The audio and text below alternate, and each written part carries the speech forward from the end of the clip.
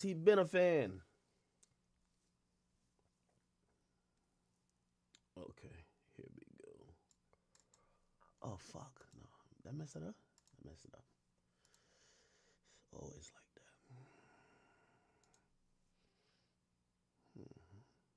Hmm. I think that works. All right, bet. Chat, what up? What up? What up? What up? What up? Your boy back in the building. I think my internet issues have been fixed. I want to salute to the people, the great people who work for my internet company. They expeditiously tried to fix the issue. And yeah, the issue wasn't in my house. It was like down. I don't know what the fuck was going on, but they dispatched like 10 trucks. You'd have thought it was like an emergency. So I definitely want to shout out to them.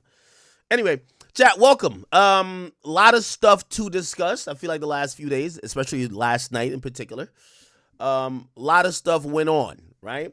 So we do have a bunch of things to talk about. Obviously, I'm speaking about or alluding to the Grammys, but there's a shit ton of other topics to discuss as well. So, we got the ASAP Rocky trial that's currently going on, where we're kind of getting a more clearer picture of what is going to most likely be the outcome here. I gotta let y'all know early on, Rakim is looking better and better every day. Pause. Okay, and that's the case. The case of ASAP Rocky versus pretty much ASAP Relly. It appears that his case looks stronger and stronger every day, and we've heard even some rumors that the prosecutors are not that thrilled about the rest of the case that they still have yet to present. So we'll get to all of that. How's everybody feeling? Okay. How's everybody feeling?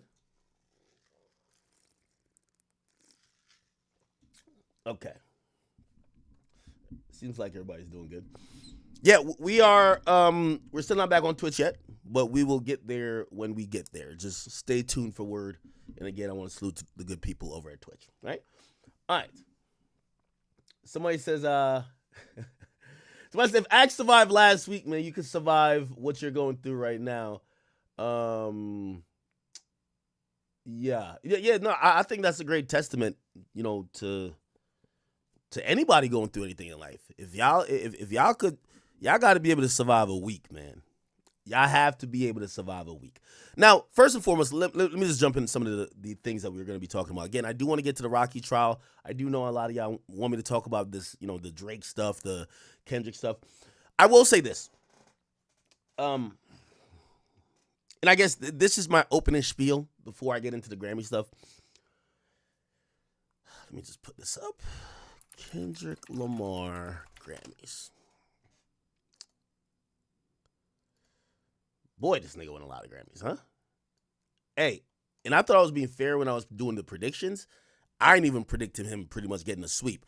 I want to say definitely 100% congratulations to Kendrick Lamar for winning all the Grammys for Not Like Us. I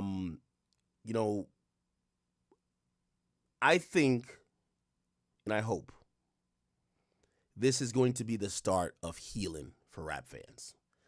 I think rap has been fucked up since this beef, bro. I'm going to be honest with you. You can't really name a shit ton of great projects you've gotten. You can't even name a bunch of artists you've been really excited about dropping. A lot of people have stayed out the way. And these days, it appears that the headlines are either derivative of that same battle that's been done and over with, or it's piling on into the gossip rumor mills and the news rumor mills and the lawsuits and everything. And I'm going to be honest with you, watching Kendrick Lamar win those awards last night, number one, you're not going to have me sit here and say he doesn't deserve them. One of the biggest songs, and we're going to remove the diss part from it. It's one of the biggest rap songs. And I think he deserved every award he got. However, I do think that after seeing that, at some point we got to start some healing. Because I be watching fans be bickering so much. It's like neck to neck. It's like everybody's at each other's neck.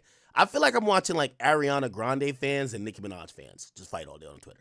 So when I saw Kendrick won, I was like, you know what? Shit. I didn't think he was going to win Record of the Year or Song of the Year. But damn, for hip hop to win that, I thought that was dope. I'll definitely say I hope we could get to some healing. At some point, music has to move on. Like, we're going to have to move on. And we could sit here and argue semantics. Has the artist themselves moved on? Some people would say no. Some people like, no, well, Drake keeps showing that he's hurt. And then be like, well, Kendrick keeps egging it on. I get it. And by the way, I still don't think that culminated means it's done. I think the Super Bowl is probably going to be the Super Bowl, in like really all pun intended, for this moment. And I think Kendrick deserves his moment. He should perform Not Like Us at the Super Bowl. It just is what it is. He should.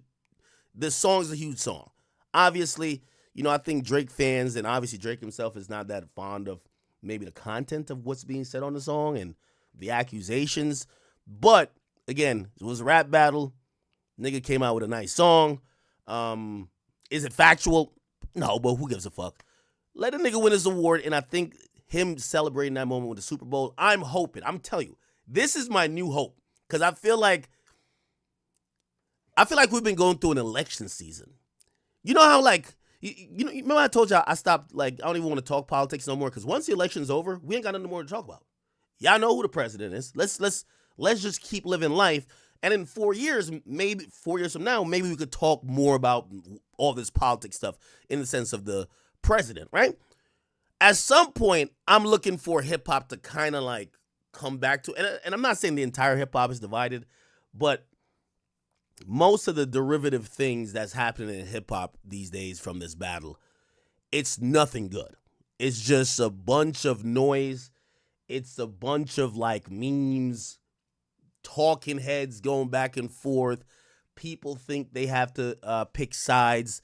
And I get it. Drake's my favorite rapper. So if that's the side you want to say, I'm on, cool. But I want to get back to the point where we could give both of these artists props. Like, that's why I started by playing Kendrick Lamar today. I'm like, that was a phenomenal sweep. Congrats to him. Doesn't mean like Drake's not my favorite. And hip-hop, to me, was a lot more fun when fans weren't so, like, on one side or the other that it's almost like blood in your eyes.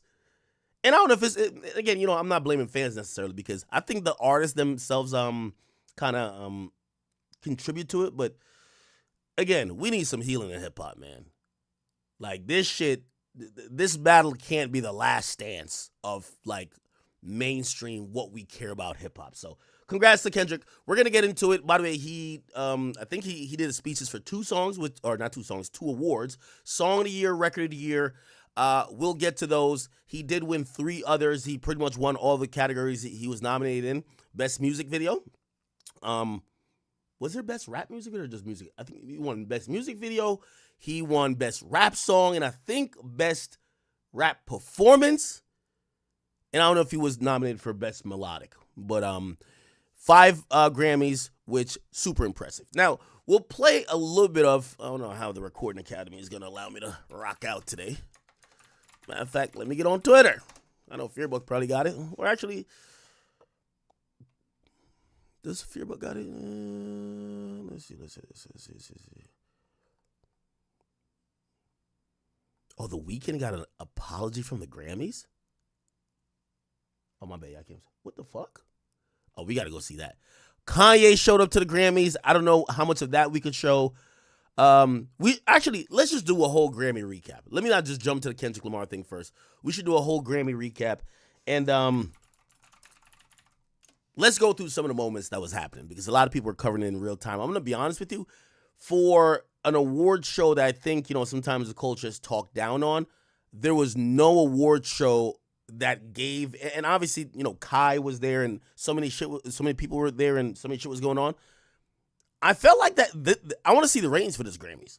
I felt like everybody was tuned in.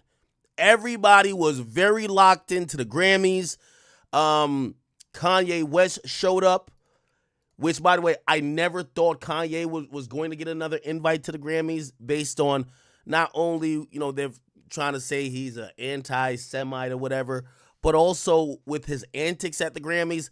I thought they were cool off of him, but yet he showed up. He got a lot of love. And, which, by the way, shout out to my boy Justin LaBoy. They hit me for, I guess they thought I was out there. They hit me for the after party. I'm like, nah, I ain't there, brother. But anyway, he showed up with his wife, Bianca Censori.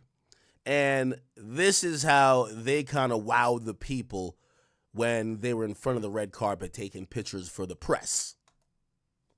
Can we see the fashion? Let's see the outfit one time, Beyonce. Let's see the outfit. Beautiful. And over that shoulder one time. Over the shoulder. Beautiful. Right there, Beyonce. Now, the reason why it's blurred out is clearly because, she does have clothes on, but it's a see-through clothing. So you could kind of see her snatch and you could kind of see her titties or whatever the case is. And, this was probably one of the biggest moments in Grammy history in the sense of, what the hell is this? How beautiful, right? Hold on, I'm trying to get my audio. Okay, why is this not working? Over the shoulder, let's see the outfit one time, Beyonce. Let's see the outfit. Beautiful. I have no idea. All right. Okay, my audio is acting up. Anytime I turn this bitch off, it should be acting up. So anyway, not gonna lie, I seen a lot of people commenting on it. I'll say this. Whatever Kanye want to do with his wife, I think it's up to whatever Kanye want to do. I'm not someone to judge. I see also people trying to put their opinions on Kanye's wife. Everybody keeps saying, yo, she looks like a hostage. Yo, she looks like she ain't with it. I'm going to be honest with you. She's a grown-ass woman. I would hope she's consenting. She has a father, other people that care about her who I would believe would step in. We had heard rumors that maybe the father was a little bit uncomfortable with how his daughter was dressing and may have either tried to approach Kanye with a conversation. Nevertheless, she still shows up in basically like a condom skin outfit looking like latex or some type of see-through material. Keep in mind, she's the same woman that supposedly gave Kanye head on like a boat while they were sailing down some river in Europe. I'm not one to judge. I wouldn't have my woman doing this, but that's Kanye woman. You get what I'm saying? And I do believe Kanye has gotten to the point of celebrityhood where I'm not too sure if that's the best place to be, just historically speaking, because I don't think money is the motive. Cancellations is the motive. I think it's more either like power or just he's driven by some other shit now. Like when you hear him talk, by the way, he had a whole rant, a whole soliloquy when he got to his after party, which I don't know why people thought you were going to go to a Kanye West Grammy after party and probably listen to good music and just like take shots with people. This nigga grabbed the mic and just started talking for a whole 40 minutes. But I'm going to be honest with you. I think Kanye is living out some deep, maybe depressed or suppressed fantasies. And if you ask me, I think Kanye is a cuck. I think Kanye isn't playing.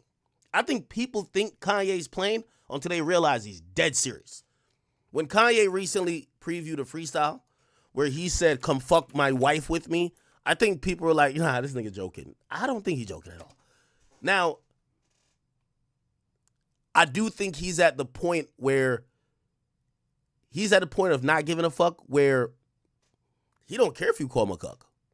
Hold on, let me see if I can play it. This is it right here. Is it this? Wait, why is this not playing? Oh, sorry.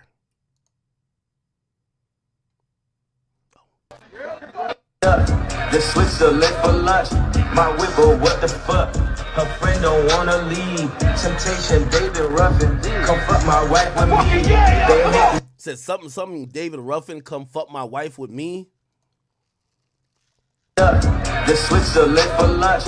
My whipper, what the fuck? Her friend don't wanna leave. Temptation, David Ruffin. Come fuck my wife with me. They hate to see me shining. Now, I'm going to be honest with you. I actually want to hear the full thing. Man, if that's what Kanye's into, as long as his wife is consenting, as long as she don't spin back around in like a few years and basically claim that she wasn't under her own will, the only thing and the only pitfall I kind of look at this whole thing with, I don't know if y'all remember, what's that girl he was dating before her? Kanye West's ex. Oh, Julia Fox. Yeah. Julia Fox. She had made some statements that she basically said dating Kanye. Yeah, she said it felt like a show. Right? She says, hold on. I don't know if this is a video. She said it. Okay, hold on. Yeah, this was when he was with Julia Fox. Yeah, so she wrote a memoir last summer or 2 summers ago, and she said this. She said that it felt like it was a publicity stunt, that she was a prop for the musician to bring out in public, and basically said that, he was so controlling that he appointed a team to work on her outfit. So I immediately thought of, it was an episode of Keeping Up with the Kardashians where he did the same thing for his estranged wife in their early stages of dating. It's also surreal. Apparently, he hired 2 of her best friends to be her personal stylist, with the duo taking direction from the rapper.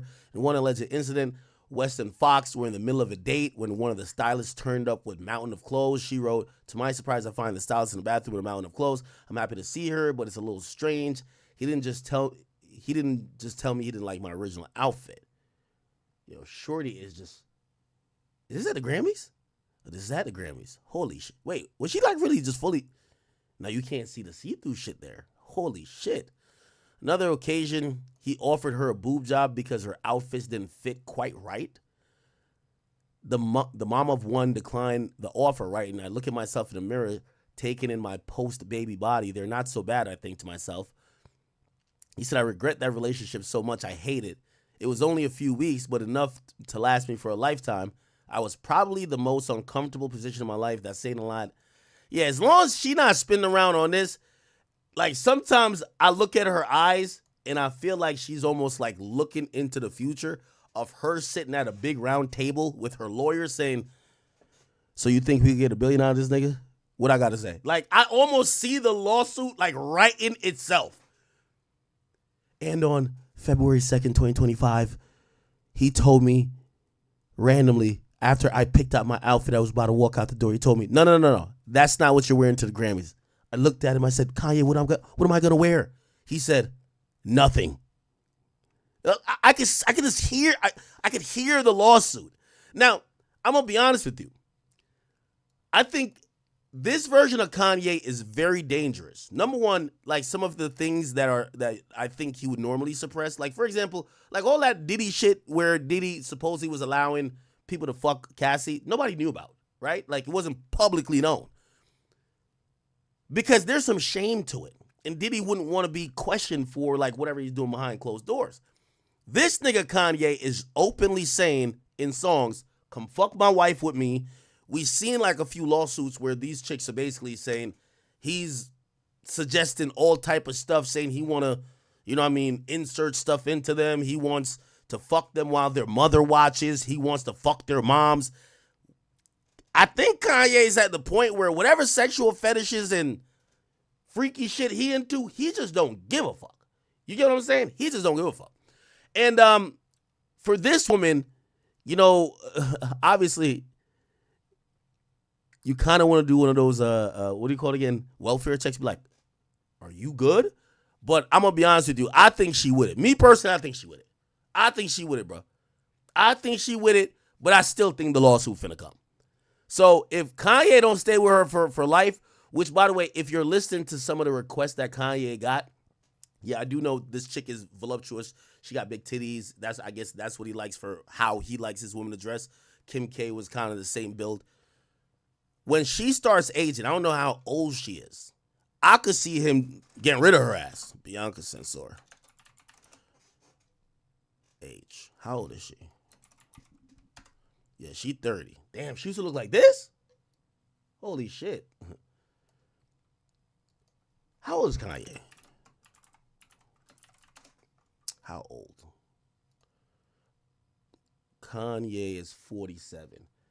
When I was watching him at the Grammys yesterday, I was like, yo, this nigga moving like Kanye's moving like he's 25 again, man. He don't give a fuck. Now, again, I think this era Kanye, and this is going to sound mad hypocritical, I think it's going to be the most explosive. I don't think he has the filter. We're gonna find out things about Kanye that we probably don't want to know. By the way, remember Kanye said he was launching a porn company, Yeezy Porn.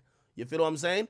Bitches getting fucked in the Yeezy slides. That's just how he's going to be giving up with a camera in the back. You get what I'm saying? I think because that Kanye is now back to billionaire status, he's beaten the cancellation. I think he's looking at himself like Thanos. He's looking at it like, yo, these motherfuckers took their best shot at me.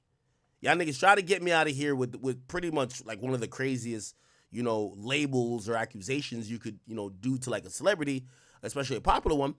You're anti-Semite. Like you hate the Jewish people. And somehow, some way, after getting deplatformed, essentially, bank accounts going away, so many people hating him that really in a span of 2 years. I mean, I remember interviewing with Vlad and like arguing with him like, yo, is Kanye like legitimately done? And I'm like, nah, man, he's not, because like the power of music and with the amount of great, I think he always knows that's his ace in the hole. You know what I mean?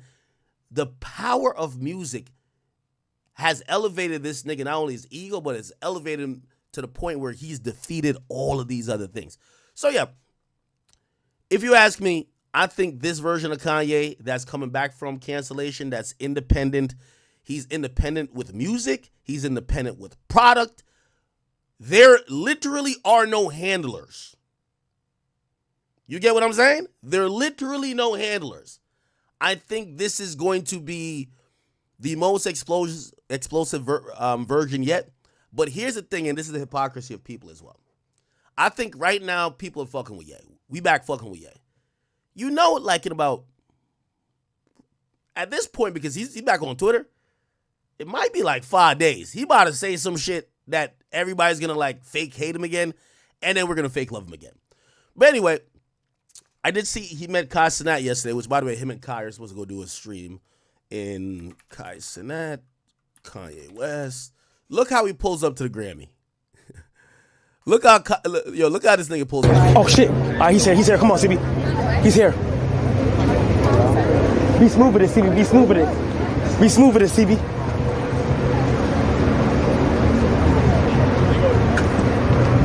Who's with you? Just you and your camera and security? Huh? Yeah. You guys. Yeah. Question for you. Is it possible? Oh, that's gonna be cool. Yeah, we good.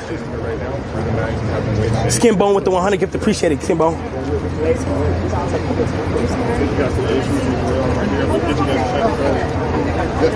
Right? Like they're engaged with it? The police are sitting right beside. Yeah, I'm going to Tokyo, February.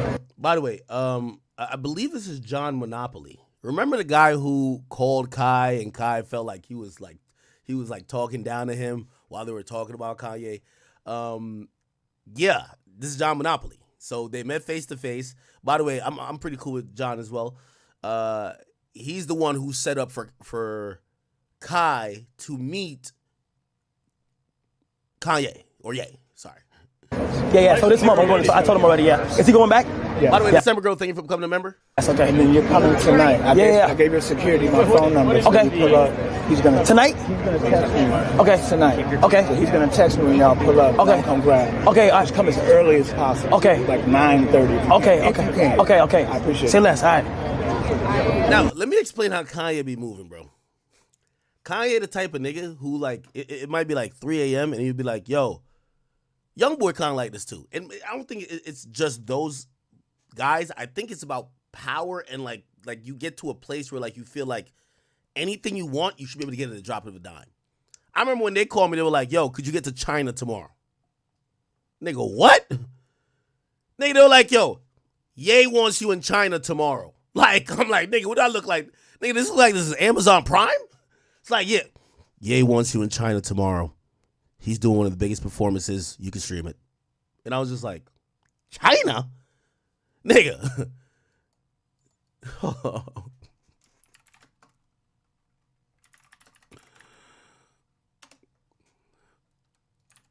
Hold on.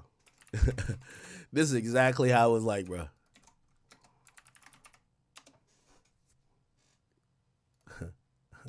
Let's say China.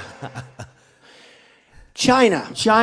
That's exactly how it was. China. Yeah, exactly like that, right there. Yo, say, yeah, wants you in China. Anyway, all right, so, what the fuck? Okay, let's watch. So he's about to meet Kanye. Wait, hold on. Wait, what? I'm seeing Ye tonight too? What the fuck? So I'm just saying, oh, he's here. Oh, he's here. He's here. He's here. He's here. Oh my God, I'm scared. How you doing, Ye? You know, Ye, I fuck with you, man. You're my brother, man. So as long as I'm in front of you, I'm good, right? Oh my fucking God. Lock in, CB. Lock in, CB. Oh my! Look at the cars! Look at the cars! Look at the cars! Yes, sir. Look at the cars! Look at the cars! Oh my! It's like a metallic chrome wrapped Maybach. Oh my God! It's chromed out car. Oh my God! It's chromed out. All the cars are chromed. All those cars are chromed. Oh my fucking God! Monte, I need you to coordinate. The rollout has begun. The rollout has begun. Chrome Maybachs back to back. Get in there, CB. Look. Get in. Go up there. Go up there, CB. Go get that. All right, yeah. Get out of the car, man. Get out of the car. We IRLing right now, gang. Come on, bruh. Here we go. Here we go. Oh my God. Yes, we already went to car. I know where to go. Oh my God. Oh, he's Kai right there. Kai is selling it. He's selling it right now. What I mean he's selling the moment. Like, oh my God. Like, yo, Kai, you've met like some of the biggest people in the world, bro. He's right there. He's right there. He's right there. He's right there. He's right there. Just look at Kanye right here, just walking like he didn't give a fuck.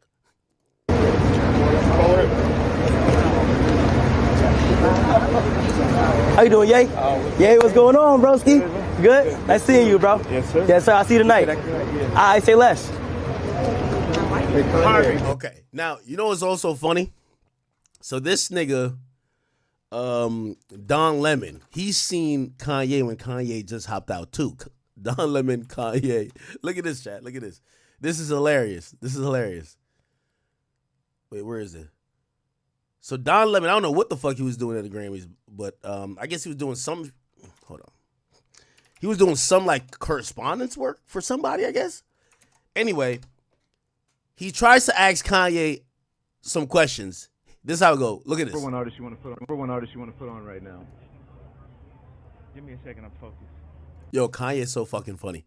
He says, what artist would you want to, like, what artist would you want to put on right now, right? And Kanye says, give me 1 second, let me focus. And then watch what he does after this. Number one artist you want to put on right now. Give me a second. I'm focused. And Kanye walks over to John Monopoly and says, no interviews. Yo, Kanye could have just told the nigga, like, yo, I don't want to talk right now. Kanye just ignores him, goes to the manager, no interviews.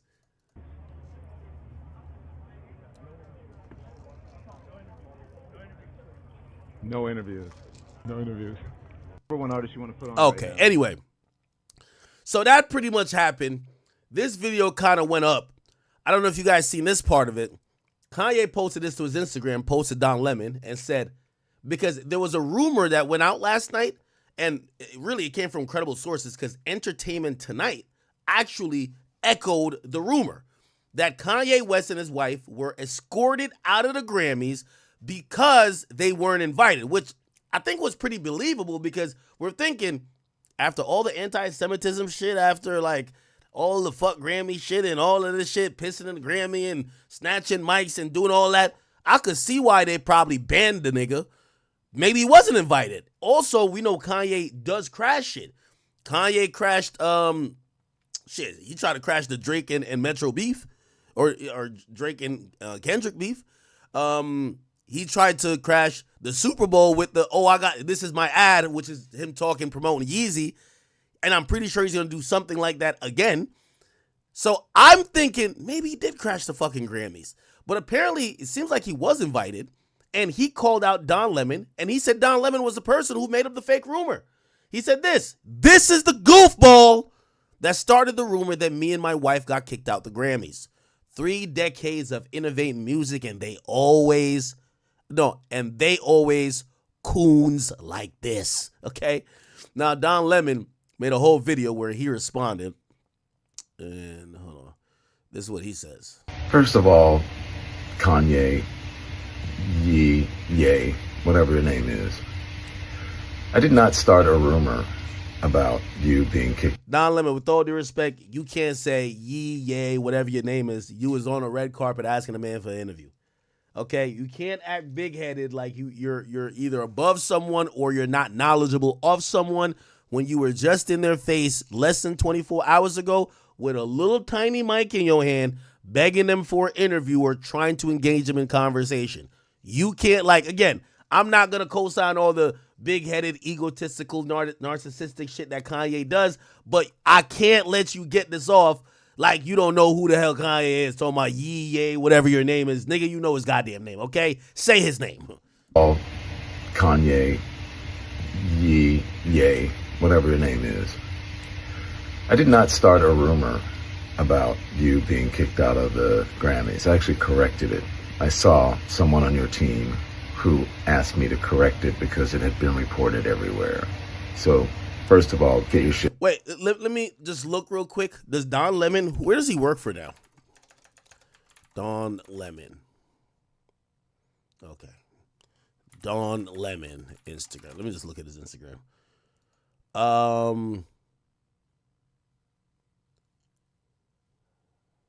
Is he on a show? Can't tell if he's on a show. Look like he works for himself, right? Find me here. Okay. I thought he worked for Entertainment Tonight, so I guess he doesn't. Shit's right. By the way, I'll give you some quick, pocket watching. He, even though, and by the way, let's not do the gay jokes and stuff like that, but he got fired from CNN, but they had to cut him a severance check. It was like $20-something million. My boy actually got some money. Don Lemon, severance. He got a severance package of $24 million. So my boy's living good. He's not out here struggling, okay? He's doing his thing. Obviously, they fired his ass still, but, he got some bread.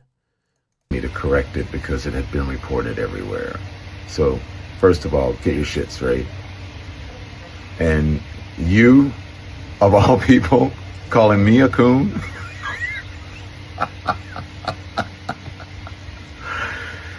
Negro, that Make America Great Again hat must be too tight on your head. This is like the first black moment I've ever really seen from Don Lemon. Don Lemon, to me, I kind of understand what Kanye's saying, but I also understand what Don Lemon's saying, if that makes sense. A lot of times I'll be looking at Don Lemon like a white man in black skin. You know what I mean? You know one of those guys, they're on the news, whatever. There's nothing wrong with talking good, but you're just you're kind of white. You ain't like a nigga.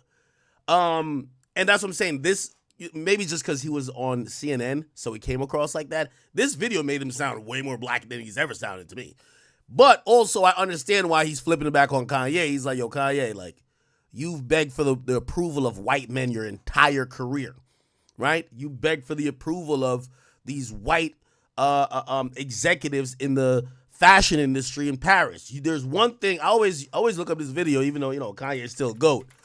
But when Kanye was holding that bowl, Kanye holds bowl of food for the white man to eat out of. That was crazy to me. So this is what really happens with Peter, A.V., Kanye. What we do on our way to a Vogue event, ribs and French. Yo, Kanye was holding that man's food while the man was eating right out of his hand, bro. That shit was crazy. I was like, this is crazy. Happens with Peter, A.V., Kanye. What we do on our way to a Vogue event, ribs and French fries. Yeah. So this is what really happens. Shit was crazy. Somebody said deep fake. That's when Kanye was trying to get in the fashion business. You wanted to be loved so much until they basically sunned the shit out of him constantly. Anyway, that little back and forth happened, and I don't really care. I'm really more happy about Kanye being back in the fold. Kanye is motherfucking back. It's so funny how life is. Kanye was literally probably one of the most hated people not too long ago. And I feel like we're at a changing of the guards, or maybe changing of the tides. And I'm wondering how much that even has to do with the election or just people having different thought. I don't know, but Kanye's, again, back being loved, if you ask me. I don't know how you guys feel about it, right? Anyway, he showed up like this with his girl. He was running around. Did he do anything else? I don't think he did anything else. Now, I know I'm gonna get to again. We're doing a whole Grammy recap, so we started with Kanye. So I'm gonna jump to after Grammys with Kanye before I get to Kendrick and other moments. Okay. So Kanye had a post Grammy party, right? Kanye West Grammy party. So he had a Grammy party. He had a whole speech there. He spoke about Drake for some people who care. And essentially, hold on. Maybe this is it. Let's look at what's going on in this Grammy party. You know you felt like I felt. You know you feel like I feel. Yeah. Is this a diplomat's chain he's wearing? You know what I'm saying? We've been in this shit. That's Ty in the back, right? Ty Dolla $ign? 3 decades. Why does this nigga look like Stone Cold Steve Austin right here? We the culture. They can't none of these corporations, nobody can stop what we built. 2.77 and still counting. To be the richest. Now, I got a hot take on a lot of this shit. Yo, if you ask me personally, I think that Kendrick's success was a huge help to Kanye's message. What has Kanye been saying? Fuck these well, he hasn't been saying his whole career, but he's like, fuck these corporations, y'all can't control me, y'all don't got the answers, fuck you. But like, he's been going crazy, and people are saying, you're fucking up the bag. You're getting banned on all of these platforms. Like, he wasn't on Twitter. They're taking his meta down for a while. He was basically going against a lot of these corporations. He's going against Adidas. He's going against his record label. And people are like, yo, Kanye, you're an idiot. You're fucking it up. And I think his message back then was, bro, fuck them. They need us. We're culture. That's what I was getting from his message back then. I feel like what Kendrick kind of did in terms of making it very abundant and popularizing, even with the song Not Like Us, is like, culture still rules over corporate. That's it, right? And that helps Kanye with his mission, because everybody who was calling Kanye a little bit crazy is kind of seeing that message that he was touting kind of become the prevalent message right now, period, right? So as Kanye's ranting about culture, like, I'm like, yeah, this does feel like a full circle moment for Kanye. 2.77 and still counting. To be the richest that ever did. Massive Boosin, nigga. Run your shit back. Wait till I get my money. Okay. Instance. All right. Okay. So there was another part where he's also speaking about Drake. Let me see if I could get to that. Where is that at? Give me 1 second, chat. I probably just got to go on Twitter, right? Yo, the Recording Academy. So this is the Grammys official page. Yo, they actually just put the video. Oh, they did invite that nigga then. Of course. Nigga, they got 3.5 million or 3.2 million views. They just blurred it out. Look. This is their official YouTube page. The Grammys official YouTube page. Look. What the fuck? Look.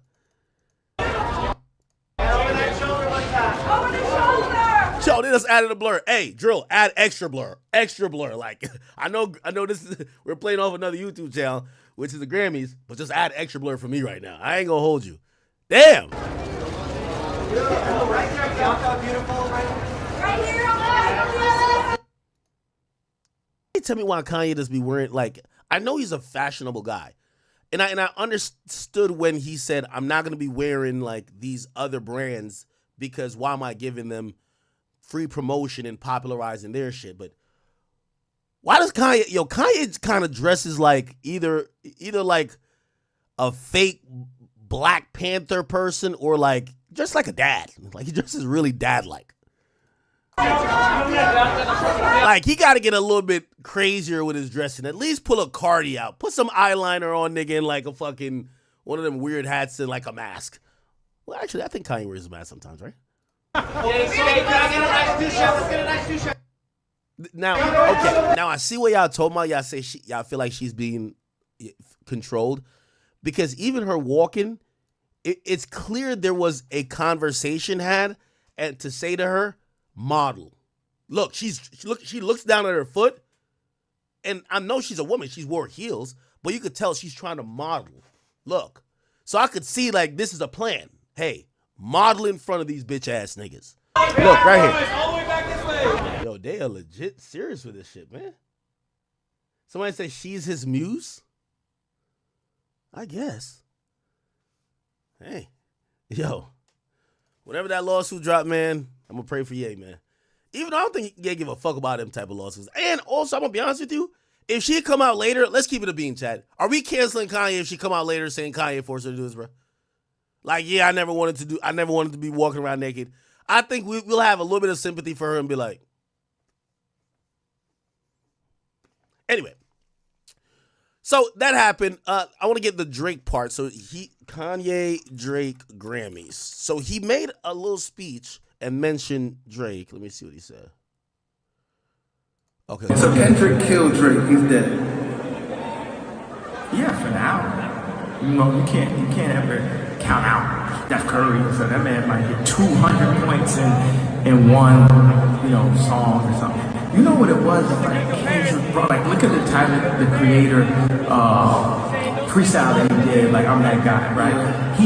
We have to, Drake added something to the algorithm, talk frequency. He advanced it. Future advances, and our Kendrick is now advancing frequency. Right? So you have to.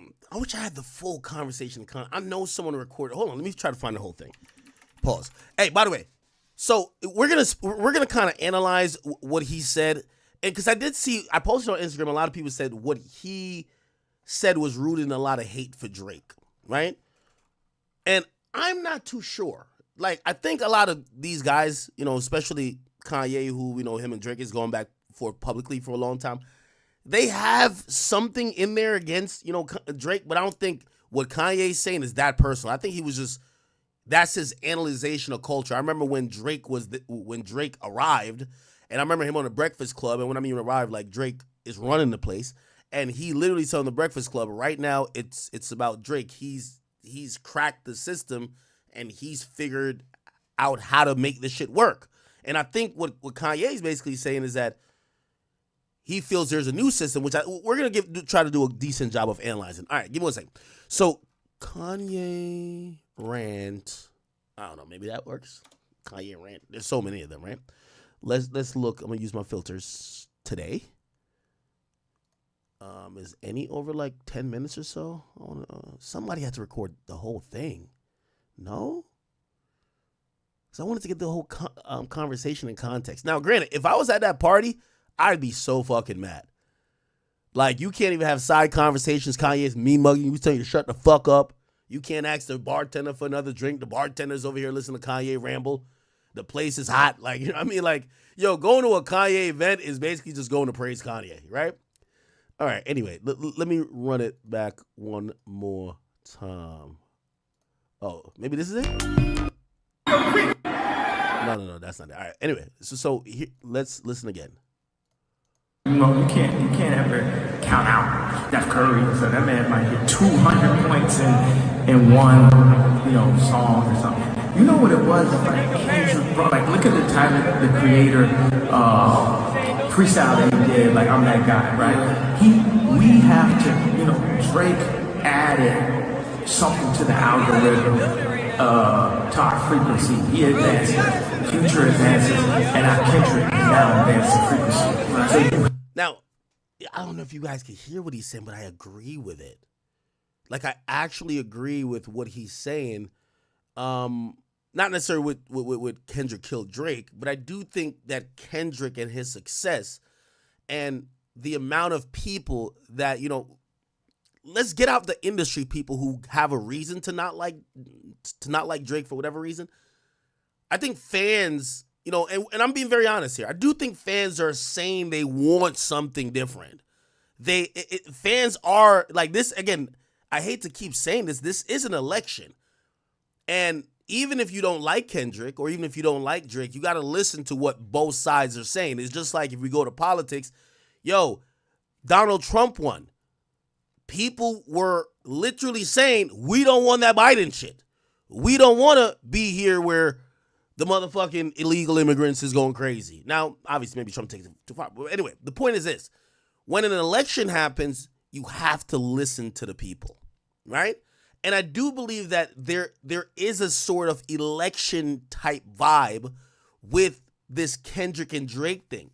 Now, I personally don't believe that Drake is, like, his career is killed at all. I think Drake will be absolutely fine. We'll talk about him releasing a project actually in 2 weeks very shortly. But I do believe that, and I think that's where Kanye was right, the algorithm. Drake did change music where it was about this like constant conveyor belt of hits that may be a little bit superficial on face value. And yes, he works with this person, but it made you feel good, right? Like, this is just a hit song. What Kendrick, I think what Ye is saying, and I kind of agree with that, if the polls are right, and if the people who are voting, it seems, are right, they want what they believe is culture. Which means I don't want two people just because they numbers-wise match to hop in a studio and make an album. I want some shit that I could relate to, how you grew up, where you're from, where your morals, ethics, and codes are. I always say this, and you're going to see the parallels that I'm always going to bring with politics and hip-hop, because I just think it's kind of the same thing in a little bit. Like, the United States specifically is like a pendulum. It goes back and forth, right? And at times, I could predict who's going to win an election based on what's happened or what's been the vibe in the last few years. If you censor free speech, if you promote all of these things that maybe not everybody's with, yeah, of course you could be an elephant. Of course, turn your 3-year-old from a guy to a girl. At some point, it pushes back the other way, saying, this is too much. Enough is fucking enough. Right? And it goes in the other direction, right? All right, nigga, okay, cool. You deporting the illegal immigrants who doing the crime. Wait, now you're deporting the illegal immigrants who've been here for like 2 generations who just never got it. It swings back. So like, the thought of like how people think, not the thought, I just said some dumb shit. What people want is usually really in the middle, but no one stays in the middle, right? Like, for example, Trump, I was on Donald Trump's Jr.'s page earlier today on Instagram, huge gun guy. I'm pretty sure they're going to make some executive orders or whatever to lower or make it easier for people to have guns. It's going to be cool. Everybody's going to be, yeah, that's what we need. Biden was not trying to let that happen. Then there are going to be a couple mass shootings, and we're going to be like, whoa. Bring that shit back. So what I'm trying to say is that, like, usually the human mind, even outside of music, we're always constantly trying to find that place of balance, right? And I do think that hip-hop, for a while, lost that, not necessarily lost, but that cultural essence that I think some people are hoping that Kendrick is representing. And I think he's very smart. Kendrick's really smart. I've always told you that. Because even in the song that he dropped afterwards, the one with the tied up laces or whatever the case is, was this one? You hear Kendrick even saying it. Yo, I'm going to watch the party die. He's almost kind of signaling that this one, where he's like, you're going to see that corporate, we're just doing bullshit fluff music with maybe not enough substance that's true to the culture. That's going to go away. I'm going to be representing cultural, true to some real grassroots shit. You get what I'm saying? And I think that's what that is. I don't know if I'm making sense to somebody. I hope I am. Right? So what I'm trying to say is that I do believe the rap beef, other than the beef, right? I do think that after the beef and you see all these people still going with that energy is because of the election factor. They're trying to pick, what do you want, right? Now, I know a lot of people who say, yeah, that's all good, but wait till summertime. Ain't nobody voting for no culture in summertime. They want ass shaking. They want bitches. They want niggas throwing ones and bitches, you know what I mean, twerking. Let's see. But right now, I do think that there is happening a movement or a wave, it seems, that seems cultural. And, you know, you got to admit that, right? Anyway, let me get back to what Kanye was saying. Did I make sense? Did I make sense, chat? You got to look at y'all to make sure I'm making some sense out here. I make sense?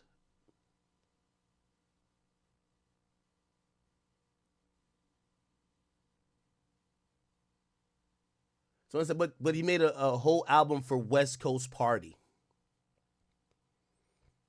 Well, okay.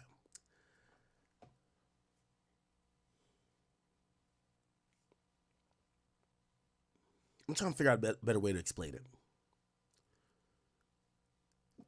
Kendrick just representing that, yo. Even I know he made a West Coast album, but he's bringing it back to like the grassroots.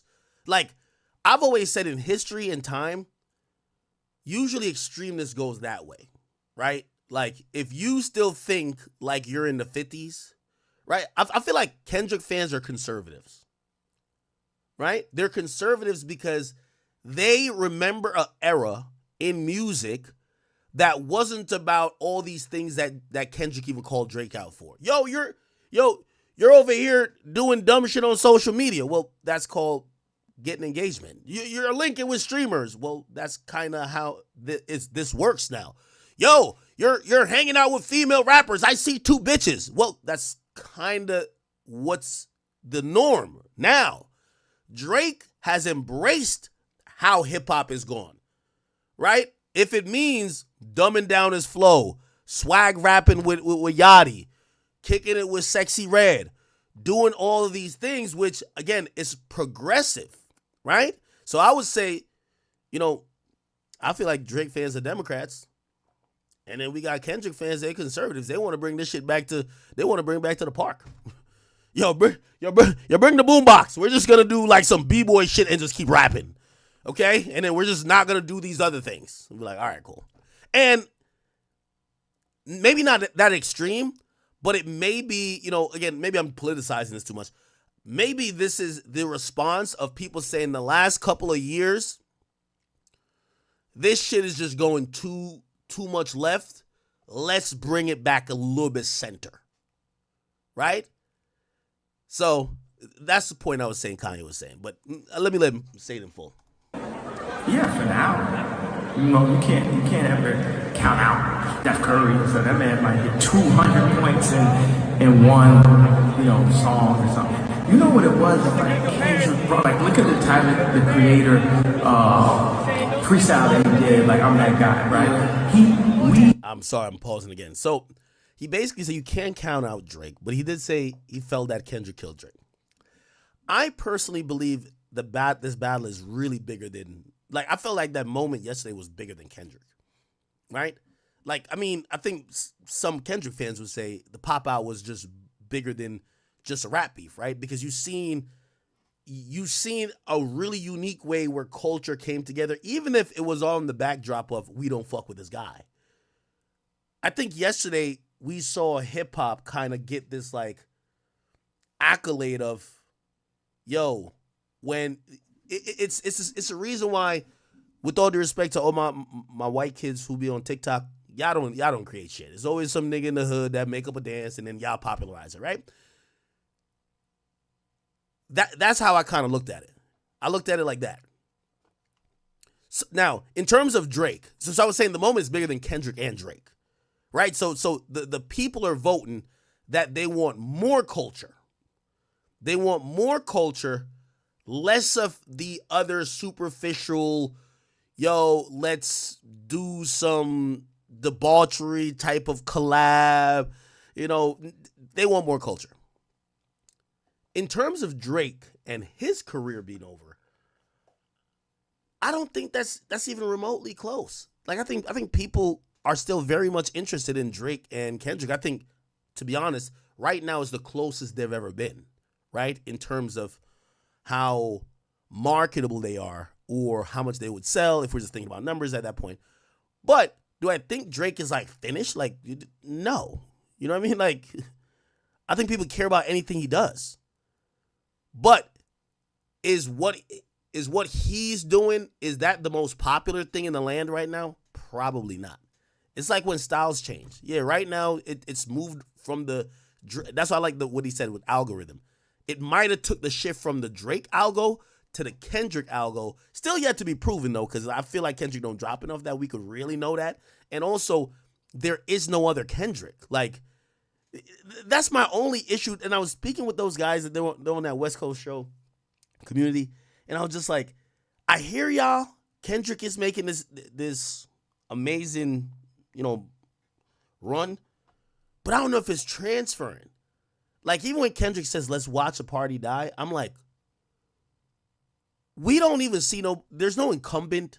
There's not even people be like, oh shit, since Kendrick is doing this, here's another artist that's doing this that's kind of like Kendrick.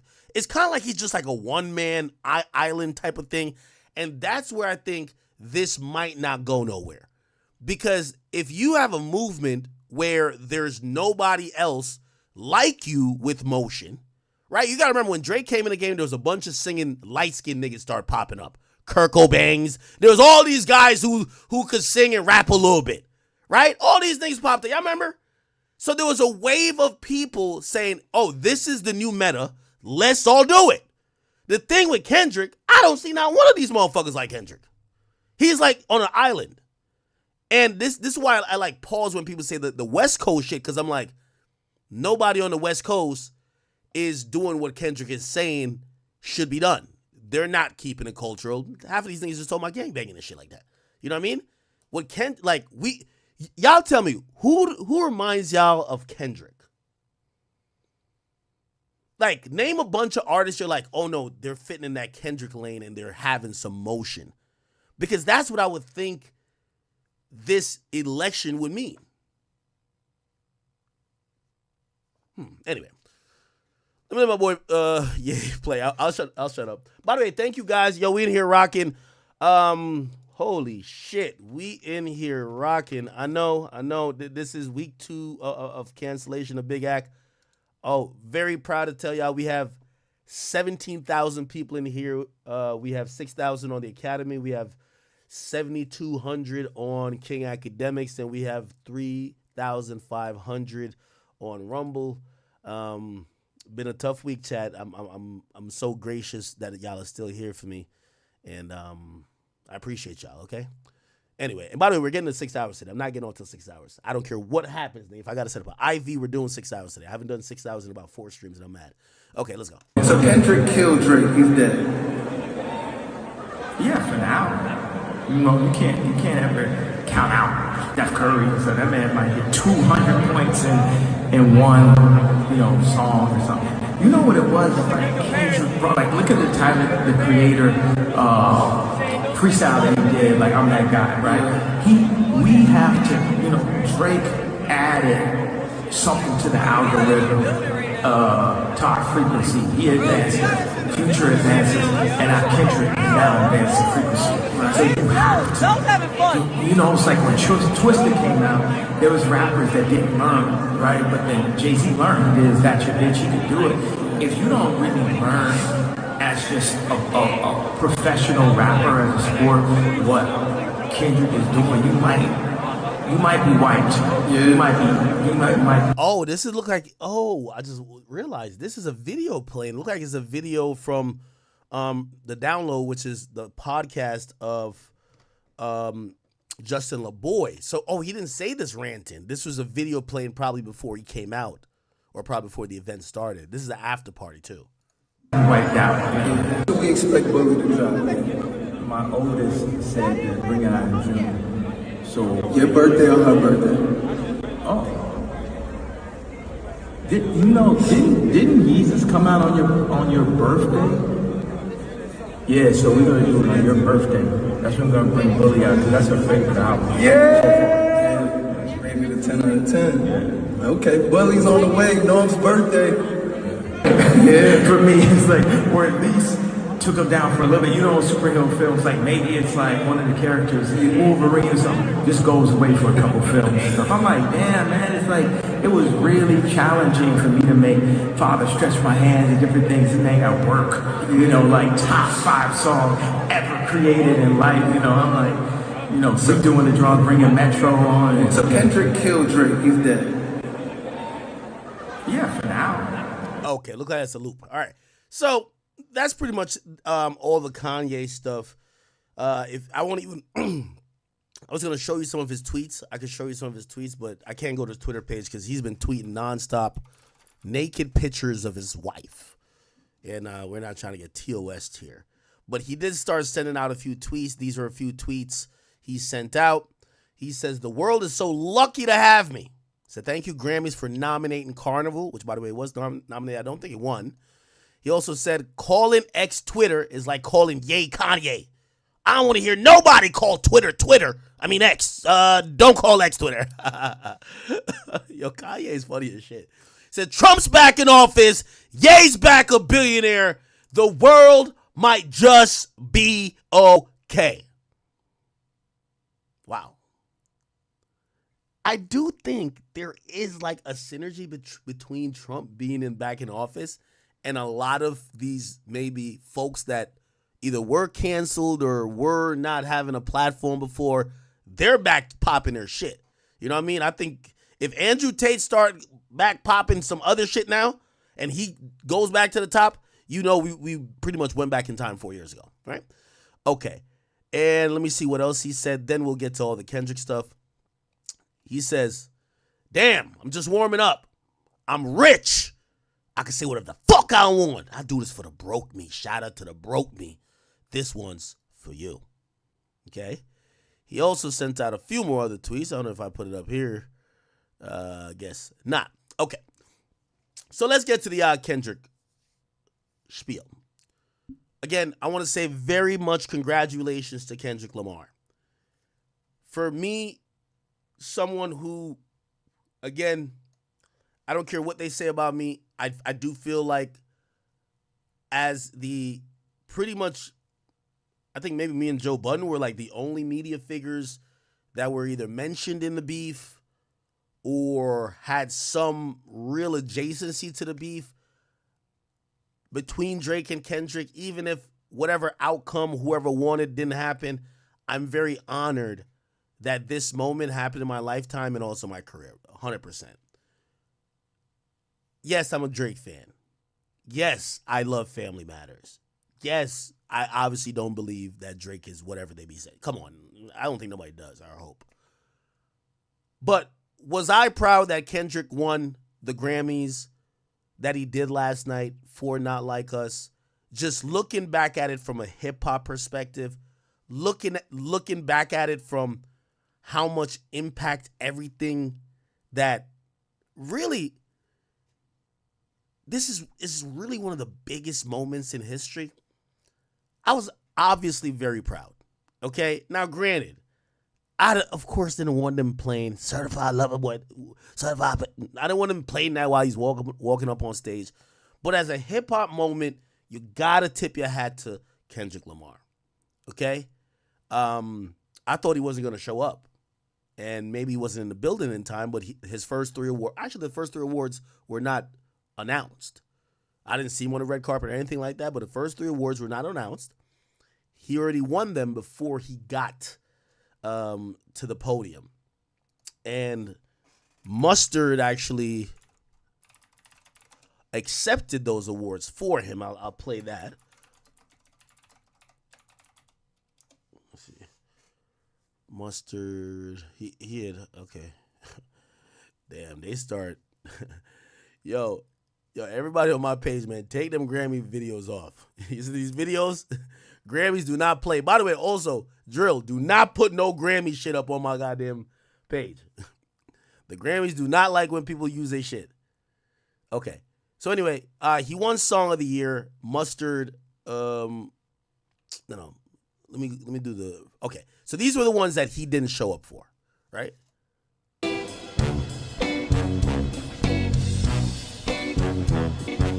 So he won Best Rap Performance.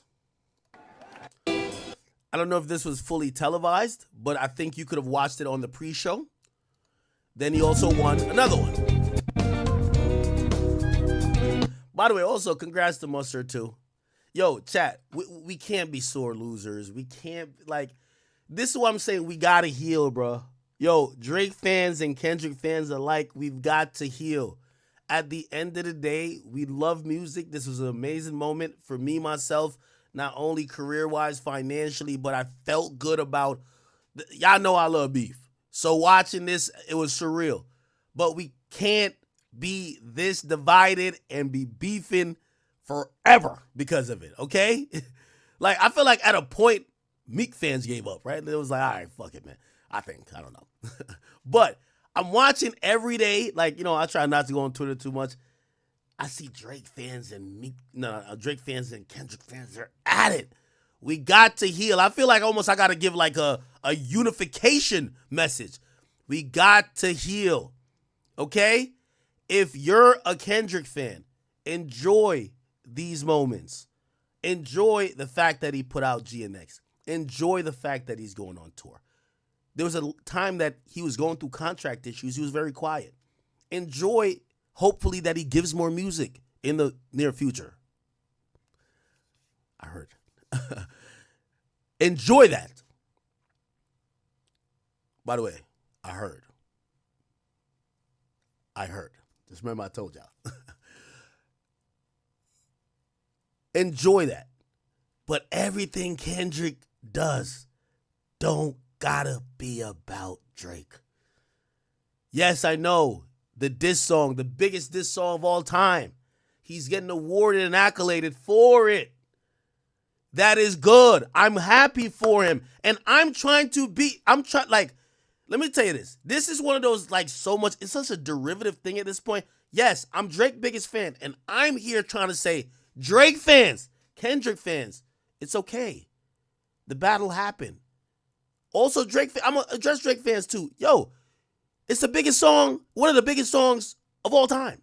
Can't be mad that he's getting an award. It is what it is. But not everything has to be about, oh, look, we're kicking his back in. No, we gotta, at a certain point, we're hip-hop fans. It's so funny when I seen them put up videos of me, like, because first of all, I like Not Like Us. I think it's a hit. There's a tweet I have that still says, damn, this shit's a slapper. Now, granted, am I shouting out some of the shit that is, like, clearly saying some crazy stuff about Drake and I've spoken to this guy? No, but I always told y'all that part was like, it was all eyes on me and I'm gonna send it. I like that part. Bro, this is how it's always been. That's what I'm saying. This politics shit is whack. Kendrick could be your number one favorite artist. But I guarantee you before this battle, Drake was in your top 10. Drake was my number one artist. Still is. Kendrick was like top 10, top 15. You know what I mean? Like not in terms of artists I play a lot. He didn't put out a lot of music compared to my liking. But if you ask me who was the best, I would give Kendrick props to. These days, it's like, if you like Kendrick, you gotta hate Drake. And if you like Drake, you gotta hate Kendrick. We gotta stop that.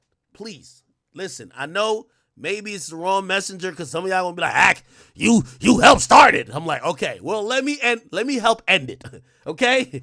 If you're a Kendrick, and by the way, this is going a long way too. And I've realized, like, there's a bunch of Kendrick fan YouTubers, like, they're going crazy. And for them, it's just a way to come up. I get that. But at some point, as music fans,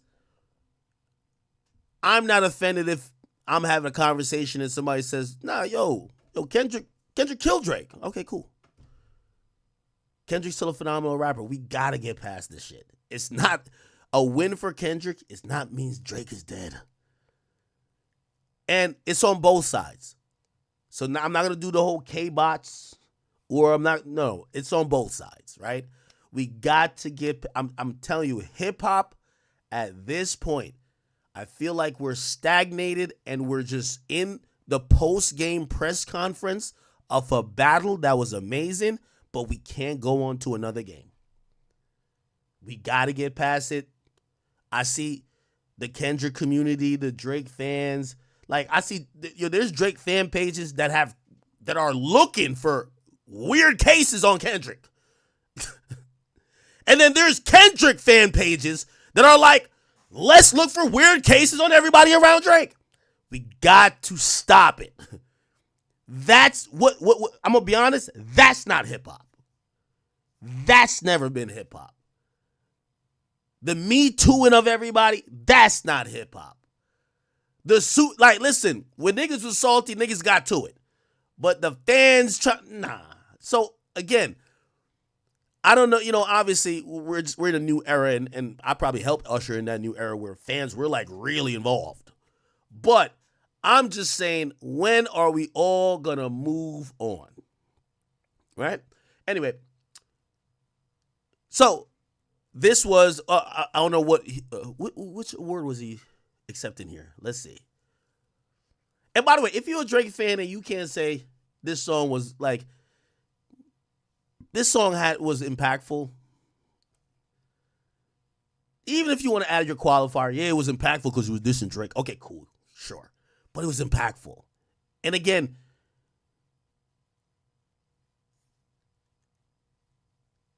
I hope the fans of Kendrick love hip-hop more than they love just defending Kendrick. Or I hope the fans of Drake love hip-hop more than they just love defending Drake, right?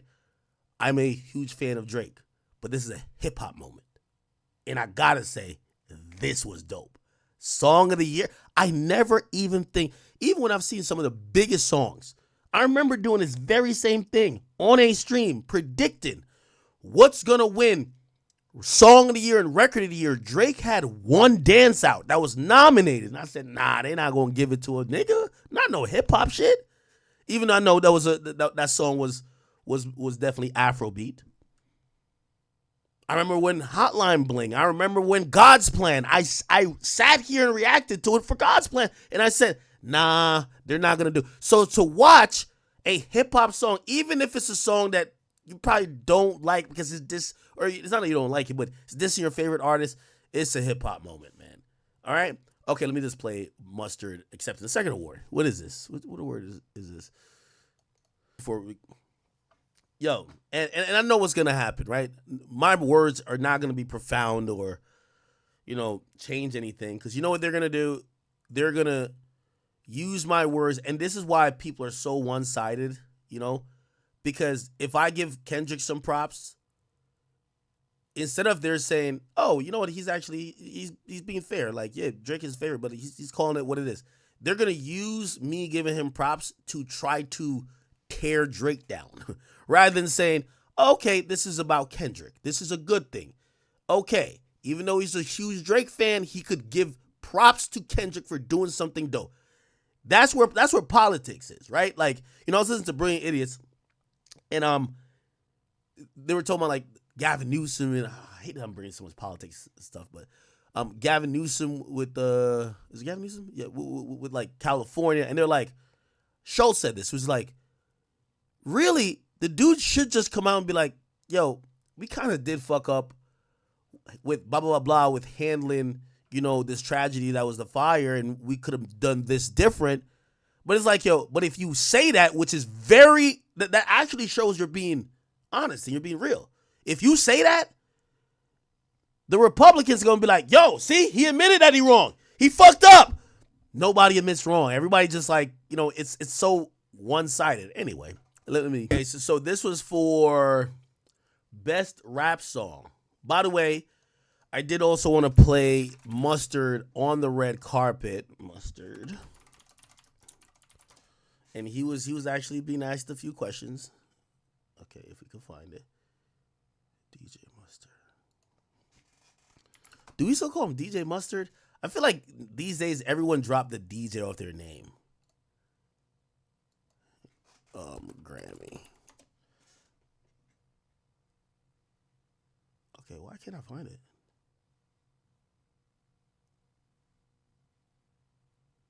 Okay, here we go. Beyonce. Oh, shit.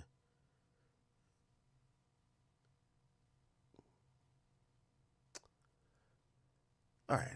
I can't find him. Whatever. Cool. So let's go to the third one. Lane.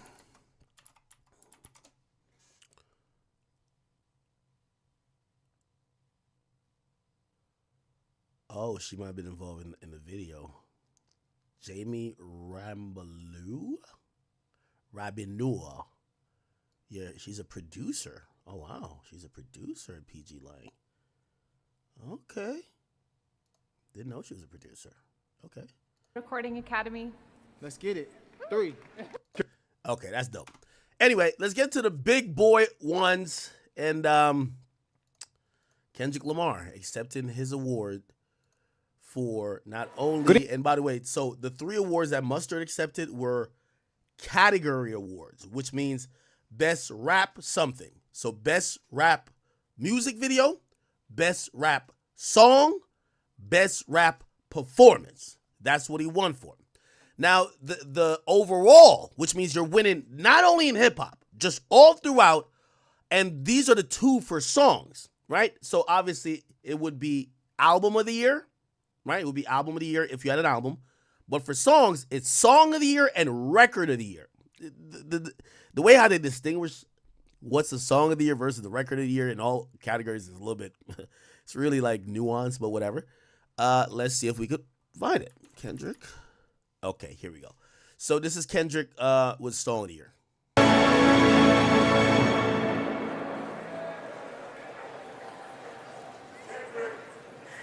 As selected by 13,000 voting members. Oh, wow. Chat, should I become I think I could become a voting member. They have all these like criterias. You have to like have worked in certain capacity for a certain time. I think I would have to just fill out an application and then there's a membership fee. The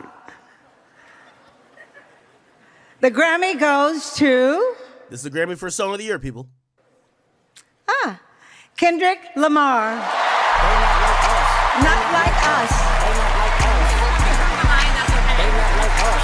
They not like us. They not like us. You think the bay gon' let you disrespect pop? I think that open show will be on that stop. They cold foul. I don't know why you Now, there's another video in an angle. There's another video and angle from like I forgot who recorded this. But it kind of shows the moment where Kendrick is like walking up there. Here we go.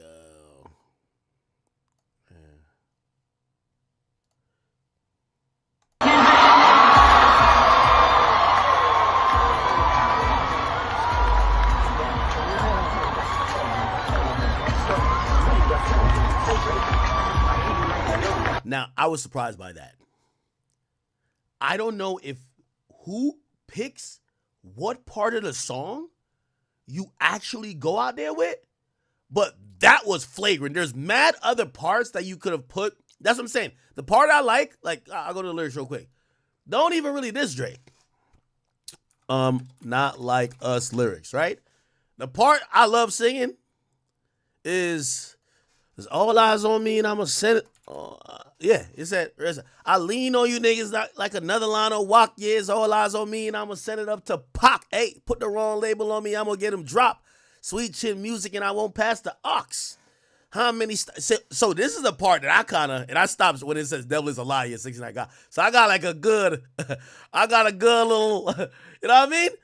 They had mad parts of the song. If they weren't trying to hammer it home, I get it. It's a diss song. I know it's a diss song. You get what I'm saying? But like to me, the part they played when Kendrick was walking up, to me was equivalent of imagine Hit 'Em Up got a goddamn Grammy, and when they announced, and the winner of this award, Tupac Shakur, and all of a sudden you hear, that's why I fucked your bitch, you fat motherfucker. Like what? Like damn, you can't play another part of the song? Like you gonna play 30 seconds no matter what. You can't cut another part of the song? That's why I fucked your bitch. I mean, I'm like, damn, they played the craziest part.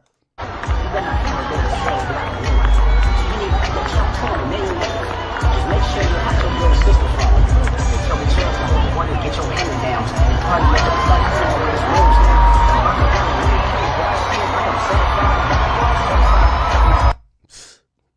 They actually had the certified lover boy certified PDF. That was crazy. That was crazy. And I don't know if that's, I don't know how that get orchestrated. Does the label tell them what parts of the song to play during this? Do they just chop it to an arbitrary part? Were they being slick to Drake? It's kind of like after a while you start looking at it like, yo, maybe the Grammys don't fuck with Drake. You get what I'm saying?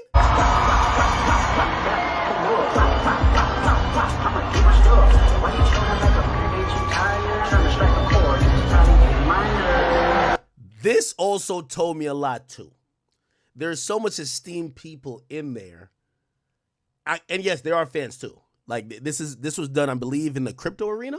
So this is a arena, right? So, and it's not 20,000 celebrities, right? It's probably like 5,000 celebrities or probably less, right?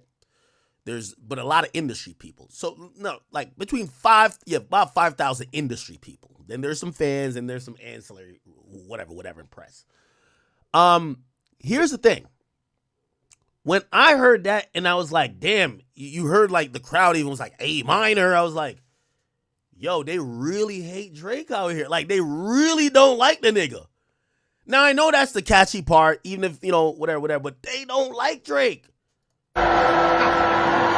Also, here's a big takeaway that I'm going to get to in a second. Yo, UMG has definitely called in the dogs. Drake, I hate to tell you my boy, man. I hate to tell you my boy. But UMG, which by the way, Lucian Grange was in tow and was in attendance. I think this was a very big message into Drake. Nigga, you ain't bigger than the program. We could live without you. And to be honest, we'll kick your back in worse than you think that lawsuit's gonna hurt. Everything that happened here to me was very strategic.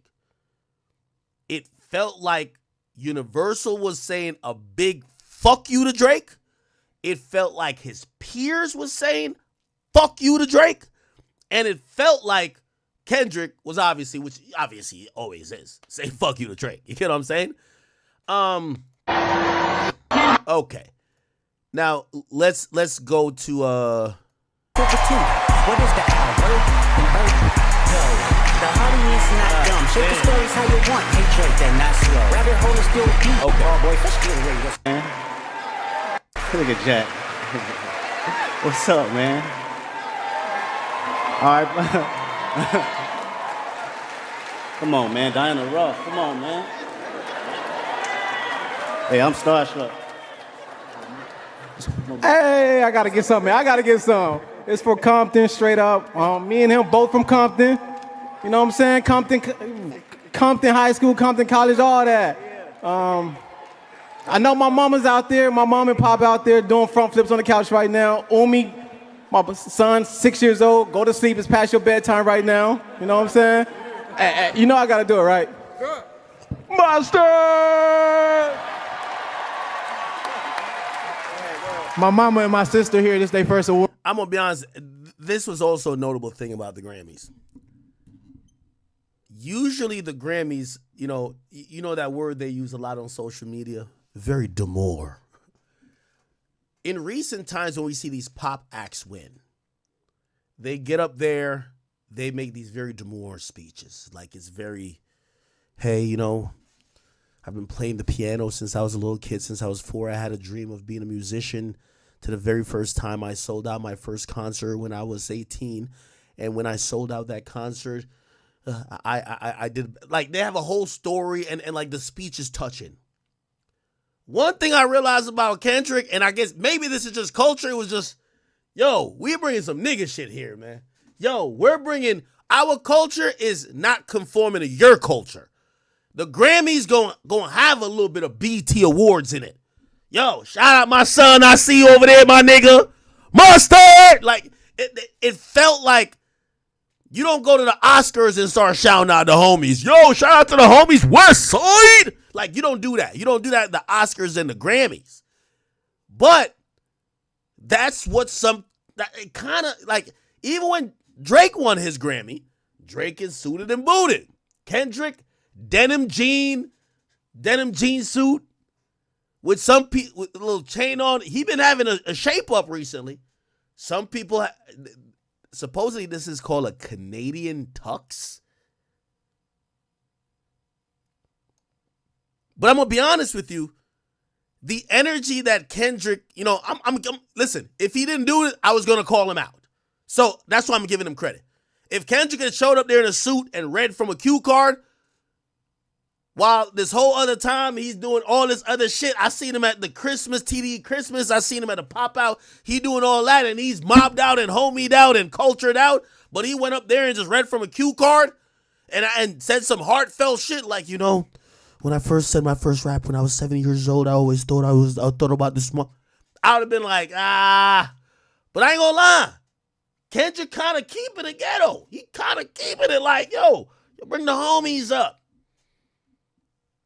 Not gonna lie.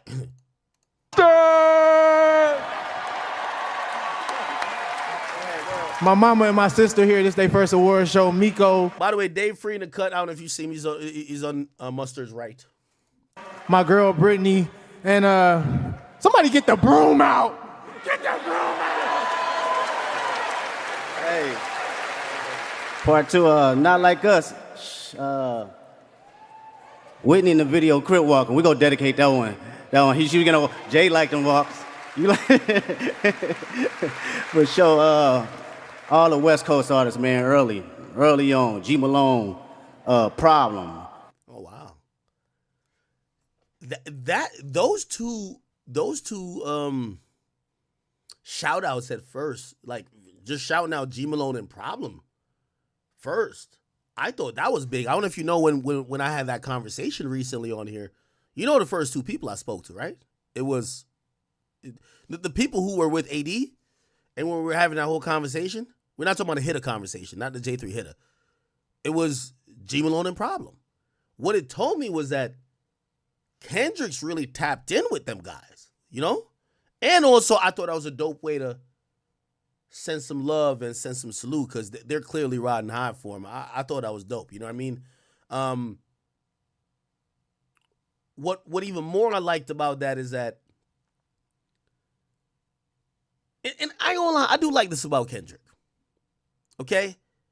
Even though I've kind of gotten at these niggas a little bit. And by the way, listen, I'm trying to also be very, sometimes people call me a hypocrite or try to use my words against my words. I'm only a human. I'm not God. I couldn't even be close. At times I might say something that might change my mind later, and I hope you guys understand that sometimes I might see different things and might come to different opinions. I do see Kendrick trying to throw he's trying to throw the hoop to some niggas though. I'm gonna be honest. He is trying. I felt like he didn't before all of this. I thought the Pop Out was a good try. The album, I was like a little bit better. But I'm seeing him throwing. He's throwing. Pause. Now, what they do with the ball, pause. It's going to be what they do with it. But, yeah. First two people he shout out is G Malone, Problem. By the way, again, you go back to the conversation I had with both of those guys. Shout out to AD for setting that up. That's what came through here. Anyway. Yo, oh my God. Why y'all saying how am I compromised? I'm compromised? Yo, it's either, if I say fuck Kendrick, y'all be like, yo, act. You on Drake dick. If I'm giving Kendrick props, oh, something must have happened. You and Drake beefing. No, bruh. I'm trying to, yo, after seeing all of this derivative bullshit, I'm like, yo, this is, and I ain't gonna lie to you. I'm gonna be very honest to the camera. At least for what you see from academics, I'm trying my best. Yes, Drake's my favorite artist. I'm always going to tell you my biases. I'm trying to be honest to what I see. I don't have no reason to kick Kendrick Lamar's back in, right? I think this whole thing is over with. Yes, when you're in a battle or two sides are going against it, fans it's like watching a finals. You want your team to win or whatever, but to me that's over. So if I see Kendrick do some cool shit, I'm gonna say it. Drake fans, don't get mad at me. Please don't get mad at me. I'm only trying. I'm telling y'all, we all got to revert back to that pre-battle shit. We have our favorites, but we could tell the truth.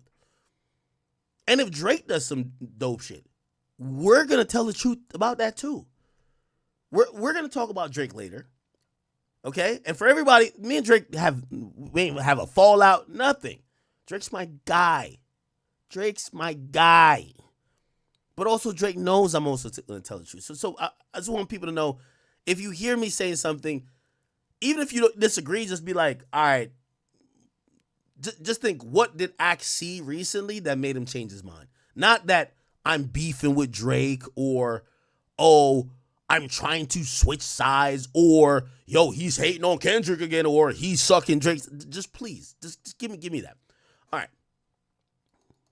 Show all the West Coast artists, man, early on. G Malone, Problem, Bad Luck, K-Boy, Daylight, Mike Stroh. These the cats that inspired me to be the MC I am today. Schoolboy, J-Rock, Absol. This is what it's about, man, because at the end of the day, nothing more powerful than rap music. I don't care what it is. We are the culture. It's going to always... That is true. I think he proved that. Nothing more powerful than rap. By the way, I just want to say real quick, yo, chat, real quick, you know, right now, I'm looking at it. We have, what is it? We have 18,000 people watching this. You know, yo, chat. Last week, I'm telling you, I went through a very tough week, and I'm still going through shit. No, just like, you know, not like, you know, I just want to say I appreciate you guys. I stopped watching all hip hop commentary because everybody has done videos. Ack is over. He's done. His career is over. Fuck him. Every YouTuber who, you know, I knew about, I tried to like either shout out, throw alley-oop. They all turned on me. They said, fuck this nigga. He's the worst. He's out of here. The only people I have is you guys left. So I appreciate, you know, each and every one of y'all. And also I've realized, you know, just time to work harder. So I appreciate anyone who's still here. Even if you're here and you want to troll, or even if you're here, you don't like me, hopefully I could convert you. But after last week, I was like, by the way, and also, this is also, I got to say this. There are several industry people who have either like messaged, I'm going to be honest with you. This was a very humbling experience over the last week. You know, I take all accountability. But I've also realized that some of these, either what I thought were relationships that I built in whatever, are worthless. I don't want to talk to no one. I only want to talk to the people. I started out in 2010 just talking in a closet to the people. And if they liked it, or if they at least want to engage with it, that was cool. I don't want to play these games with these guys no more. I'm good. So if I haven't returned your text, I have nothing against you, but I don't want to engage anymore for as long as I go with. And like, there's a few people that I fuck with so much, but I just want to let y'all know, I'm good.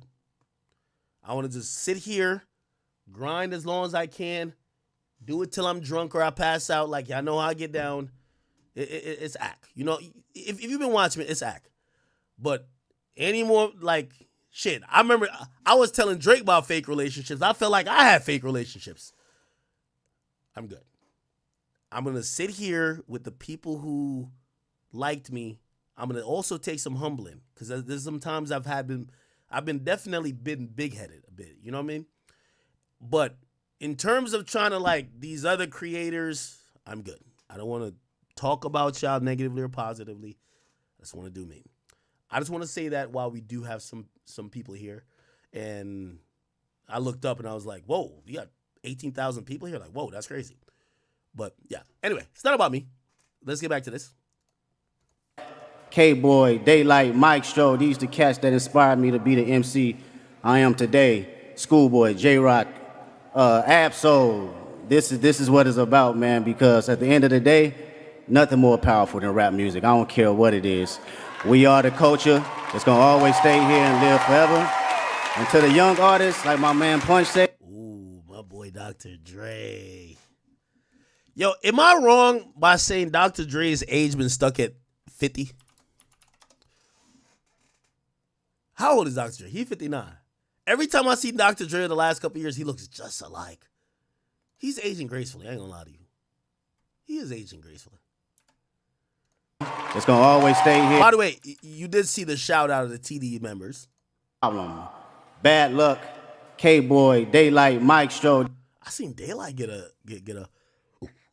Hey, somebody on the West Coast, and I'm not talking necessarily creators, but just maybe even fans. Y'all have to give me the Daylight breakdown, because the Daylight breakdown to me, I always hear the important artists refer to him, but I can't tell what his contribution is. Yes, I know he's not a slouch when it comes to lyrically or otherwise. I know he's amazing, but I don't know what his full like, I hear so many people shout him out. He's a ghostwriter? Is he just like, is he just a pioneer in terms of culture, sound? I don't know. But I hear Daylight get mad shout outs, and I'm like, ain't this nigga just a battle rapper with like some face tats? Like, that's ignorant me. That's ignorant me. But that's how I think.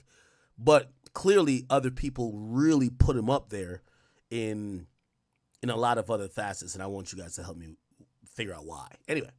These the cats that inspired me to be the MC I am today. Schoolboy, J-Rock, Absol. This is what it's about, man, because at the end of the day, nothing more powerful than rap music. I don't care what it is.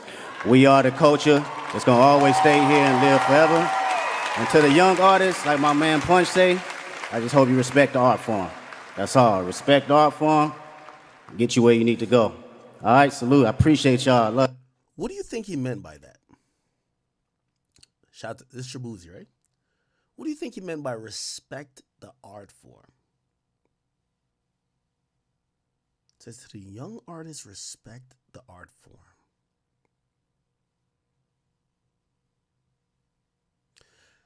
That's where sometimes I'm confused by Kendrick, right? Like, I feel like I could have like, I might have to even get on Discord. I feel like I have like such a long conversation about this when he says respect the art form. I feel like that was part of his message when he was speaking against ghostwriters. But I'm gonna be honest with you. Right before he started beefing with Drake, I think we didn't give a fuck about, like, I think people didn't care about how the art was created anymore. I'm gonna be honest. And for me, I was happy because I'm like, yo, shit, I don't give a fuck who wrote Mob Ties, nigga. I'm sick of these niggas. I'm sick of them. You feel what I'm saying? But when he said respect the art form, I'm wondering if he's alluding to like maybe some of the principles that he was trying to speak on then, or maybe he's just trying to speak to. I don't know. That's a very interesting question. When he says that, like somebody says something to me, and by the way, I know, listen, I've always gained my bones and gained my whatever by engaging with people who might not have the same. Someone said, yo, you should have either like maybe monthly or weekly conversations with. Remember when I had the conversation with Problem and Gmo, and I was just like, yo, bro, I feel like they were jumping me. But people were like, even in that dissension, there was great conversation and exchanging of ideas. And I remember, I believe G Malone had said it when he was speaking a lot about culturally. I'd probably throw that question to him. Like, what do you mean respect the culture? Because I don't think there's a successful artist that doesn't respect the culture. And when they don't, we all call them out, whether it's an Iggy Azalea, maybe a Post Malone at a certain point, whether it's a Tommy Richmond, maybe like early. Like, people call out those that don't respect the culture. So is he talking about that, or is he talking about like some other shit?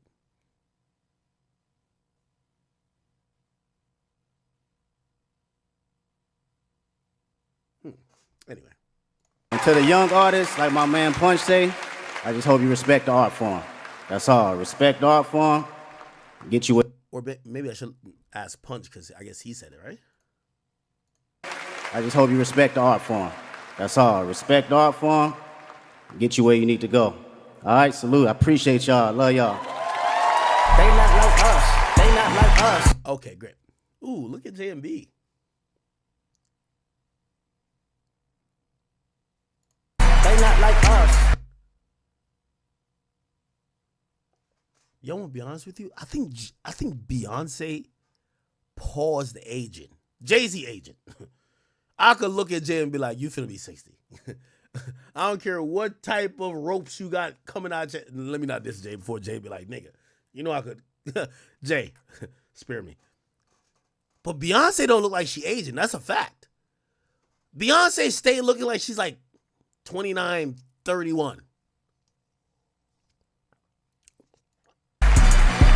They not. Is this Billie Eilish? I think this is, right? Why does she go there with a new era baseball cap?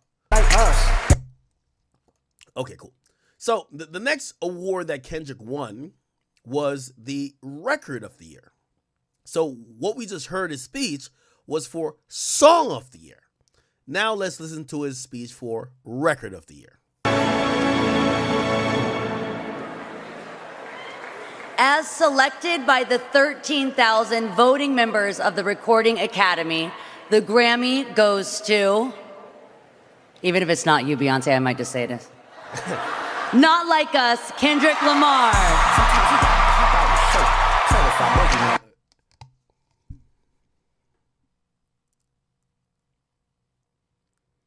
He gets up. Yo, wait, this ain't Baby. Nah, this ain't Baby Keem. Where's Baby Keem? Yo, I haven't seen Baby Keem in mad long.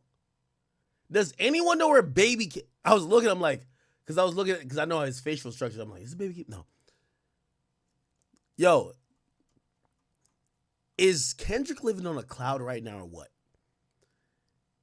After the whole battle, he's winning a Grammy. First person he daps up. Because the second person who got attacked more than him in the battle was Dave Free. Or maybe Whitney, which is his wife. But immediately he gets up, daps his mans up.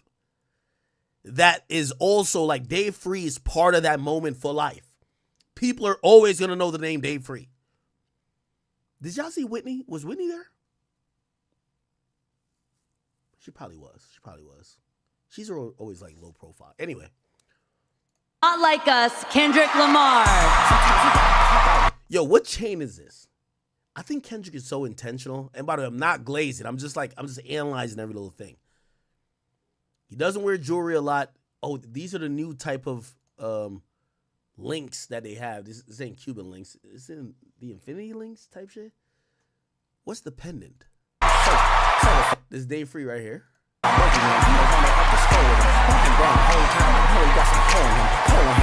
I ain't gonna lie. Beyonce, I don't know if she knew the lyrics. I don't know if she was on a LeBron shit just clapping it up or she knew the lyrics. But I wish they had kept the fucking camera on her for a little bit more that I could see if she was gonna say Drake. If she said that, yo, Drake, I ain't gonna lie, you gotta go crazy. I was waiting to see.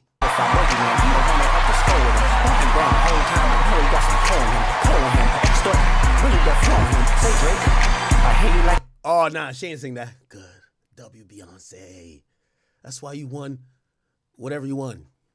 I'm young. You better not ever go to cell block one.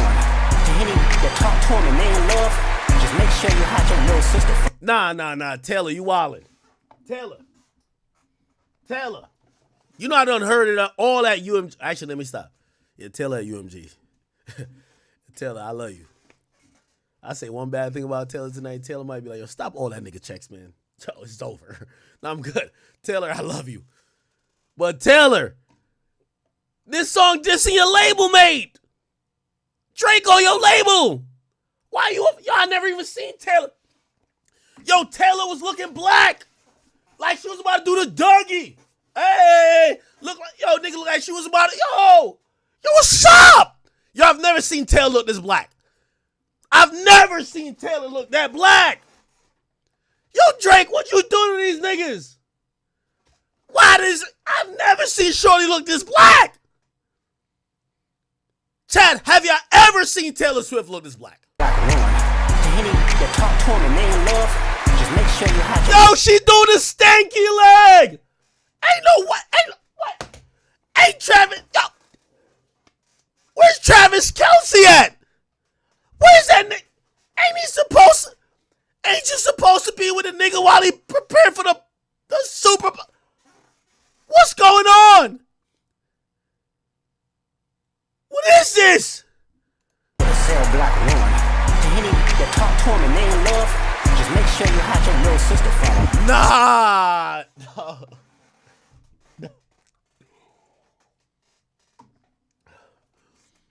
They tell me Chubb's the only one that get your hand-me-downs and party at the party playing with his moves now. And Baka got a real case, why is he around? So what? Why this part of the song? You're walking up, yo, this is record of the year. I think record of the year is bigger than song of the year, I think. What the fuck? I didn't think they were going to play the Baka part, and I didn't think they were going to play Certified Lover Boy, Certified PD. What the fuck?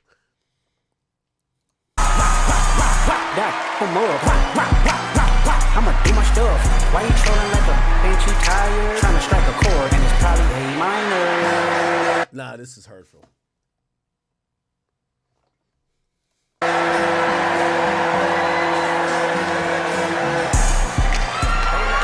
I'm proud of hip hop, but I'm like, bruh, come on, bruh. Maybe because I hate piggybacking on other people's ideas, but maybe just because I watched it recently. We got him in, shout out to Brilliant Idiots, but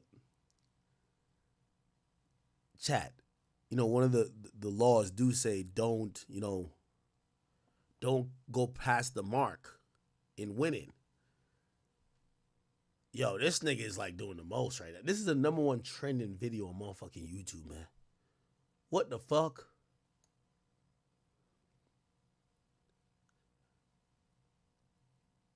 I feel like Kendrick keeps doubling down. Anyway, let's hear what he got to say. What's up with it? Oh, what the deal? Ayo, you said they had Taylor Crip walking? Oh, you lying, bro. No, bro, stop it. If you show me a video of Taylor Crip walking, nigga, I'll give like 500 memberships. Ain't no way. If Taylor Swift start Oh, what the deal? Hey, what's up? First and foremost, all praise to the Most High. We woke up this morning. Rest in paradise, my auntie Sharon, she transitioned yesterday, so this is special right now, She probably, watching it from up there, so make sure y'all got your smiles on, right? Make her feel good. Dre, what's up? Doc Dre, what's up? Switch, what's up? We're gonna dedicate this one to the city. Compton, Watts. Yeah. Long Beach, Inglewood, Hollywood, out to the Valley, Pacoima, IE, San Bernardino, all that. Another thing I noticed is that Kendrick didn't have a rehearsed speech. You could tell a lot of times if someone has a rehearsed speech. I felt like he was doing shout outs. He did eventually get to saying a core message, but I don't feel like it was scripted at all, which I thought actually that was a dope move too. Can't lie. This is my neck of the woods that held me down since a young pup, since I was in the studio scrapping to write the best raps and all that, in order to do records like these. So I can't give enough thanks, to these places that I rode around since high school, and most importantly, the people and the families out in the Palisades and out to Dina. This is a true testament that we're gonna continue to restore this city. And yeah, we're gonna keep rocking. My boy Mustard, where you at, man? What's up?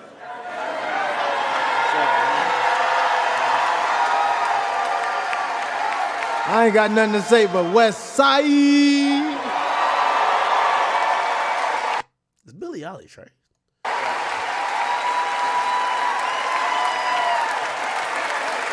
And there we have it, people. Kendrick Lamar wins 5 Grammys,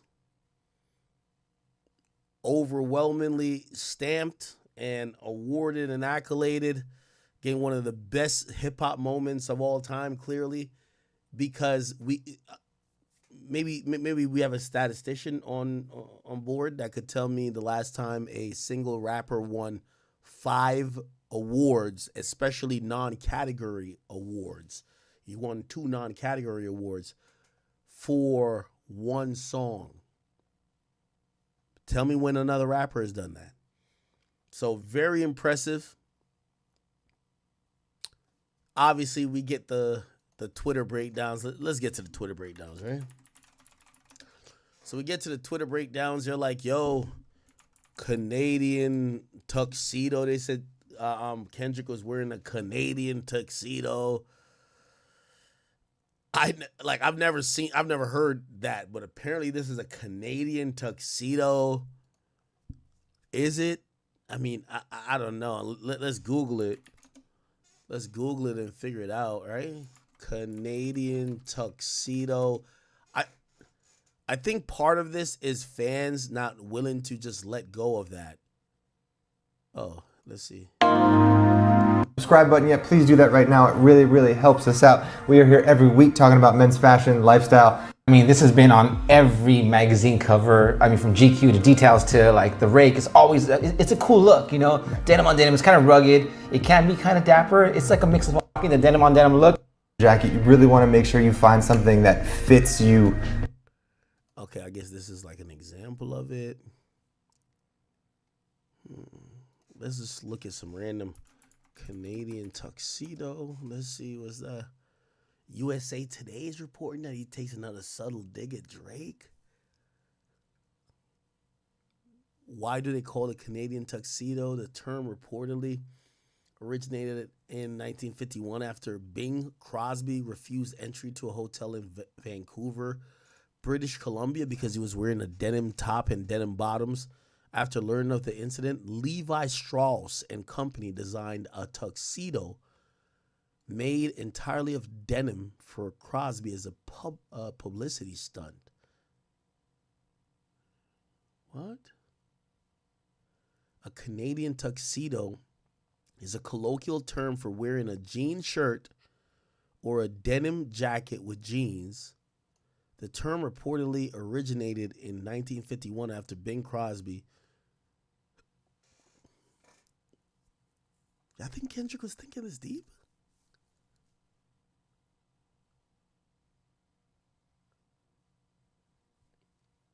GQ even reported on it. Kendrick took another victory lap on Grammy night in a Canadian tuxedo. Kendrick Lamar appeared for the first time last night during Grammy's ceremony midway through the broadcast when he ascended on stage with a barely contained smile to accept the Record of the Year honors for his Death Blow diss track, Not Like, oh my God. This is my neck of the wood, blah, blah, blah. He looked notably, if not bindingly, laid back in a faded blue denim jacket by Mason Margiela, which he wore buttoned over a white t-shirt with blue jeans and a Martine Rose black leather dress shoes. The last time he graced the stage, he wore a full Martine Rose look. Let me see how he looked last time. Oh, he looked like this last time.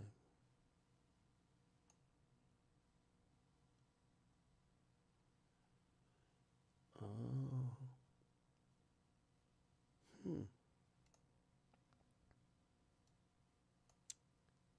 Wow. He accessorized with a diamond-covered Jesus piece and a custom denim Dodgers cap. Yo, chat.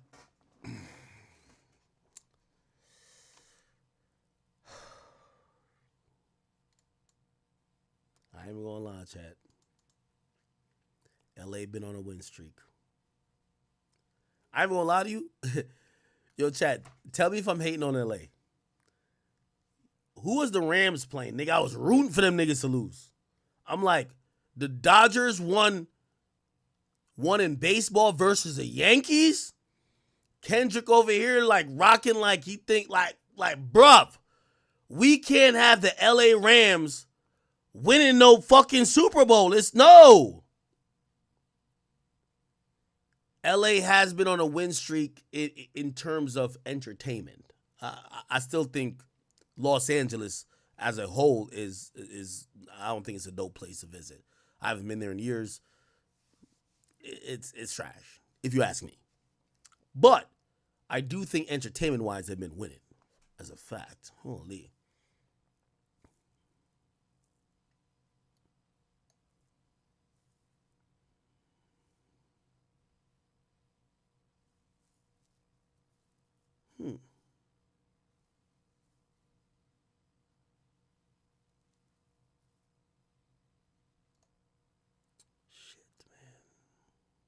All right. Other things that happened at the Grammys. Actually, let me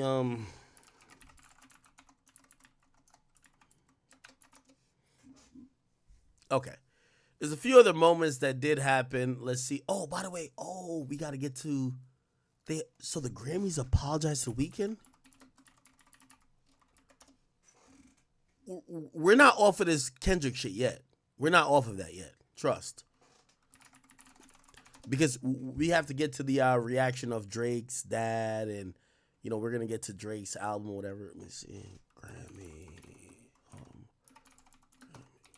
I can't believe they apologized to Weeknd. Why did they? Wait, hold on. Let's see. I'm Grammy-winning artist and global superstar, The Weeknd.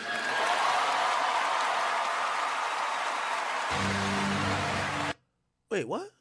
The full performance? Wait, The Weeknd performed? I ain't watched the whole thing, I ain't gonna lie. The Weeknd performed in the Grammys? I thought they apologized to the nigga.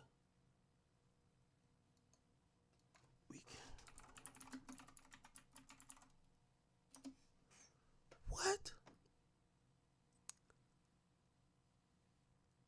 I heard they apologized. Let me see. Thank you, Trevor, and thank you to everyone here and to everyone watching for your generosity. I thought The Weeknd said he wasn't never going to fuck with the Grammys. Same with Drake.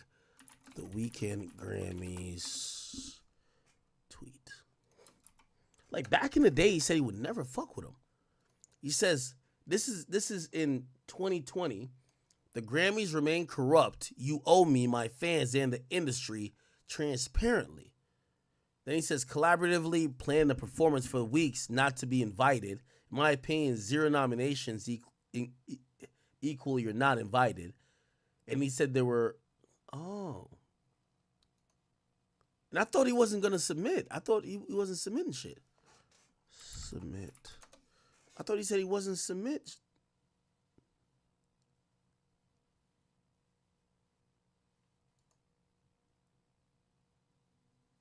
Yeah, he stopped submitting. I guess he submitted this year, and I guess he squashed the beef with them. Let's hear. I get maybe something happened with the performance. I don't think they apologized for how they treated him in the past. I think they apologized for his performance. They fucked it up, I think. Let's hear. Tonight, this is the power of music and what I always knew this Academy could do. When I took on this role back in 2020, I wanted the organization to change and modernize so we could be better and serve this dynamic and global music community.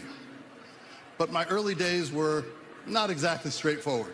The Academy faced some real criticism from many in our music community. Some artists were pretty vocal with their complaints. I remember waking up to the headlines that The Weeknd called out the Academy for a lack of transparency. Oh, so he's talking about it. Oh, he's actually being pretty straightforward. Yeah, they called you out for the Grammys remain corrupt. You owe me and my fans and the industry transparency. Okay. Our awards. He went so far as to announce he was boycotting the Grammys. Well, that made for some interesting reading over breakfast. But you know what? Criticism is okay. I heard him. I felt his conviction.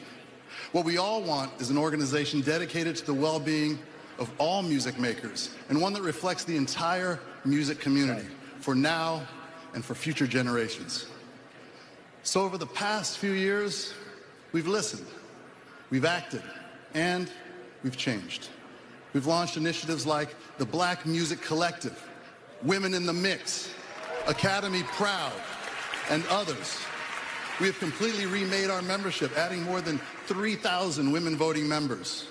The Grammy electorate is now younger, nearly 40% people of color, and 66% of our members are new since we started our transformation. This year, the 13,000 voting members of the Academy nominated their peers and voted for the winners that you're seeing on this stage tonight.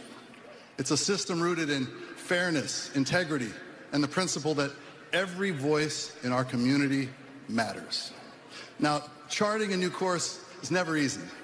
There's still work to be done, but I firmly believe we're on the right path. As we've seen tonight, music is a powerful force for good. It heals us, it unites us, and we need that in this city right now. With that in mind, on a truly special night, what better way to bring us together? Yo, chat. Together than this next artist, someone who has seen the work the Academy has put in. I'm so honored to leave you with a sentence that I wasn't sure would ever be said on the Grammy stage again. My friends, my fellow music makers, please join me in welcoming back none other than four-time Grammy-winning artist and global superstar, The Weeknd.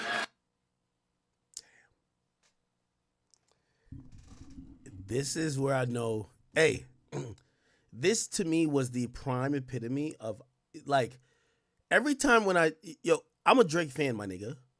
When I tell people I don't like the lawsuit, people are like, no, it's because you're getting paid by UMG. You're on their dick. I'm gonna lie, me and Drake has talked about it. I won't share those conversations here at this point. It's not because I fuck with UMG. I've sat here, got money from them, and talked dumb shit about them, whether it's particular label. But what I know is that what music is damn near a Ponzi scheme. I'm telling you this. It's a Ponzi scheme by the people who own 85% of streamed music. What happened here to me is The Weeknd realizing, yo, okay, we get it. You got slighted by the Grammys, but UMG is very locked in with the Grammys. Y'all are going to piece it up. This is why I was saying, even with Drake, I'm like, yo, before it was the headline, Weeknd and Drake, even though they weren't cool, really. Weeknd and Drake, they're boycotting the Grammys. Look what ended up happening. Now the Grammys are awarding the song that's kicking Drake's back in. They gave that 5 Grammys. And look who came back to perform at the Grammys. The nigga that don't like Drake neither. You think Universal ain't got nothing to do with that? Think about it. You don't think Universal got nothing to do with that? Universal's probably sat The Weeknd down. Yo, check this out, bro. Hey, your next album, which he just dropped. Next year, you're going to get showered with awards. Trust. But we need you to play ball. Show up, perform your new song, get you what you got to do. They're not going to diss no more. If you ask me, that's what's happening. This is why I believe for an artist to go against the system. For artists to go against the system, let me tell you this. All you got to see is this. When I seen this, I said, Drake, you're in some trouble. Hold on. Right here. If you don't know, this is Lucian Grange. This is Dr. Dre, Swiss Beats. Once I seen this, Dr. Dre, who historically has been a part and helped Interscope Records. Kendrick comes through Interscope Records. He's still, even though he's now quote unquote kind of indie, he's distributed through Interscope Records. Dr. Dre, who him and Jimmy Iovine struck all these amazing deals with Apple and did all that stuff.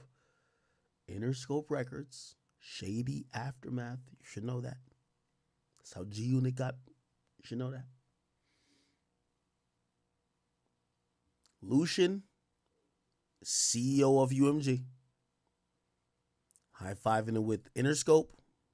It's Kendrick label. It's Dr. Dre. It's a legend too. Let me not. Here's what I'm trying to say.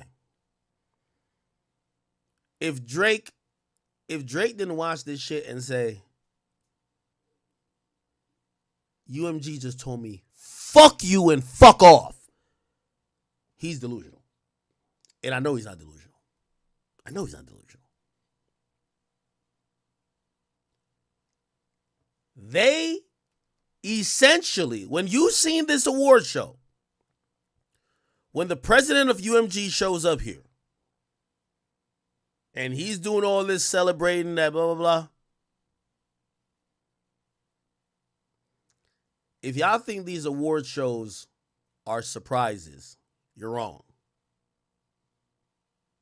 If y'all think all of this is by the roll of a die, you're wrong. Now, do I think they did all this to show Drake some shit? No. Drake's like, I love his music, but he's not that important. I think they're to show that music will continue with or without your bitch ass. If you ask me. Because at the end of the day, if it was Drake up there winning, Lucian wins. If it's Kendrick up there winning, Lucian wins. You know who it wouldn't help Lucian? And actually kind of would. If it was Future winning, because Future not on his label. Future is on Epic, which is on Sony. But Future did a joint album, two of them, with Metro, that's on the same label as Drake. So this was like the lawsuit epitomized. Lucian wins no matter what. When I seen Dr. Dre, I said, Dr. Dre has transitioned from he's a legend as an artist and a producer. But Dr. Dre at this point, he's playing the executive game. Interscope is up 10. Interscope just brought back all the goddamn awards. Remember, did Taylor Swift get, how many awards she got?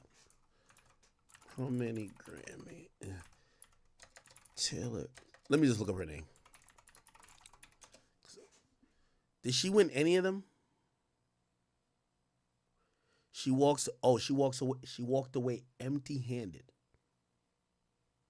Wow. Let me put this in perspective for y'all, chat.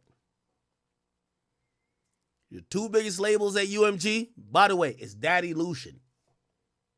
If Kendrick wins or Drake wins, he wins. As long as it's within the family. That's why we're going to get to the Future and Metro, and we'll get to that. Here's the thing.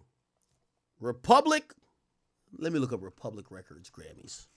Republic.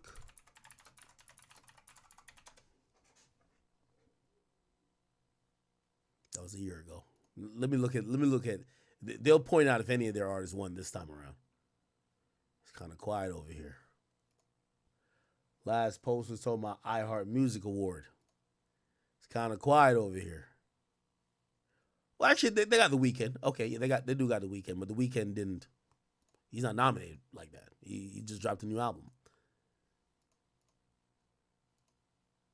So essentially, the two biggest labels, we got Republic, Universal. They're both under Universal. Oh, did I say something twice? Republic, Interscope, sorry. They're under Universal. It's clear, especially after last night, Interscope is up. So the heavy hitter label of Republic with Taylor Swift, Drake, Post Malone, Weeknd looked a little light last night. Here's my point. Daddy Lucian don't give a fuck who win as long as it's within his conglomerate. So when I see this hot 5, I'm like, oh man, Lucian wins no matter what. But the people that work at Republic, number one, I think Drake already got smoke with him. And then they probably upset already. Because they ain't got no artist that's doing shit except, I mean, The Weeknd performed.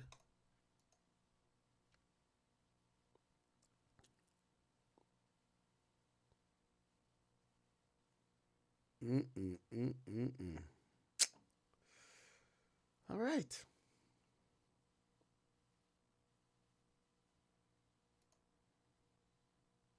Can't believe they apologize to The Weeknd, but I get it.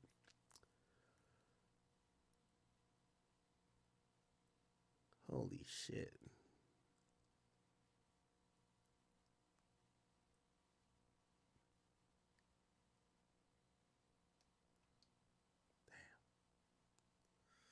Okay.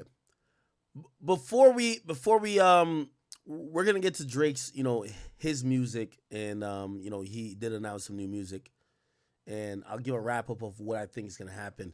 Let me just look at some other random moments that happened. What is this? We did see that. Oh, my boy Kai Cenat met Vybz Kartel. One done. You see me? Wow, boss! Mama, you look good in my youth. Respect. Bro, yo, no. You don't understand. Yo, bro, Vybz Kartel. Yeah. Let me sit here right in front of you and give you your flowers, bro. Welcome back home, bro. Welcome, bro. I know you're having an amazing time right now. Of course. Vybz Kartel, the GOAT, man. Yo, Kai Cenat, I don't know if I know you're Jamaican from what I understand. I think your parents have a Jamaican background. I'm glad you showed so much love to Vybz Kartel. This is a hero of mine. This is my dog, my favorite artist, somebody who grew up in, a very small plot of land called Jamaica that I also grew up at. And, me trying to achieve greatness was watching him achieve greatness. And, he hasn't been to America in so long, but somehow he was granted a visa that he could come up here because he was nominated for a Grammy for Best Reggae Album. He didn't win. They gave it to Bob. Listen, when it comes to reggae albums, Bob Marley wins every year. And you might be like, what the hell? Like, hasn't Bob Marley been dead for 30 years? Yeah, but Bob Marley wins every year. That's how big the brand of Bob Marley is. Like, they'll release a fucking new compilation, and that's gonna win over new music. It just is what it is. I'll show you. Look, Grammy best reggae album. Yeah, you'll see. All right. Reggae. Okay, so the best reggae album, they gave it to Bob Marley, One Love. Music inspired by the film the what? Oh man.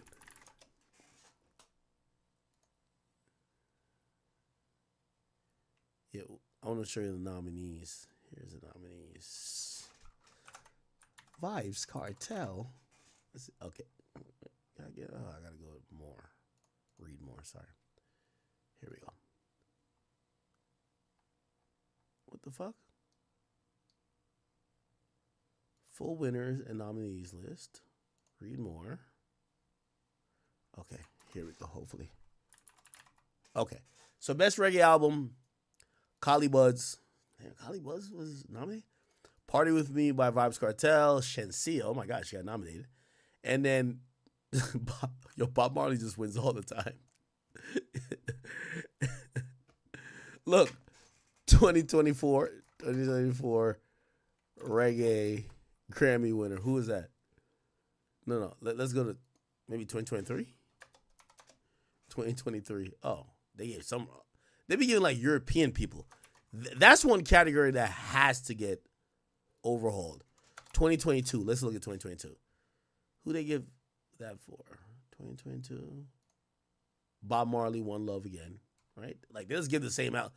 All they do is they give Bob Marley and really his family awards every year. 2021 Grammy reggae winner. Who won the reggae? Who the fuck is this? Okay. Yeah, they either give it to Europeans, which is kind of disrespectful because they don't. Oh, is this who I think it is? Oh, they gave it to Coffee. Okay. They gave it to Coffee, remember? Okay. All right, anyway. Usually they just give it to Bob, though. All right, anyway. This is dope. Years in prison, and I come out and I'm in America 6 months later. Bro, do you know I literally learned to whine to your songs like this in the backyard party, whine up? Bob, bro, love that. No cap, bro. I love Jamaica so much, bro. I know that. You were there the other day. Yes, bro. We have to go to Jamaica together soon. Hell yeah. Bro. Where's your Asian friend? Ray? Yeah. Ray right now, he want to go to the military. Oh. Yeah. Yes, bro. Bro, have a good night, though, bro. I got to keep in contact with you, bro. Yeah, you should. Hold on, can I take your number now? Of course. Oh, man. Vybz Kartel. Oh, man. Yo, Kai, man. I'm almost damn near envious of you with that one. Okay. What else? Shout out Drake, huh? That portrait? Yeah.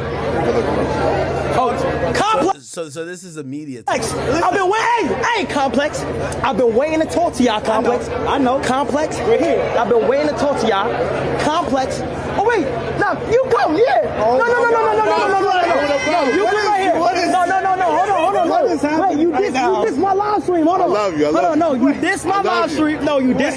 Hold on. Wait. Your live stream. You diss. No. You diss my live stream. You hated on Nicki. I hate on Nicki. You hated on Nicki. I apologize to you and your family. More important, your family. All right, you gotta stop doing that. I will stop doing it. But I appreciate you for the apology, bro. You're killing it. But we can't bring each other down, bro. Absolutely not. All right? From the older to the younger, it's very important that that older people.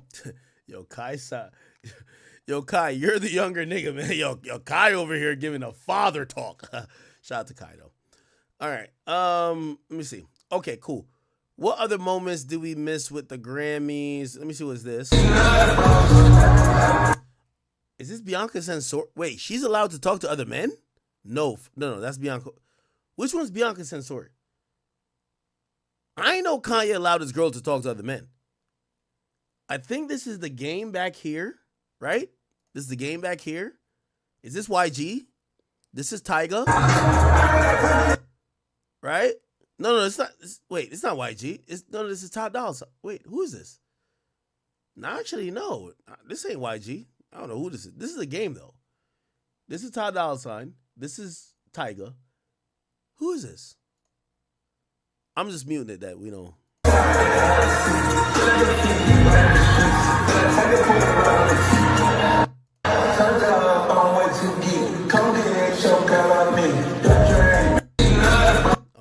Okay.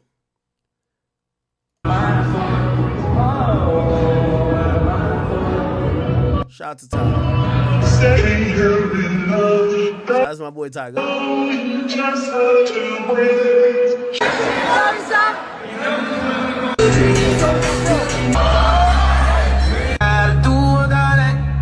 Oh, Jim Jones was there.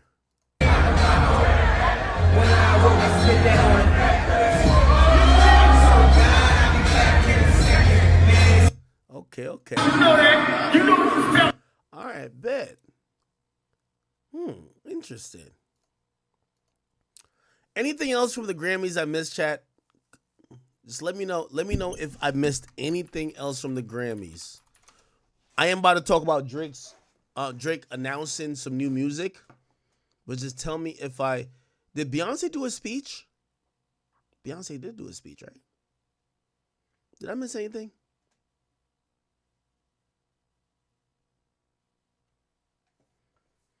Just let me know if I missed anything. Okay. Let's listen to Beyonce interview. Waited for. I am so good. Congratulations. Thank you. This is a moment, I think, that you see people clapping in the media room. You saw the reaction out there. What does this mean to you? It's very surreal. And it's been 25 years of just working really hard and trying my best to keep growing and keep opening up doors. So I was just very honored. Congratulations. And take this Happy as that well. my daughter got to see that. Wait, Beyonce won Grammy for Album of the Year? Wow. like, I hate to do the race line shit, but it's like, okay, damn, not only culture is up, but like, yo, finally black people like are winning the biggest awards. You know what I mean? Like, whoa. So Kendrick wins record of the year and Beyonce wins album of the year? I had no idea she won album of the year. And then well, obviously R&B is going to be some black shit. I know Chris Brown won album of the year for R&B. Wow. You know, it was great that she was there with you and you took her up on stage. We waited for I am so good. She's so grown though now. She is so grown. Taller than me, I don't like it at all. I mean, so happy that she was here, and Rumi, who's on the album, my youngest daughter, she was watching. I forgot to thank her, so I get to thank her now. Thank you, Rumi. And can I also say you did so much for so many country artists like Rhiannon Giddens and other folks who you hear them talk about. I saw her cry on CBS talking about the opportunity, that banjo lick and how it changed everything. How important was that? Well, she's so good. Banjo has a deep history, and I just feel honored to reintroduce some of that history that I think has been lost, and very, very honored that I got the response and the open heart, and people welcomed the album. The love I got from the country community tonight really made me feel so seen. And look at Beyonce doing her fucking thing. Okay. Any more? They said this was Taylor? Yo, she doing a stanky leg? No fucking way. Yo, Travis Kelce. I know they blame me for Bron. Bron, I'm my bad. I fuck with you. You and Luke are gonna do great. Okay? I love you, Bron. Okay? Yo, fuck it. Transfer what I said about LeBron to Travis. Yo, Travis. Yo, watch out, nigga. She must be fucking with one of your black teammates, nigga. Ain't no way. If Taylor Swift moving like this, I think you're genetically white. Okay, I don't care what fade you got, nigga. If Taylor Swift moving like this, off that hand dog, that mean she fucking with one of them wide receivers, one of them CTE niggas like AB or something. Not saying AB, but I'm just saying. Taylor Swift not supposed to be moving like this.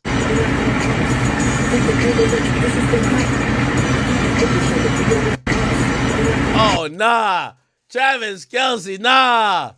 Oh, nah. I ain't know Taylor Swift moving like that. Yo. Nah. Taylor got like, yo, let me tell you this. That's what happened. That's the first of 5 stages. Yo, you know a white girl, everybody know that white girl be like, yo, she only fuck with niggas. She act like she blacker than black people.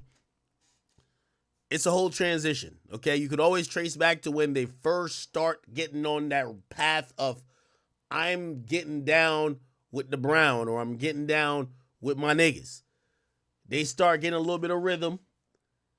By the time they get to about step, it's a 5-step system. By the time they get about step 3, 4, especially like when they about to get to 5, they want to be the center of all attention.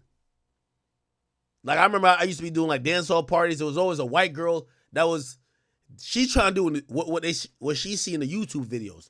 Jump off of like she think it's wrestling. Jump off a ledge, land on a nigga. I'm like, what the fuck? Like everybody in here black except this white girl, but she's over here doing acrobatic moves. That's how it goes. But before you get there, you start doing the Taylor. You start hitting a stanky leg. You know what I mean? First of all, Taylor probably never knew I got to be careful because they're trying to get me. Could I say that? Taylor never knew she had an ass until yesterday, nigga. She probably thought she had a long back. When she going like this, that's because she knows she got an ass, nigga. Not a buttocks. A ass. She doing this because she wants you to see it in that goddamn dress. I don't know how. That dress probably cost $300,000, but she wants you to see that ass. Look at that shit. Ooh. Hey, come on now. Like, listen. Now, granted, if you're a black girl, this is like the freakiest you could get this on some church shit. You know, you in church and you just kind of getting down. But Taylor right here, she's trying to bust it out. I wouldn't be mad if we see Taylor and Sexy Red having a twerk off. Taylor locked in. Yo, Taylor, I'm gonna warn you. I'm gonna warn you about all this black shit you trying to get down with. I'm gonna tell you this right now. You see all them, I should have done better. Like all them little albums you be creating about your ex-boyfriends who corny, who fucked you over and your fans love you. You deal with a nigga, you ain't making another album like that. Okay, I'm telling you the truth. So whatever you've been doing, stay there. You've been good. Don't fuck it up. I'm telling you this for your own benefit. Taylor Swift is the only chick that got an album every time about how a nigga hurt her. And we like, what the fuck? I don't know if she making it up. Yo, Taylor Swift is the biggest victim ever, and I love it. I got no problem with it. But if she really trying to recruit or find a real nigga, Taylor, let me tell you this, man. You gonna find a nigga like Rico Reckless. Y'all see Rico Reckless with Summer Walker? Man, I seen Rico Reckless. Yo, Rico Reckless was talking about Glock Doechies on Vlad. I seen that nigga Rico Reckless. He's doing Pilates with Summer Walker. I couldn't believe it. I was so proud. I'm like one of my favorite savages. He bagged her. Y'all ain't see it? Oh, okay. Y'all act like it. Rico Reckless.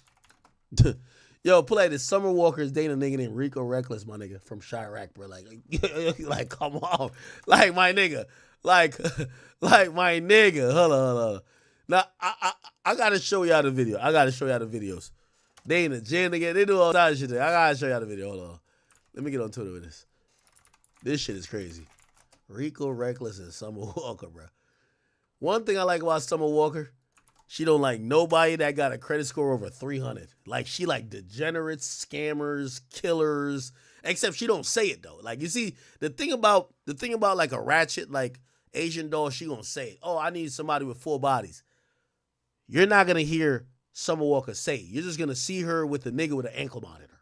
That's her type. You feel what I'm saying? Let me see. I know y'all seen the videos. I seen them doing all type of shit online. I'm like, what the fuck? And I know she got the bag, too. I seen them in the gym together.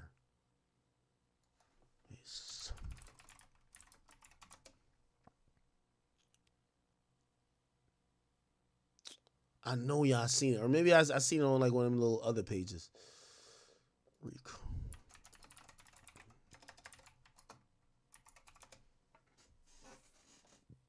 What the fuck? What is this? Hell no, let me just click off of this shit, man. Anyway, Summer Walker and Rico Reckless. Yo, shout out to Rico Reckless, nigga. Let's see. Hi, Mitch. Yo, this nigga brought her to church. Yo, Rico Reckless probably walked up in the church like a vampire walking into goddamn sauna. That nigga, yo, Rico Reckless, let me tell you this, man. If you fumble this shit without giving her 4 kids, I will never let you live this down. You a hood nigga from Chirac, nigga, that was in Cook County shooting semen, sperm, feces, particles, and spit in a tube at each other, talking about you had a Glock Doechii with a switch on it. You better not fumble this woman, nigga. You better not fumble her. You better go to church and learn what Psalms 23 says. The Lord is your shepherd, you shall not want, fool. You better not fumble this. Yo, I'm telling you, Rico Reckless, if you fumble this, I'm going to be so upset at you, nigga. You going to set Chirac back 45 years. I love when I see a hood nigga doing good. And that's what I'm saying. I seen Taylor Swift do this. You know who she need? A nigga like Rollo, finesse 2 times. I could see it. Those are the, yo, chat, name somebody in hip-hop when she get rid of this Travis Kelce nigga, because I could tell Travis Kelce was already placating as black when he got the fade. That nigga had a mullet. He had a mullet and a racist mustache. He switched that out. The nigga got a whole fade now. Or actually, no, you used to have that. I don't know what he had. The point what I'm trying to say is, I think she's getting closer and closer to wanting a real nigga. You think Waf and Lucci? Somebody said Vaughn is 1,700. Yo, Boston Richie? Nah, we need like a ghetto nigga. Nah, yo, we need her with like EBK J-Bo or somebody like that. Like some degenerate. Nah, Chief Keef would be, Chief Keef would work. Boss Man D-Lo, I could see that. For real. That's when pop music is over.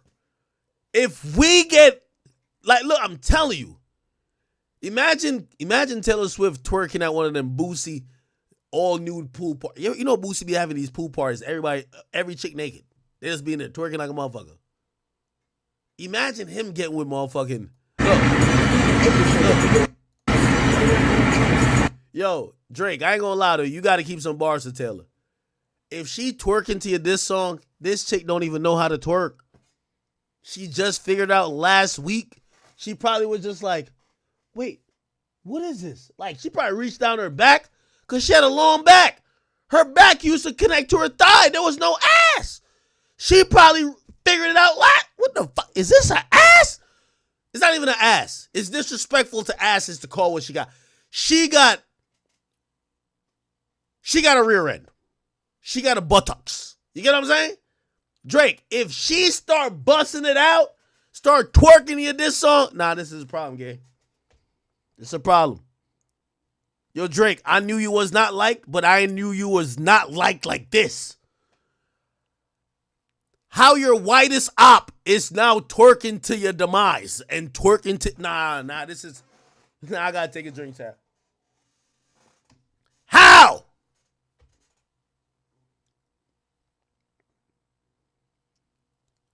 How your whitest op with no rhythm? She's supposed to be like, it's not unusual to be happy. Like, she's supposed to be like Carlton.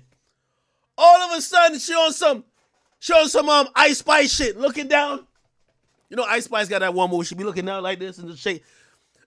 Ice Spice look down, the big fat ass in the air. She just start having a seizure. I'm serious.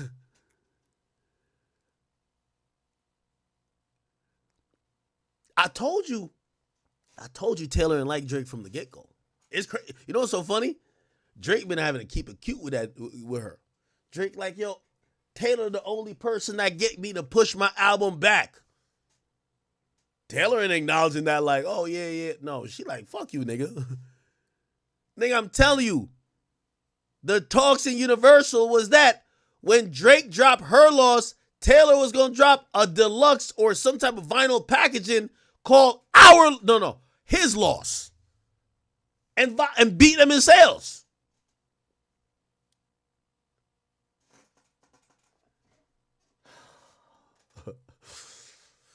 God damn. This what happened when she in the, if I see her in the Super Bowl with Ice Spice again. Look.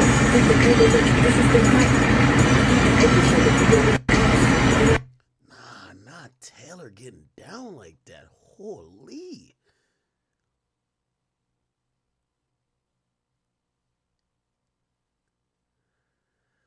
Okay. All right. Okay. Did we get the whole Grammys? I feel like we're still missing something.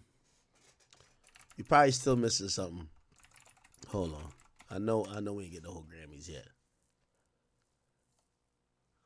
Oh, Lotto was there?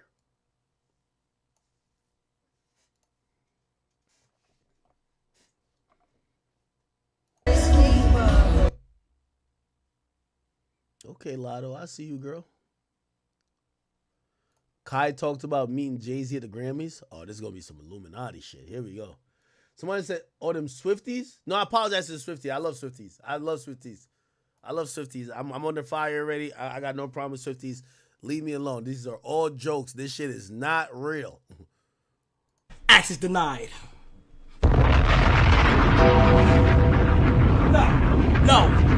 No, decline. Card is decline. Decline.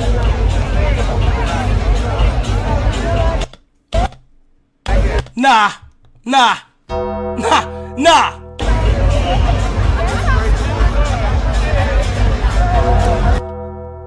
Card decline, right?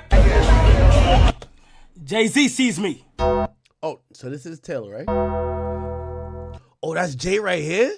Jay-Z sees me, right? Automatically, right? I go to Jay. Oh, okay. Jay gave him an embrace. Yo, chat, y'all think Jay would fuck with me?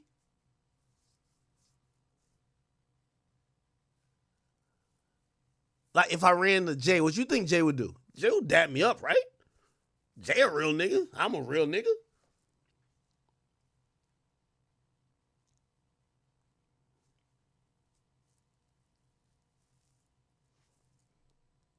What y'all think? It's no way me and Jay got no beef. Like, yo, they was trying to pile on Jay. I told y'all I don't do jump-ins. You see how everybody tried to jump me the last week? I'm not a nigga like that. I like solo fights. So, like, for example, if a nigga was going through what I went through last week, well, still going through now, really, I don't like to jump in shit like that. I'm gonna catch you by yourself. When Jay was going through the shit, did I come out and say, I say, yo, I'm going to just back up off of this, and I apologize to Jay-Z. I did. That's a fact. Because I ain't see a nigga that powerful.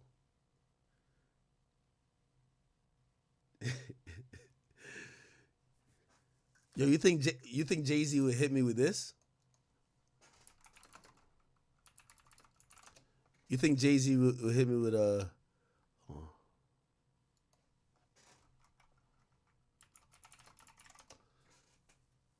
Wait, oh, fuck, I can't find it. I think Jay-Z would hit me with this.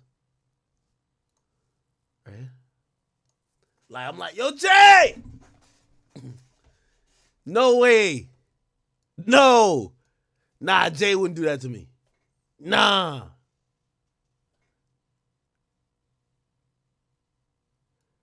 He said I'm too OVO?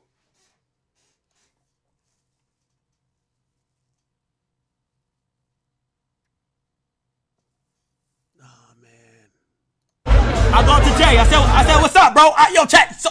Shit is so confusing, nigga. It's a lot going on right now. Feel me? I go to Jay. At this point, Blue Ivy is W aura save? He saved your aura. What the fuck?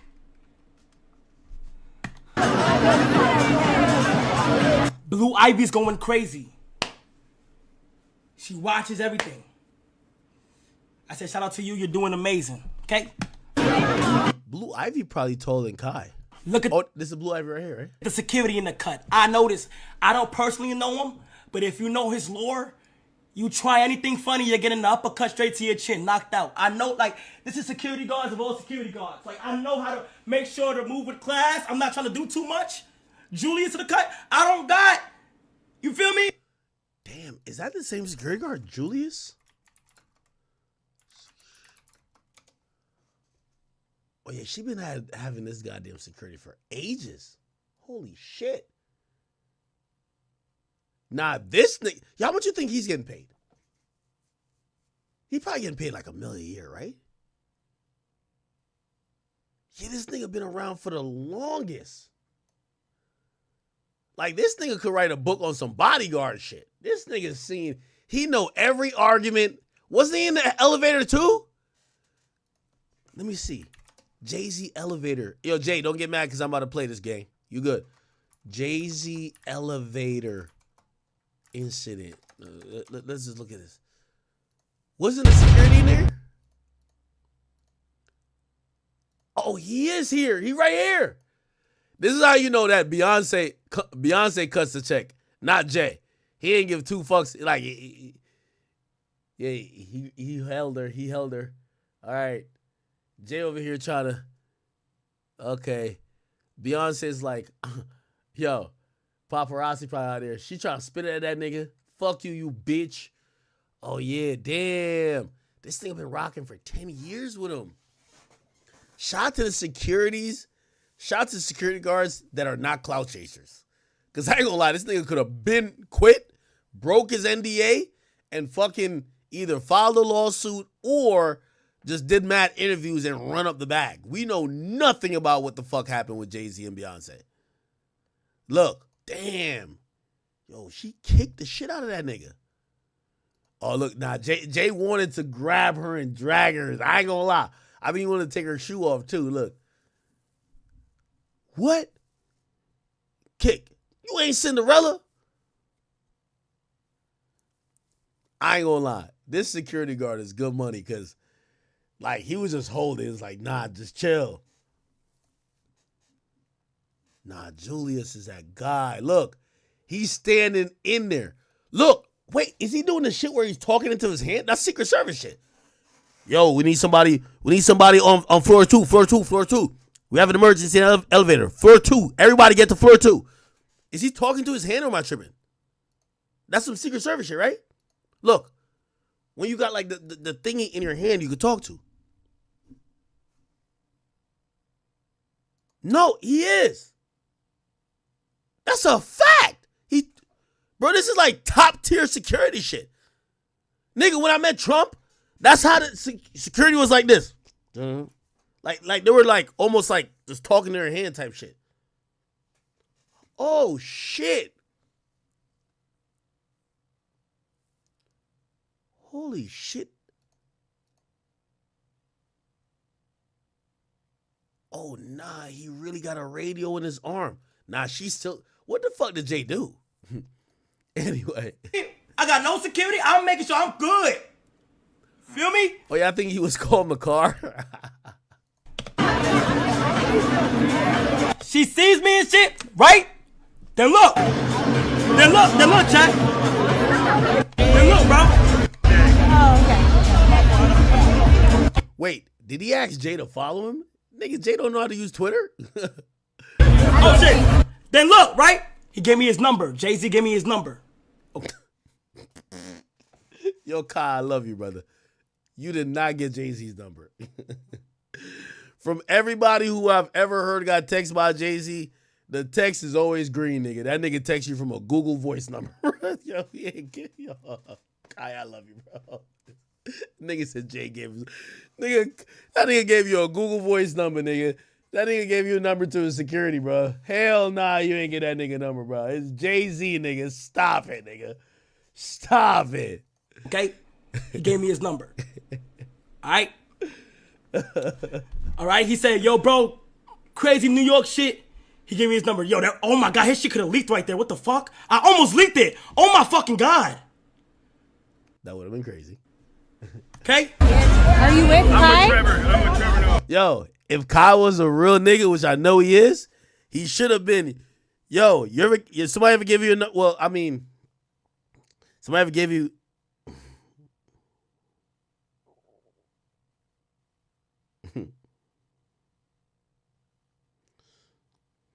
Somebody ever gave you their number? Somebody ever give you their number and like you just call them right there to see if it ring, and you looking like this? This happened to me a lot. I got an excuse for it now. Yo, my phone on D&D. It's on D&D. It's like dead. Like, yo, bro, it like we're seeing it. You're on it right now. It's in emergency mode. It's in emergency mode right now. Like, it don't receive calls. It only check Instagram. It's in emergency mode right now. I got all type of excuses. You know what I mean? I used to give my man's number. Yo, take my man's. Like, I'll be like, yeah, I give my man's. Because usually I refer him to my man's. I'm like, no, I want to talk to you. Fuck. All right. I'm like, what's my man's number? Yeah, I definitely think he gave him a Google Voice number. Yo, Kai, you should have tried it on the spot. Yo, let me try it right now. Yo, let me hit you. Okay, let's see. Are you with Kai? Alicia Keys' son? Oh, shit. I know Swiss was there. I didn't see Alicia Keys. Yo, Alicia Keys, Beyonce, Swizz, Jay. There's like hip hop royalty.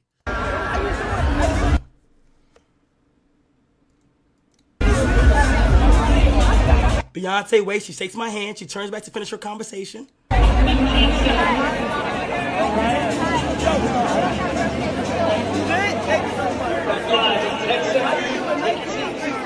Oh shit. He did beat Beyonce. Yeah, I hope he learned from that Drake incident. Remember when Drake tried to like give Beyonce a drink? It was at Madison Square Garden. Look, and niggas was grilling. Yo, Jay was looking at him like, nigga, if you think you're gonna fuck my wife, nigga, I'll kill your whole family, nigga. Fuck that. Jay had that look, like, ha, ha. Yeah, if you think you about to fuck my wife, nigga, I'll kill your whole family. Stop fucking playing with me, nigga. You better serve them drinks and walk your bitch ass. Is this Swiss right here? Is this Swiss? I don't know if it's Swiss. Oh, shit.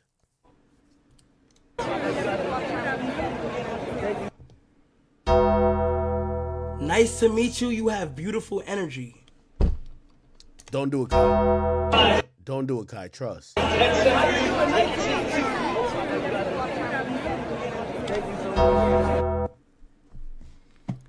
You better move on from his topic, Kai. This is fake. I don't know what's going on no more. On my life, chat, I don't think any of this is real. On my life, nigga. And I'm going to make sure, chat, no cap. This is what's so special about me being a streamer and having my own community. No matter what, chat, on my life, forever through this shit, 100% authentic and real. Everybody said they was glad I went, bro. Chat, I'm keeping shit 100. Like, it's our perspective. You feel me? I'm a part of the audience, bro. Like, Shout out to Kai. Shout out to Kai. All right. Let me see. Anything else? Or are we... By the way, we got to get to 50... well, we'll play this 50 clip now, but 50 also... He's into it with... Is he into it like Big Meech? That's kind of interesting. Anything else we missed? I think we're good. Okay. So... let's play this 50 clip. He's talking about the whole Drake trying to sue UMG, and then we'll get into Drake's new announcement, okay? Here we go. Organic, that your records could just, you can do everything wrong with a record and it still go where it's supposed to go in the beginning. Because they're deciding you new and they're finding you, the audience. After you establish yourself as an established artist, you cannot work without a plan. It has to come out and be orchestrated properly for you to have the hit. That's why I'm gonna say, look, when you talk about Drake suing Universal, they did everything Drake saying they did. They did it, but they did it for Drake too. Yeah, been doing that. You see what I'm saying? They did that. That's the way the business works. They ain't push the button for you? No, but I was already headed that way. Okay. So much groundwork was all over. Organic. Okay. And I think that's a really important thing. I've kind of said the same thing. I don't think Drake has addressed that, but we'll see. Anyway, Drake did announce that he is dropping some new songs. And he says, some sexy songs for you, February 14, Party Next Door. And it's $, $, okay? Now, there was a preview, but Drake is not heard on the preview, though he is seen in the preview video. I'll let you see this. You love when I fuck it from the back, but I want to see your face right now. I know that he ain't hitting on nothing because he coming to my place right now. Okay. Now, if you ask me, I think this is a good thing. So Drake has pretty much announced that he's dropping this new music. And this music is going to be dropping on February 14th. Now, if I look at my calendar, like sometimes we could just use deductive reasoning here, and we could figure out a lot. Let me see. Let's look. 2025 calendar. And if we look at 2025 calendar, we'll see that, here we go. We'll see that in February, the 14th is a Friday. Now, if it wasn't a Friday, I would have assumed that this is not a full project. But I have to assume it is a full project because it is on the 14th. Now, remember I told you we weren't going to hear from Drake for a little bit. Here's how I believe this is going to go down. Number one, I think this project's only going to drop because of a few things. So remember, Drake has one more project left, okay, on Universal. Now, from what I've heard from Universal people, they don't like that Drake has, to them, cheated the requirements of the deal. I said, what does that mean? They said, well, if we said this amount of albums, we want solo albums. With all due respect, we don't want you a Savage. We want you by yourself. Drake's a big dog. He gets to kind of like, break the rules a little bit. Cool. Savage is a big artist too. Whatever. But now when you're one album left and we haven't came to a deal yet, yeah, we ain't finna count your project with P&D, an artist that's on your label, this and third. We'll let you put it out. Of course, we're going to get our recoupment percentage, whatever. But from what I hear, this is going to be a project that's going to be ran through the label that is going to be supporting OVO/Party, which I believe is either Warner or Sony. So essentially, Drake is dropping this project, but it's not his label that's going to be the point man on this.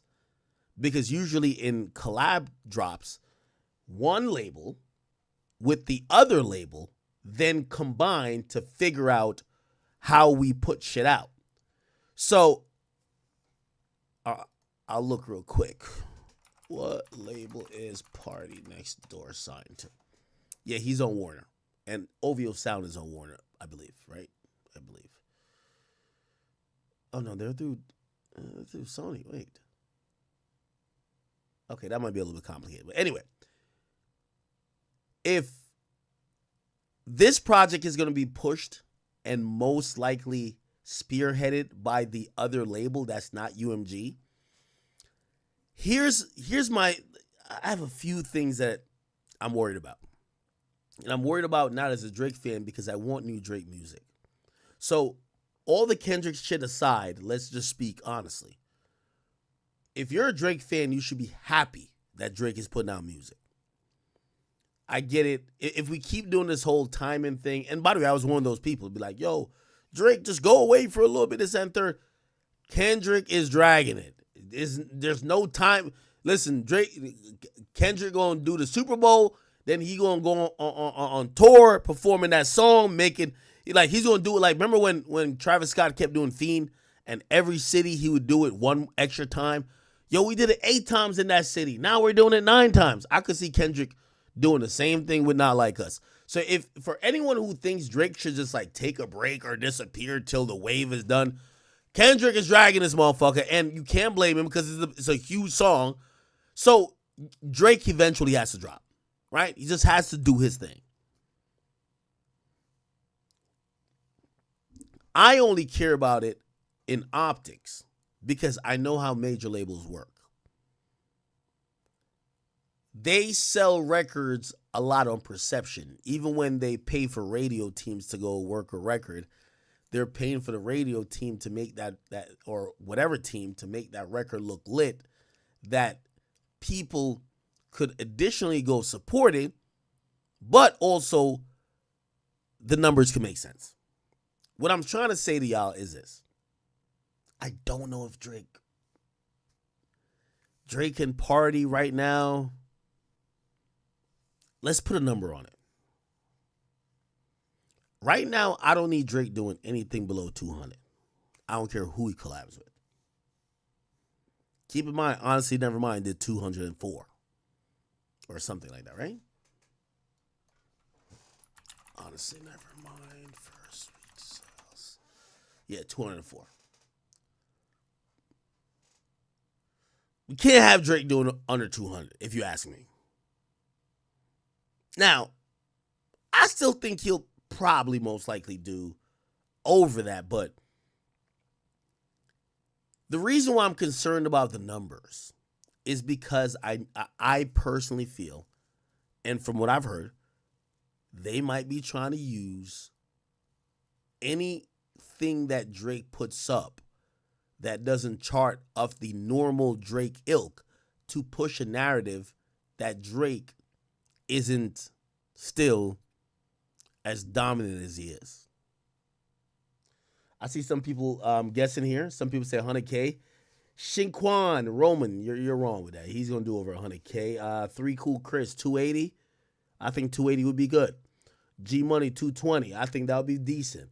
Vapa Snapper, you said 325 to 350. If he does that, I think that's fucking out the I think that's great. Cub says 450. That would be amazing too. Lesson says the numbers will be fluff. It won't impact. Anything below 150, I don't think is a good look. If Future and Metro are doing 250, right? What did Future and Metro do?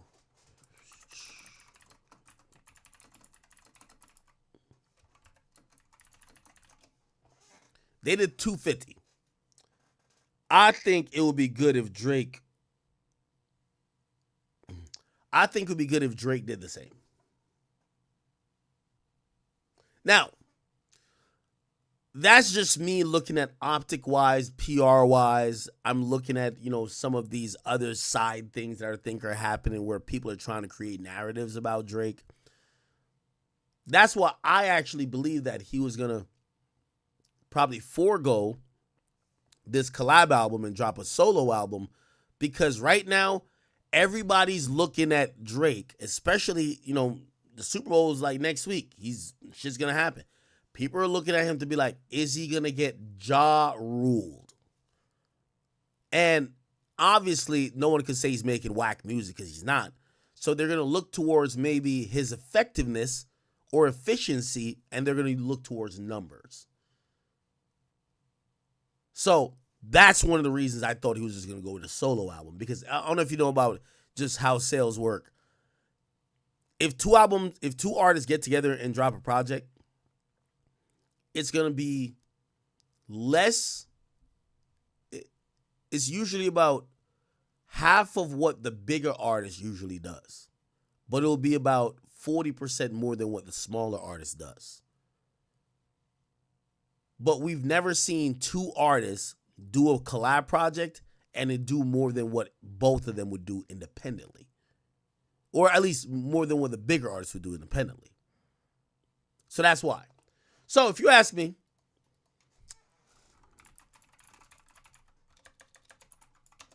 Drake gotta keep the show going. I'm not mad at him doing this. I'm not mad at him dropping this project. I'm hoping it sounds good. From what I'm hearing, it sounds amazing. I'm hoping the numbers do what it needs to do. I know that the labels in terms of Universal won't be there with the bells and whistles, but I'm still hoping it does well. Right now, Drake is in Australia. I don't know if you guys seen this video. This is him just kicking it at a small spot in Australia, vibing.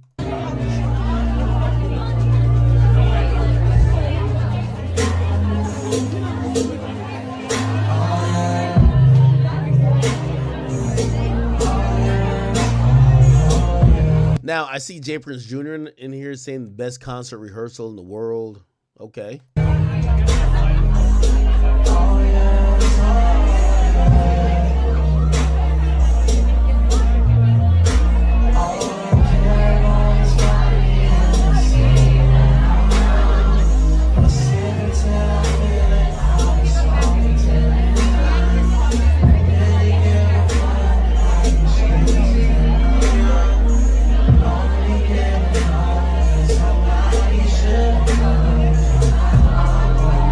Okay.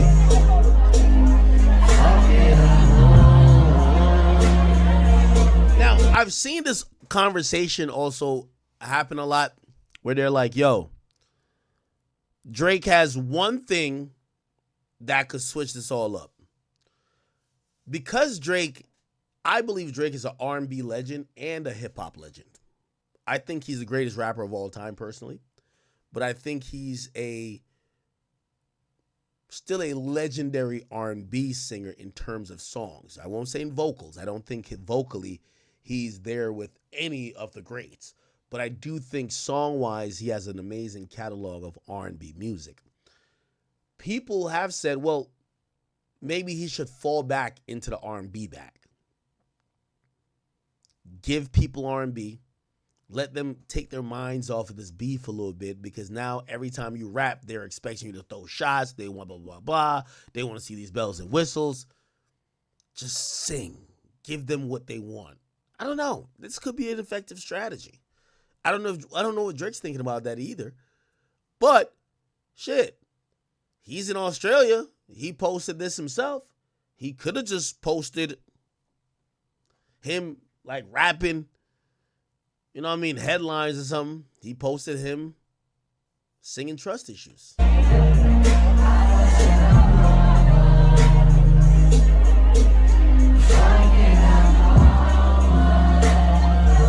By the way, Drake, I do got a beef with you. Listen, you know, I've been to multiple of your shows. You sang more here than I see. One thing I like about Drake shows, and watch, they're going to clip this. One thing I like about Drake shows, everybody in the fucking arena is singing the song so loudly that Drake sings half the song and just like hypes up the crowd and they sing the rest. No, nigga. Sit there with the in-ear piece and just like fucking just sing your heart out, my nigga. Well, I didn't pay, but nigga, just sing to us, nigga. You get what I'm saying? Pause. But I think oftentimes Drake's songs are so popular, it's like karaoke, my nigga. Like everybody just start jumping in. Like I'm over here, like I'm trying to hear Drake. I see the drunk fat nigga right here, and the old 70-year-old bastard right here, and then the 15-year-old. Stop playing. Yeah, but like if you ever go to a Drake concert, there's a wide range of age. There's always a 70-year-old nigga. There's always like some 40-year-old guy. There's always like a 22-year-old girl. And then there's always like a 10-year-old kid. Like they're all there. They're just, and you're wondering like, what song of Drake do you like? Like I'm always looking at the older dudes like, what song of Drake you like? Like what song? Like I think the younger kids probably like, oh, I don't want to see slide. Something on TikTok. You know what I mean? Something like, y'all want to hear the song you got with Yeet. But, and I get the women, like if you're 22, 23, I get why you're listening to Drake like that, right? It's always the older people. I'm like, what the fuck are you in here for?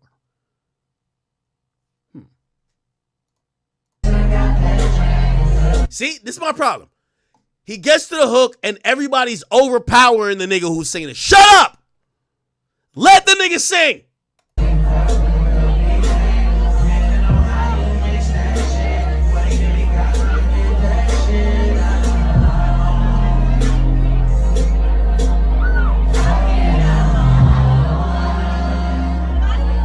That's another problem I have with the Ja Rule comparison.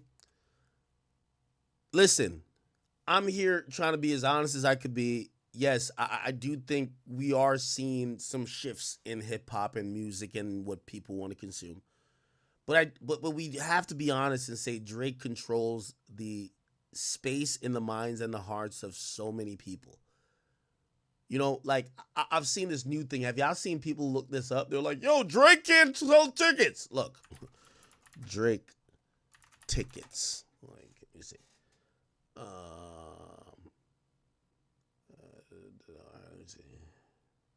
That was the thing. I seen a video of somebody. Let me just look it up because these days there's no short of like Drake hate videos. Drake tickets Australia. This is gonna be like a TikTok sounding video. Look, yeah. I don't even want to play other niggas' videos these days, man. Fuck it. Maybe I'll. Is there a short?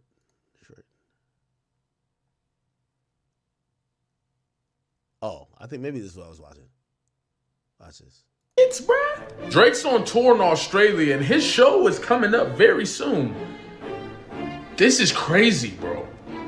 This is crazy, bro. He's really not selling tickets for this tour, bro. It's only around 12,000 people, bro. Bruh. And it actually so bad that they had to push the dates back, bruh. They had to push the dates back. They said because of scheduling conflicts, but no. He went to Australia, bruh. He already went out there. The tickets aren't selling.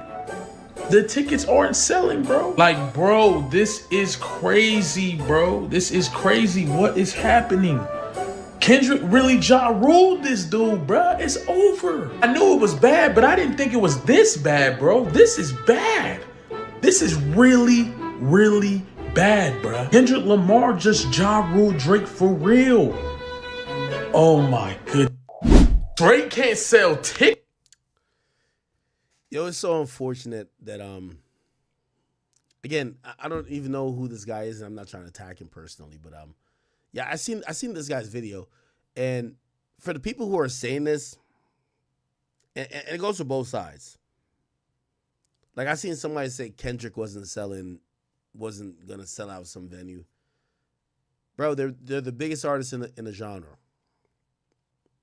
Kendrick and Drake are not gonna have an empty venue. They're gonna sell out everything they put on sale. It just is what it is. The way how ticket sales go, no, they might not go evaporate immediately. I think people are like, yo, look, Kendrick can't sell out Houston. He's gonna sell out Houston. Drake went to Australia, and I believe they added more dates because there's more demand. I know people have a narrative of trying to act like these artists are unsuccessful, but we're talking about the biggest artists in the fucking game.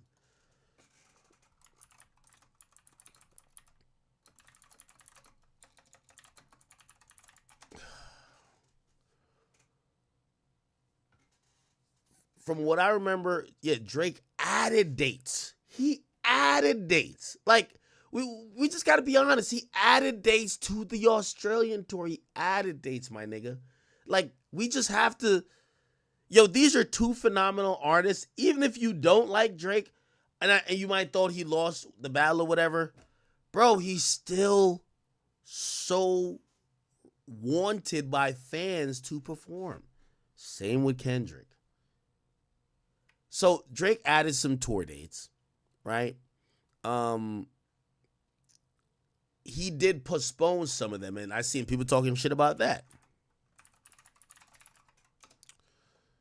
And this is not a Drake defense like thing, but I'm trying to give you like an understanding of a lot of times how tours and shit goes. Postpone. Let's see. I think he moved like one of the dates back or something. I can't tell. Anyway, the point is this. And this is a good opportunity for me to do a segue and bring in another artist. When y'all see some of these things, it's not because people aren't selling tickets. Like, do y'all know when I went to go cover and link with Rod Wave? All Rod Wave shows are sold out. He canceled or postponed like about half of them. And I even said to him after I got the explanation, and I spoke to the people. I spoke to the production team, and I spoke to all the tour people. I said, why don't y'all tell people that? And they're like, fans just don't care to know these things. And I kind of disagree, because I think I think everybody who watches me are smart. You guys want to know all the intricate details. Okay, so let's actually piggyback, and we're gonna switch. We're going to switch lanes for a second, and we're going to talk about tours. We're going to get back to the Drake tour and even the Kendrick tour. But let's go down a little bit, and let's talk about Rod Wave. Any Rod Wave fans in here? If you're a Rod Wave fan, spam one. If you had a girlfriend or a friend that went to his tour, spam one, right? The community that fucks with Rod Wave a lot, they're always like, really like, what the hell is he going through? Like, what's this guy doing? What is he going through? Okay, can I find it? He posted some stuff. Hold on, chat. Let's see, Rod Wave.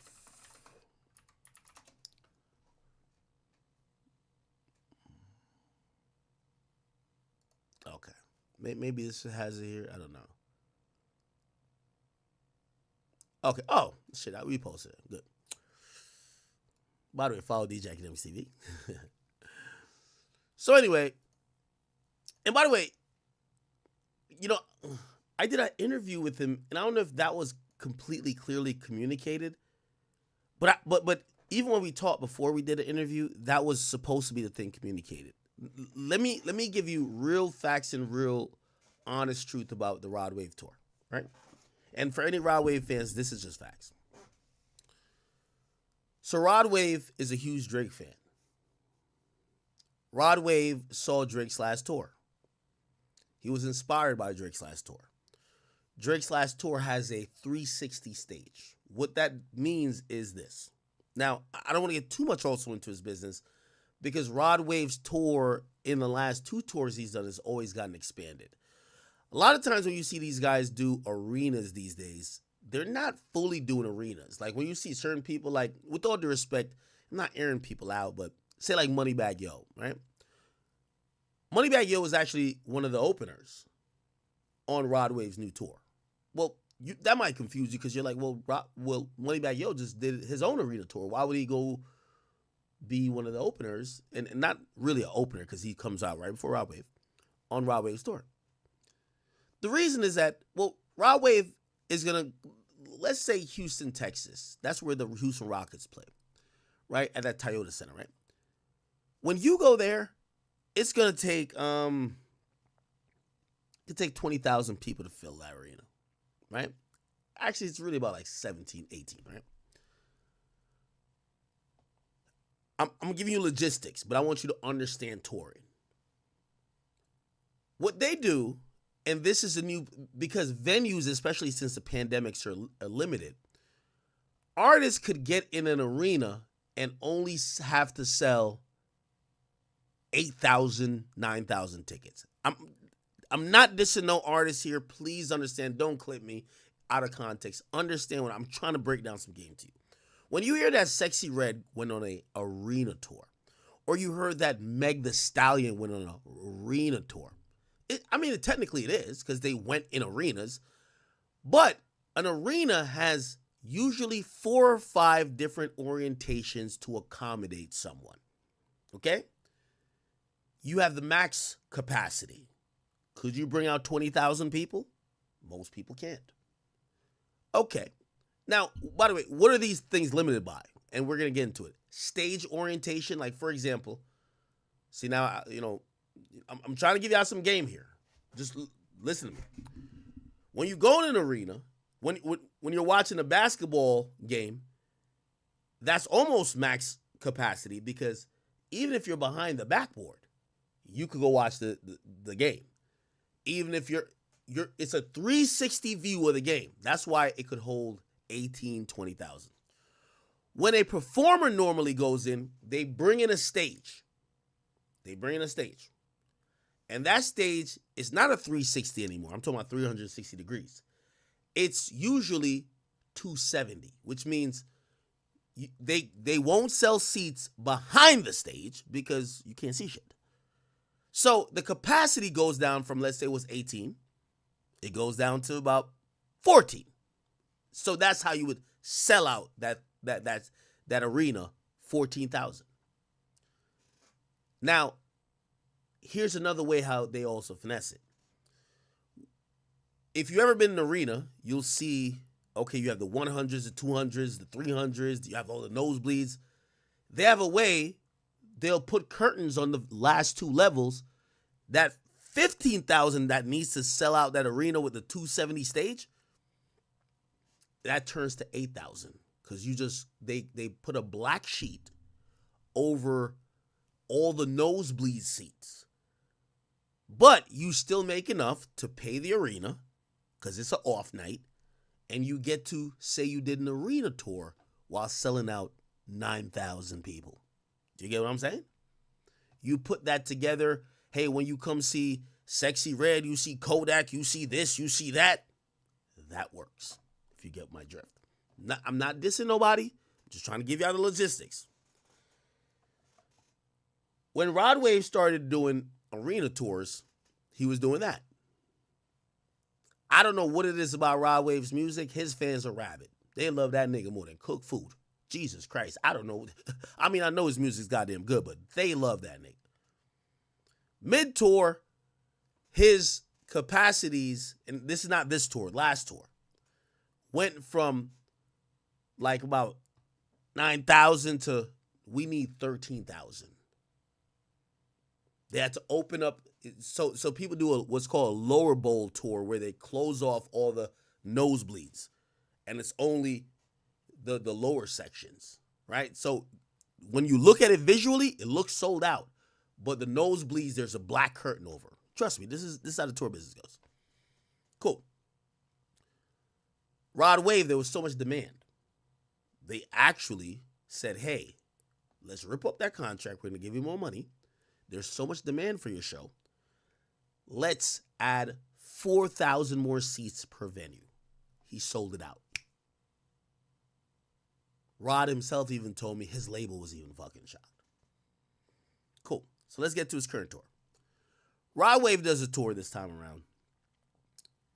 And because if you've ever been to a Rod Wave show, Rod Wave isn't the guy like Chris Brown. He's not doing 30 backflips. Rod Wave is going to vocally impress you, but he's not running from left to right. He's not doing too much. And he understands people, if they're getting ready for a night out on the town, they want to see a show. So he got some dancers. He's going to give you a lot of pyrotechnics. He's going to give you, he's doing more to connect. Like, even on his new show, not to spoil it, but there's a thing which he even told me. He said he was inspired from Drake shit, because I remember, there was a Drake tour where Drake was just like hovering over the crowd. And he said he wanted to get closer to the crowd. So he did more. Let me just give you plain logistics, okay? And Rod, please, don't get mad at me, but for me revealing certain details. But you having to explain yourself is because people don't get this part of it. So essentially, Rod Wave paid close to $20 million for production for this tour. Yes, it costs that much to produce a tour. Why? He opted for a higher level of production. He wanted a 360 stage. That's what Drake just did on his tour. 360 stage. He wanted all the lights, flames. He wanted a lift to bring him into the crowd. He wanted all type of things to raise the production value. Rod Wave is doing like 2 tours a year. Like, he's really getting it. I'm not here to give you his full business on how much he was going to get for the tour, but that 20 million or close to 20 million is a good chunk of money that he's reinvesting in production. Here's the problem, and here's the snafu. And again, I'm telling y'all, these are tour secrets, which I don't know why rappers don't tell you. Because of that, I'm giving you just raw shit. Pause. The tour before, I don't know if you know how tours work. There's trucks that bring the set from state to state, venue to venue. So to give you a scale of how much he tried to scale his show up and the tour up from the last tour, he went from about, I think, like 15 trucks that were bringing the set to about damn near almost 30. So he doubled it. Okay. So for the people who are wondering about cancellations, it's not that Rod Wave don't want to perform. He want to perform. Here's what they found out. And by the way, this also ties into Drake, because I found out it's the same production company. By the way, the production company that Rod Wave's using, the same production company Drake used for his tour. The It's a Blur tour, same production company, right? If you go to Houston, remember, these arenas are owned by usually an owner that got their basketball teams playing. When you then up the production that much, the load-in time, you got to get 20 trucks to come in there. They spend about 15 hours, actually more than that, setting up everything to even be able to do the show. What happened is that they realized that if they didn't have 2 days free to be able to set up in the arena, they couldn't do a show. They realized that when the tour started. So essentially, say the Rockets played tonight and say Rod Wave show is tomorrow. It's no way the trucks could get in, even if the Rockets is done now, it's no way the trucks could get in and set everything up that Rod Wave could rehearse and perform. What does that do? It turns to a shit show. If you try to do it, because they had a show where some of the shit didn't work. It's not Rod Wave's fault. He's paying the money, $18 million or $19 million, whatever amount of money he's paying this production company. They told him they could do it in the time. They gave him the schedule. Schedule don't work. Oh, no, we need to be in there a day before, full, that you can have a walkthrough, then a rehearsal, bring Doechii on, bring Moneybagg Yo, that we could get the show going on. So cancellations came anytime they couldn't get to a venue to be able to set it up right, because even Rod Wave was upset when the show was, like, certain shit was missing because the production company said, yo, it's just too much. We can't do it in this time. We can't load everything up in 10 hours. It just takes more. We need 18, 19, 20 hours. So that's why the cancellations came at first. By the way, do you want some? I'll throw a little tea out there, I guess. This is production shit. Obviously, I didn't get this from Drake, duh. It's the same reason why Drake tour got postponed at first. Remember when you heard Drake had to postpone some dates? And I don't know, Drake never... I wish Drake would have tell us this. Drake postpones. It's a blur. Like he had pushed back some. Yeah, the start. You know why this happened? Same fucking problem. It's the same production company. They got to get in there, load shit in. They're doing arenas. These arenas, especially when there's basketball, hockey, there's all this thing. That's why Drake's tour was pushed back. That's a fact. Now, here's the thing. Rod Wave has like this almost stigma where people just look at him like, yo, he's like suicidal. So when he doesn't give all the details, people are like, oh my God, he's not feeling well. Like, what did Drake say? Did Drake give a reason? I'm telling you that was the reason, though. Let me see. Did they give a reason why it was? Let me see. Yeah, they moved back all these shows. And look, and even if you look at it, you'll see they start just putting more time in between shit. That's it. They never told why, right? They never told why. But yeah, essentially, it was a production issue. So anyway, Rod Wave came out, and he's now kind of explaining, because fans are really starting to get on his ass. They're starting to look at him like the male Lauryn Hill. And he's like, okay, so about the tour, I know it was fucked up from the beginning because of production. They had to cancel and reschedule, and it wasn't making any sense. The second leg had the same problem. I never missed a show for nothing personal ever in life. Okay? He says, my foot and ankle injury been killing me whole tour, but this is what I had to do to continue. I was mentally twacked out, so please excuse me. He says, all I'm saying is I dedicate my life to this music shit and to my fans. I wish I was a little bit more understanding.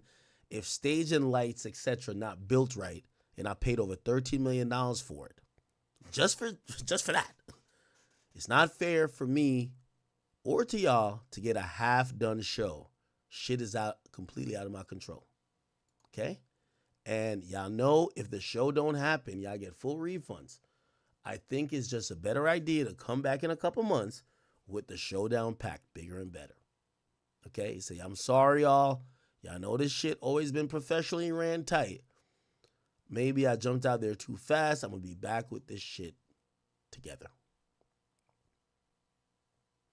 Hey, I'm giving, for any Rod Wave fans, I'm giving y'all the reasons. Essentially, it's the reason why Rod Wave shit fucked up is the same reason why Drake tour was pushed back. Same production company. Matter of fact, maybe I could look it up. Actually, I'm not going to try to embarrass him. Okay? But Rod Wave, because he liked what he saw at Drake's show, he went for that look. Very expensive. I think he had 30 dates. I forgot how many dates it was, but it was close to $20 million the nigga spent. Or had to pay out of what he's getting. He had to spend $20 million, or not 20, it was really like 18 actually. 18 million that was going to be for production. Shit turned out like that. All right? Somebody said the production company sucks. Now, actually, it's the best, from what I've heard, let me not just say best. One of the best production companies is just that, here's the thing. Let me tell you how tour works. The artist comes up with a vision. Who knows what they're going to tell it? Yo, I want to enter the stage from the top of the rafters, just put a thing over me, and I want to fly into the stage. Then when I fly into the stage, I want to hear all type of bombs, fire. I want something that shoots up like 5 dancers, like out of the ground. The production company is going to say, okay. Now, they'll get that done. And by the way, with Rod Wave, it's not like they can't do it. The problem is that based on the schedule, they can't do it. They're not getting into these venues to be able to execute. Like some of these people, like we could probably look at, this is logistics when it comes to tour. You could probably look at Kendrick's tour. I'm pretty sure he's going to be in that stadium, or that setup is going to be in that stadium a good 2 days before or a day before. But I think he's doing it when there's no baseball. He's doing stadiums that usually it's baseball stadiums. There's no baseball. So he's good money. That tour, all that tour, the tour shit that Kendrick doing would not be happening if the Yankees was playing. Do you get what I'm saying? So anyway, I'm just trying to give you some logistic understanding of that. I hope you understand, okay? All right, then. Where did we get to with that type of shit? Anyway, so it was a whole thing about Drake and like, you know, his Australia tour. I'm pretty sure he's figuring it out. The last thing I would think is ticket sales. Here's the thing too. Overseas market never feel what's happening in the US for a long time. So even if Drake was supposedly falling off, overseas would still want to see him. You know why? They never see people. So Australia hasn't seen Drake for a long time. Like Kanye knew in China his concert was going to go crazy because he hasn't performed there in over 10 years. Or actually, I think it was 20 years. He performed there 20 years ago. You get what I'm saying? So yeah. For the people who were saying like it wasn't selling or whatever the case is, and let me see. Let's look up some stuff. Look up some stuff, bro.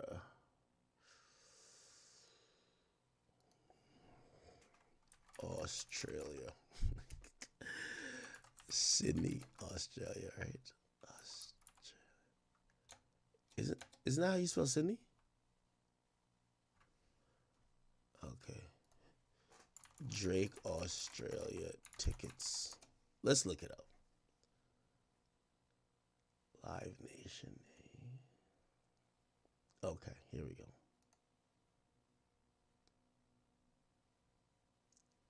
Buy tickets. So he's supposed to perform tomorrow night, huh? Fuck is this? Is it capture?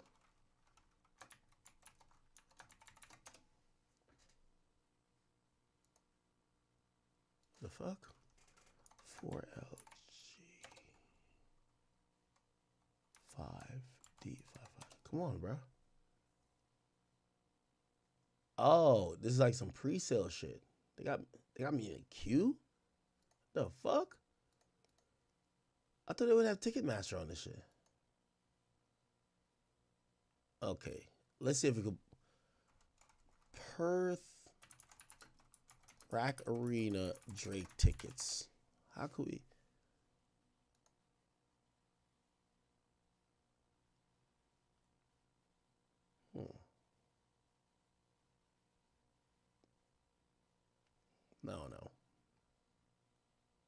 I thought it would be on Ticketmaster. Anyway, I'll almost bet any amount of money that when we do see Drake performing in Australia, the shit is going to be packed from head to toe. The dude hasn't been there for a while. If you think that he can't sell tickets in Australia, yo, Drake is selling tickets in Australia based on his 2018 album at this point. Yo, we want to see you perform God's Plan. Bro, they don't see the nigga. Anyway. For Drake fans, I think it's a good thing he's dropping music. And, you know, hopefully he could, me particularly, I don't like Lawsuit. I've always said that. Hopefully he could keep doing what he's doing, but separated from all this other bullshit, right? All right. But for y'all fans, y'all could get some new music. Perfect. Let's see. Is there anything else? I don't think there's anything else on Drake. Anything else? If not, we're about to go to A$AP Rocky.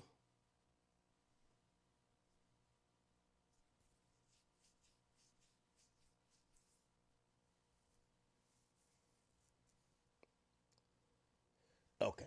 Let's go to the A$AP Rocky shit. All right, chat. So, A$AP Rocky, he is in court. And today was a very pivotal day, chat, because it looked like this trial has turned all the way on the prosecutor. We have Terrell Efron, a.k.a. A$AP Relly, who's on the stand, and he's getting demolished.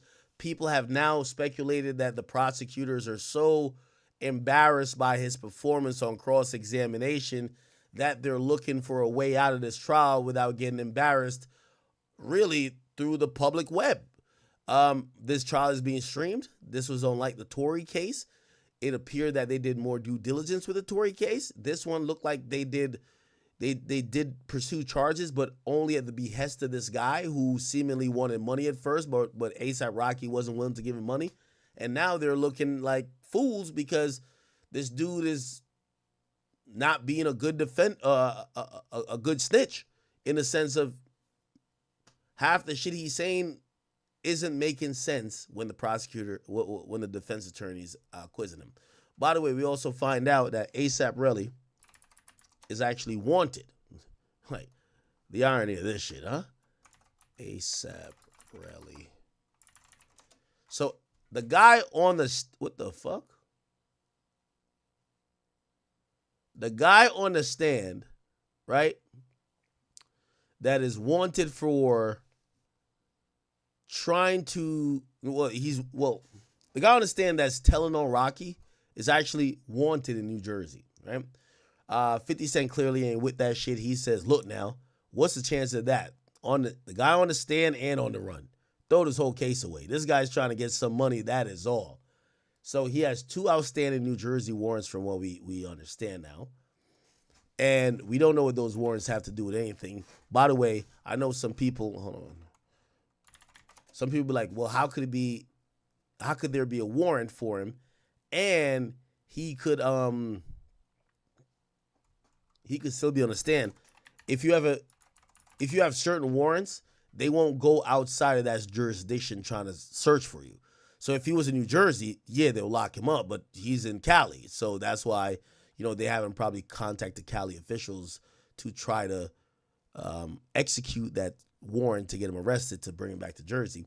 But anyway, it says A$AP Rocky, former friend who testified Tuesday and Wednesday against the rapper in his LA criminal trial, has 2 outstanding warrants hanging over his head. Okay? He's listed as a defendant in the warrants, and one's for driving without a license. Okay, yeah, these are bullshit. Yeah, this ain't going past Jersey. Oh. Driving without a license and careless driving? Yeah, so those are like fair FTA warrants. Failure to appear, I think, right? Yeah, it's probably failure to appear. Okay, anyway. Let's go back to this, and we're going to peek in on what the fuck this nigga got going on. Hold on. It's between 5 minutes and 25 seconds. October 17th of 2024, did you send you an article about Judge Arnold? Yes. On December... Who is this? So this guy's Wally Sajimi. He knew the victim. Entire government name. remember, there's going to be two witnesses for Rocky on the defense side. It's going to be 12V and Ills. But it looks like the government's case is kind of like thin. Give me a second. Let's get a decent update on this. The Justin Baldoni. Yeah, this shit might be a wrap.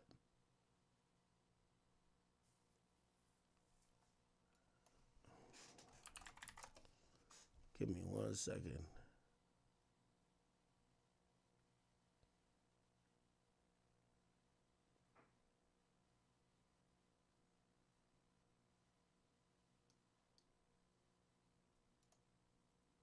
What's up, everybody?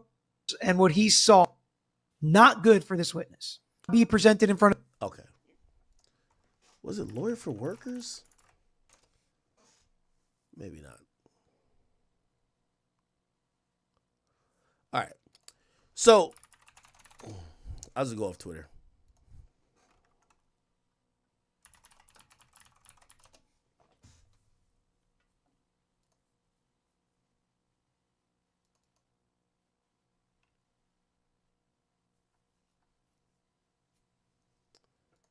Where's Megan Conniff? All right, here we go.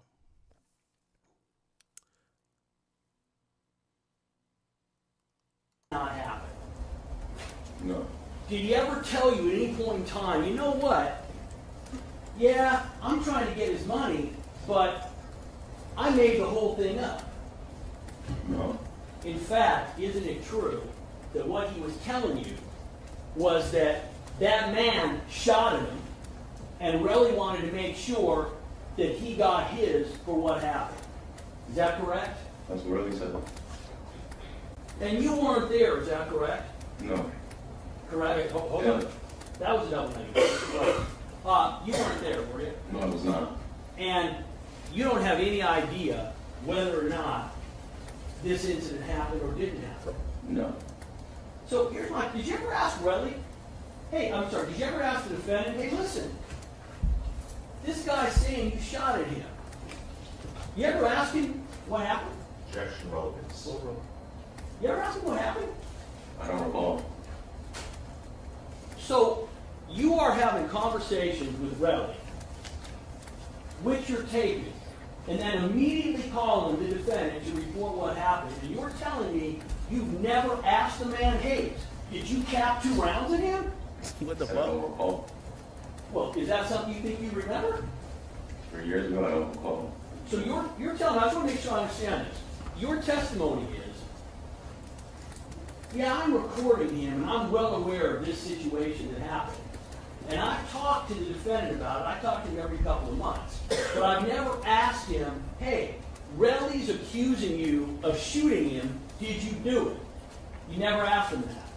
I don't recall, no. Well, isn't it true? You didn't ask him that because you don't want to know the answer. Objection, Your Honor. The state's testimony says it doesn't recall. It's cross-examination. Yeah, it's a fair question or question. Isn't it true that you didn't ask him that question because you don't want to know the answer? Like I said, I don't recall, but I might have. Yo, this prosecutor's grilling this guy, but he's supposed to be like pretty much his witness.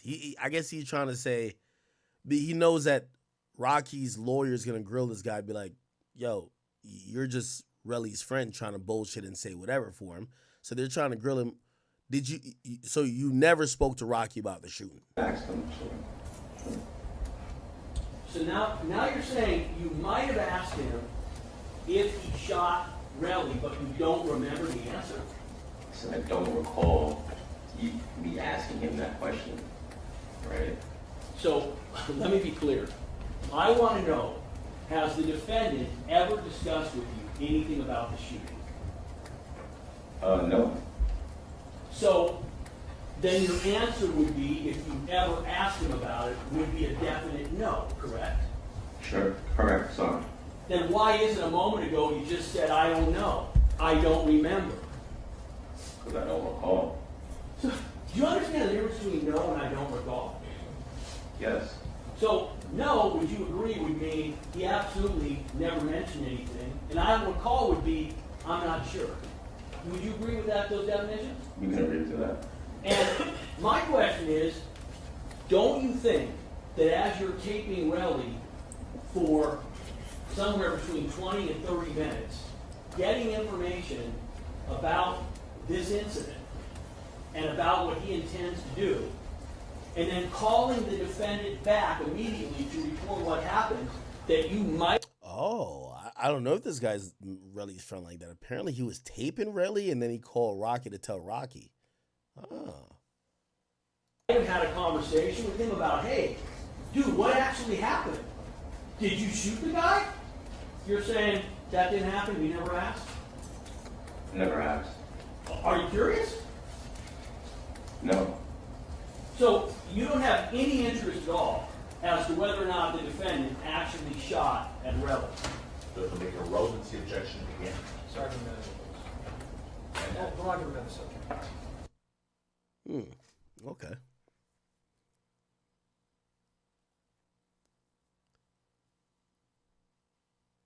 Okay, so that is the surprise defense witness. Oh, never mind. This is a defense witness. It says fake recordings of Relly are 100% real.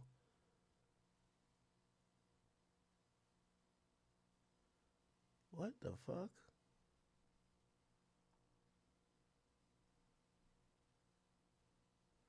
All right, man. I'm kind of over this case. Anyway, it was clarified in court. You know, it's been reported widely that, you know, Rocky's facing 24 years. He's not. He's actually facing 8 years. And obviously, I think, you know, sensationalizing the whole thing made people more, you know, careful in trying to think about what's going on here. But there's multiple charges, and prosecutors were not looking for concurrent sentences, right? Or consecutive, I mean. So they were going to be concurrent, and they even admit in court that they would be seeking 8 years if Rocky's convicted. And supposedly he's already served 2/3 of that time. How the fuck? What?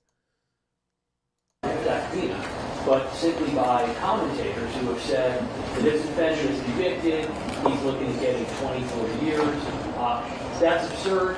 The people have always said that we would not be seeking, and we would have no grounds for seeking the maximum sentence in this case. What we have said is we talked about a sentence originally, or we're willing to give probation and suspended time. If he's convicted, what we're going to be asking for is probably... I think they're probably explaining the plea deal like, well, if you guys have such a strong case, why are we hearing these numbers of he's facing 24, but you're offering 180 days?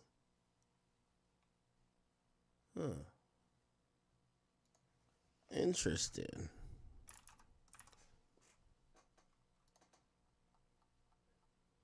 Yeah, I've kind of checked out of this case. This case is a whole lot of bullshit, if you ask me. So the prosecutor rested their case. Okay, so the prosecutor rested their case, and we didn't hear from a doctor. What? Am I tripping?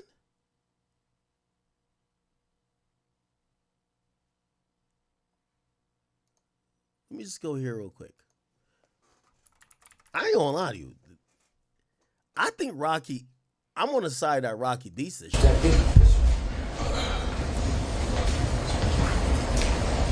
Good morning, Kenny.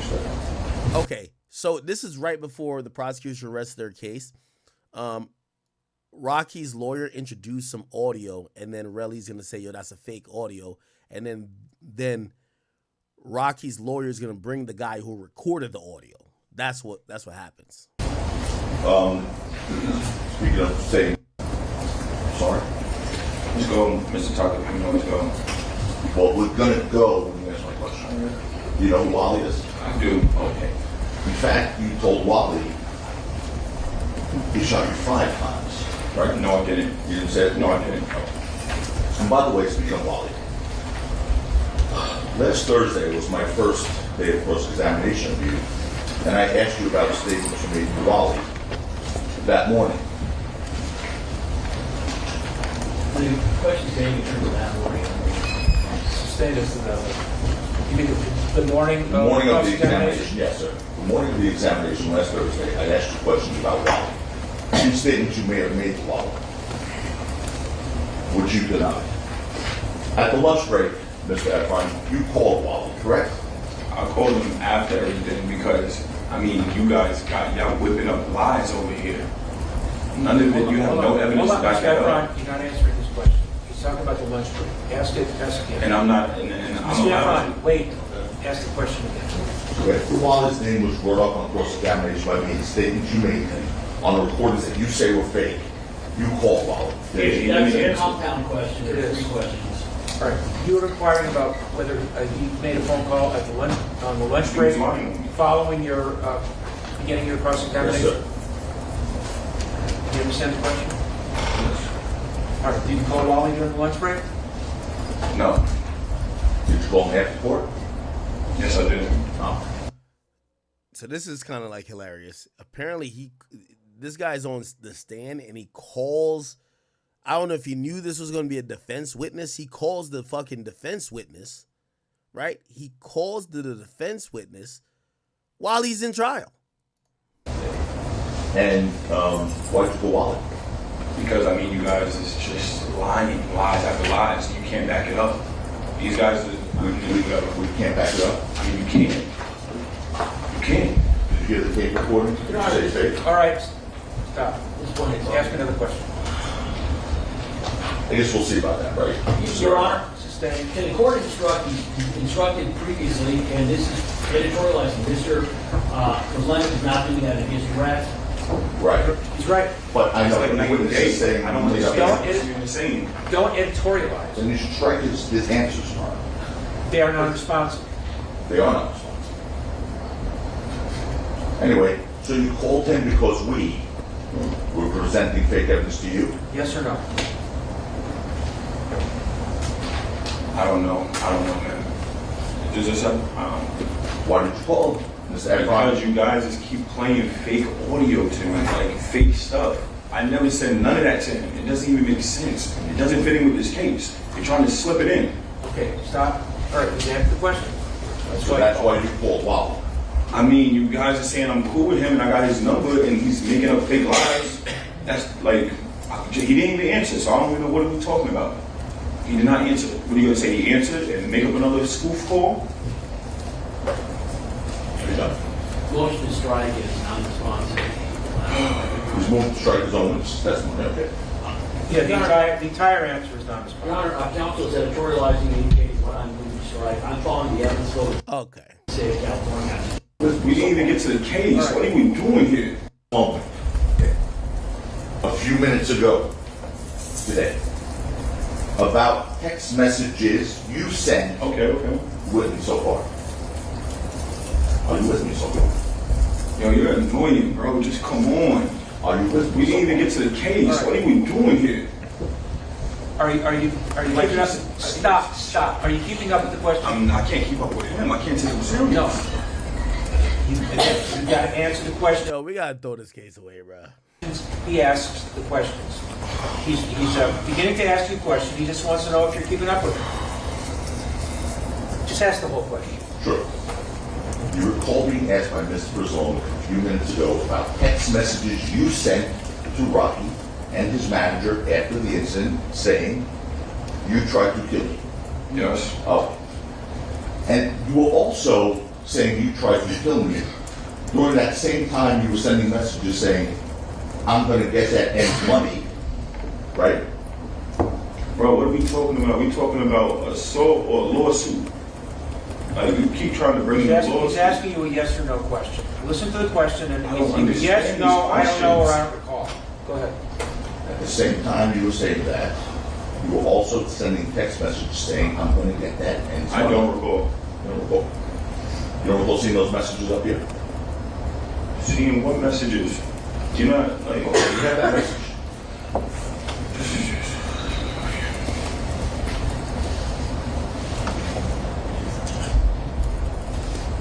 I previously advised the court that I had Are y'all understanding what's going on? Yeah, Mr. Lord has to believe he's got an unavoidable commitment. He tried to postpone it, he couldn't, so he's going to leave now. He'll be back at 1:30, right? Yes, I will. Probably. Yes, I'll be back. Thank you. You promise, Sean? You come back. These way. Okay, put up.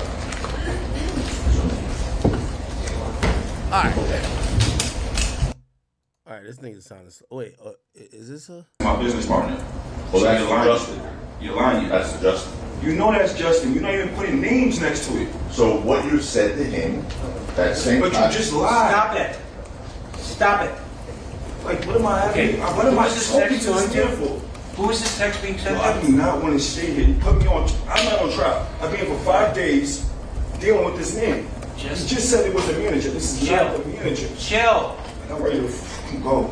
Was this text to John or is this to your manager? This is to your my. partner. I'm gonna be honest with you. He's kicking a bucket as looking sympathetic in terms of a victim that's a witness that is credible. They've caught you in multiple lies. Like, I mean, again, the injury shouldn't matter. Like, because even if it's a graze or a full-on bullet hole, bro, this guy's just not sounding like someone you want to vote guilty for the defendant, which is Rocky. My business partner. Okay, business partner. So you sent to your business partner at 6:40 a.m. that same morning that you're sending Rocky a message saying you try to kill me. A message saying, I want to get this ends money. Yes, that's my business partner. He shot me. I have no career. You were asked by Mr. First Longman. You saw that videotape of you sitting with Detective Flores and Manfrey. Remember that? Yes. And you were asked on page 3 of the transcript. Your Honor, I'm not going to replay it, but we can just go to page 3 of that transcript. Please. You got it? No, sir. Go on to page 3. No, man, I'm trying to trip me up. Just take a break.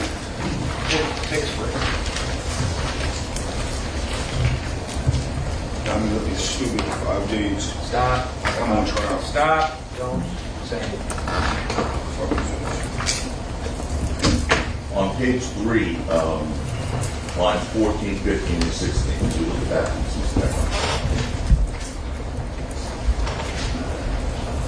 On this? Yes, on the transcript.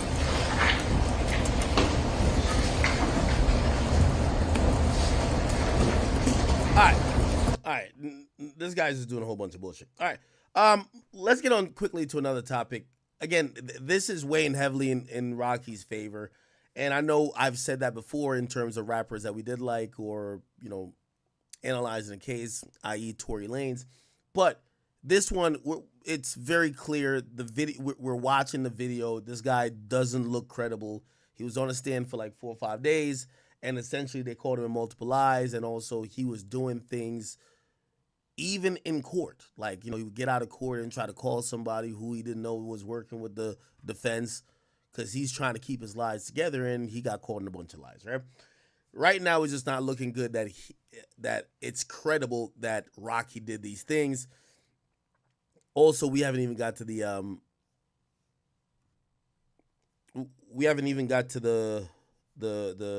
eyewitnesses, which are going to be 12V and ASAP 12V and ASAP Bills. Okay, real quick, I see people reporting this, and you know, I just want to tell people to pump their brakes.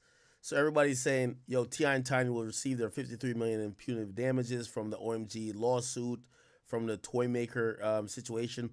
So supposedly, if you guys remember, there was a 71 or whatever the case, $1 million judgment given to T.I. and Tiny, essentially because their daughter, I believe, I forgot what their daughter's name is. Is it Zonique or something like that? Yeah, I think, one of them is Zonique Pullins. And 2 other girls, they were in this group called OMG Girls. Now, it was kind of like, you know, like this poppin' little girl group. And what happened is that a doll company made a doll for like 3 girls that's also matched the same amount of people that were in the OMG Girls. and then the dolls looked identical to the girls in the group. So they basically sued for copyright infringement, saying, hey, you basically made a doll or a set of dolls that matched our group, except, you didn't pay us. So you're ripping off our likeness and our image to sell a doll when we haven't done business together. The judge agreed, gave $71 million in damages, then later was basically saying, oh no, they're going to take away the $53.6 million in punitive damage. Then they said it was going to be 17.9. Then the judge now, so this is a new thing, the judge is going to be saying that they're down to give them the $53 million in punitive damage, and it was done in a court order today. So it says before the court are the plaintiff and the counter defendants, MGA and Isaac Larian. Motion on the... Okay, I don't want to get too much into the weeds here. I want you guys to understand. So what happened is, in civil court in certain states, the jury will tell you how much you have to pay, right? So the jury said they have to pay $71 million. The judge has to agree with it or has to certify damn near, right? At first, the judge wasn't going to certify it. The judge was like, 73 or 71 million, that's a lot. Nah, I think 17 million, that's about what y'all should get. The judge then changed their mind today and said, nah, 73. Now, it's being reported as a big win for Tiny and T.I. and the OMG girls. I can tell you, honestly, they're probably going to see some money because I think they're going to settle. And I know that you're like, the case is over.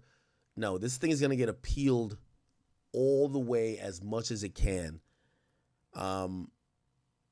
And we haven't reached the appellate courts yet. So apparently the district judge who gave their ruling, they just changed their mind on their ruling and they certified the $71 million. But is T.I. and Tiny and their daughter getting $71 million? No, that company's going to spend more money to appeal this act or to appeal this ruling.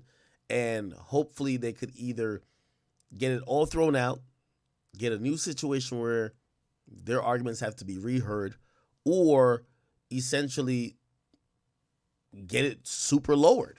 So again, everyone keeps reporting that T.I. and Tiny are getting the $71 million, but they're not even close yet. It's going to go through a lot of court and litigation shit before any dollar amount is paid off. But if there was money to be paid off now, it would be $71 million. But in the court system, you do appeals.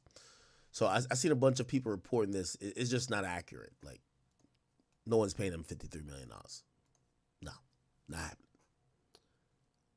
Okay. All right. Let me look what's going on.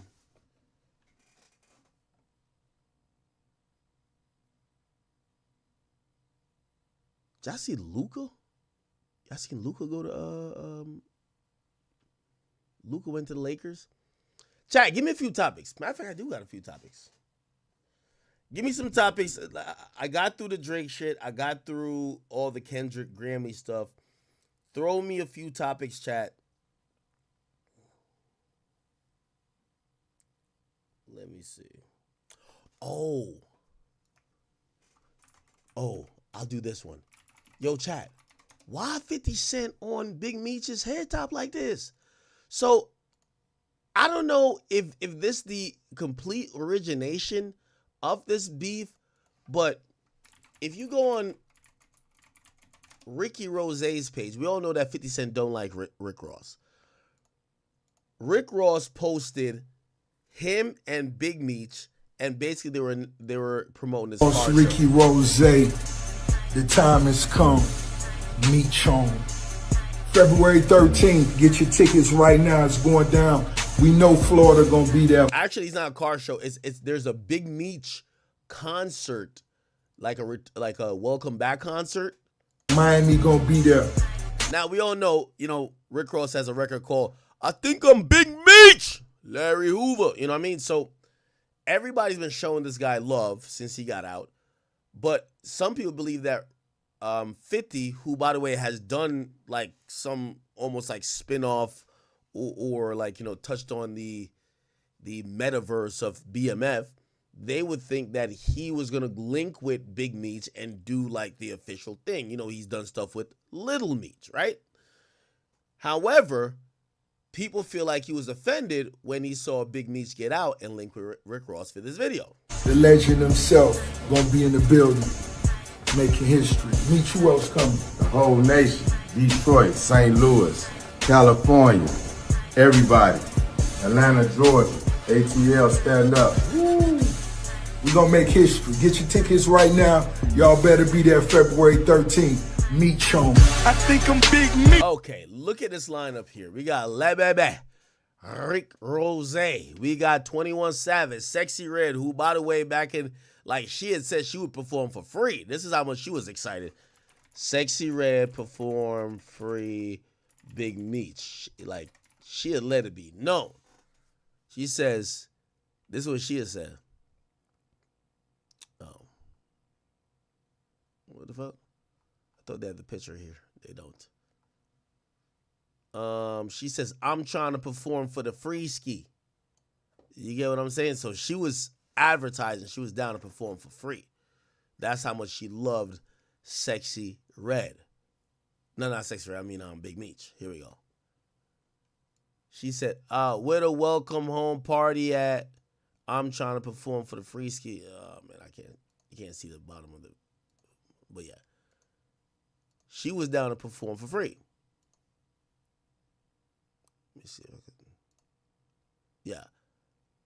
Oh, yeah. Welcome. We're the welcome home party. I'm trying to perform for free. So maybe she performed for free, but this lineup looks pretty good. Le Bebe, Rich Forever, Rick Ross. We got 21 Savage, Sexy Red, Kodak Black, 42 Doug, ESTG, Moneybag Yo, Bossman D-Lo, T Grizzly, Babyface Ray Ice, we're Vizo. We have Skilla Baby. We got Peasy, Payroll, Giovanni, YTB Fat, Tay B, Boosie. Damn, why they got Boosie all the way down here? Young Scooter. Damn, okay. Now, people feel like 50 was upset that this was happening, or not the concert was happening, but that he linked with Rick Ross, which is his nemesis. And he posted this to his Instagram. He said, yo, this gonna blow your mind. Doechii coming soon. The facts are stranger than the fiction. And it says the truth and nothing but the truth. BMF, who is Tammy Cohen's, okay? And then it gets into, it says season 4, the final chapter. It says BMF. And it says, be sure to catch the next season of BMF. Is going to be out of here. Wow. And then, let me see. He posted a rat emoji. And he says, I think I'm Big Meech. I don't know if he's talking about Ross or Big Meech, but he said this. The biggest mistake he ever made was not sustaining his relationship with Tammy Cohen. Her tell-all docu reveals the truth. Wow. Then here's this. He just posted, he says, the funny shit is that they were saying Lil Baby pulled up on them in a Ferrari truck, pockets full of money, and didn't give him nothing. Lil Baby was 5 when you got indicted. What the fuck he owe you? Tammy Cohen coming soon. Yo, man, I'm hearing already some people was pulling out of that concert. Yeah, on February 13th, that Big Meech was having. You heard? I know Lil Baby ain't performing, right? Yeah, he said he ain't fucking with Gunna no more because Gunna a rat. I know he ain't performing that Big Meech shit. Yeah, 50 on the internet calling this nigga a rat. Talking about Tammy Cohen. This shit didn't grew some legs. Yeah, from when we was on the internet a few months ago talking about, yo, how Cuffy get indicted, how the Migo get indicted, and Meech ain't get indicted, blah, blah, blah. This shit didn't grew some legs since then. Yeah, because if Tam... Am I the only one, or is this both his niggas' eyes are like right here, like, I can't even do it with my eyes. Like, what the fuck? Then told 50, and... Yo, 50, let me narrate this shit, B. Let me narrate this shit. Okay, so I don't know the story of Big Meech like that. Apparently, the whole streets love him. They look at him like a hero. Now, from my limited understanding of Big Meech and BMF is that they said that he was about the money more than the violence. He was about getting it rather than doing bullshit, and that's why people fuck with him. I'm like, all right, cool. Now, apparently, ever since he's gotten released, a lot of people in the streets have championed him because apparently Big Meech and BMF used to make it rain in all the strip clubs from hood to hood, city to city, state to state. And a lot of people are happy that he's home, but some people are saying, no, this he's a rat too.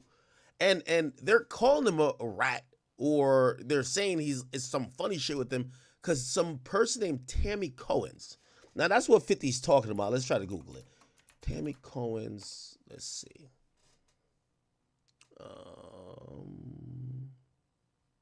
Okay. Blue Da Vinci answers 50's question, who's Tammy Cohen's? Here we go. Stop talking. Yeah, so we stopped talking. Me and Meech last time talking was 2017, right? So in 2017, we on the phone like normal, regular conversation one night. And then my homeboy that was with me, he was like, Tone Bird, he from BMF too. Tone was like, ask Big Homie, what's up with the movie with 50? Like, what's going on with he from New York? I had to use my New York accent. Yo, what's going on with the 50 Cent movie? So I'm like, oh, yo, Meech, what's up with the movie, with the TV show? Like, where y'all at with that? He like, oh man, it almost done. The contract almost done. It almost done. We're gonna be starting. They're gonna be, starting to cast it or whatever, right? He's like, I just gotta wait to holler at Tammy before, you know what I'm saying, I know where we at with that. And Tammy is a government informant. So when he said that, I was like, Tammy, what you mean, Tammy? Like, you ain't heard what's going on with her? And they were like, shit, nigga, I heard some shit, but whatever it is, that shit ain't got shit to do with me. And he was like, man, I'm gonna hit you back. I'm like, all right, that's the last time I ever talked to him. Next time I ain't even talked to him. Okay, so let me try to simplify this for the people who might be like, yo, bro, what the fuck are we talking about? So Big Meech, this heralded street legend, this and third, there's now coming out these like rumors that maybe he was, like cooperating, but he didn't cooperate. But people feel like, so what happens is that he gave the rights to like the BMF empire to some woman named Tammy Cohen's, right? Apparently he was fucking her. I don't know, who knows, right? Now, what happened is that when his case was continuing, there was somebody who testified and would have supposedly, quote unquote, snitched. Now, it wasn't Big Meech. It was this Tammy Cohen's person. Now, people feel like Big Meech set her up to tell because he didn't want to tell. And as repayment for her telling, he gave her the control over the BMF empire. And that's why, it's kind of like really complicated. But supposedly she's now coming out and she's airing. I don't know what the fuck, man. Next time my cousin talked to him and said that he was trying to get on the phone with me while I'm getting into it with Lil Meech. Lil Meech came into one of the stores that I was working with, one of the exotic rental stores, to rent a car one time and was talking shit, start talking crazy shit about me, nigga. And my son was in there working at the time too. I'm gonna have my son whoop his ass trying to let the kids lock up. You know what I'm saying? I was mad as a... But all this shit just ended up stemming from a whole nother situation that was surrounding Meech that was going on and shit. So you want to pull up some paperwork? You want me to show you how to pull up some paperwork? So you're talking about Tammy Cohen's, right? Yeah, okay. Tammy Cohen. Okay, now she's a co-producer of the BMF Stars TV show. Okay, and you're saying that she's an informant? Definitely, 100%. Okay. She's been an informant since 2009. Okay, so I'm on the page right now. Yeah, it's 32 pages or something. I'm on the first page, and now it says, United States of America versus plaintiff, and it says, Donnie Gatlin, Timothy. Deion Gatlin. Shout out Cuff. Shout out Cuff. That's my Cuff. Now, granted, this is too much info. I really don't care who's telling, but apparently this is still big in the streets. Deion Gatlin. Yeah, he's one of the first defendants. Yeah. Okay. St. Louis Project. What's happening? So, can you kind of break down this paperwork for me and how she's involved in this? And where can I go to look at Tammy Cohen's is Big Meech personal assistant / business partner. / whatever you want to call. You know what I'm saying? Basically, she became the owner of what Meech has as BMF Entertainment, his company from prison.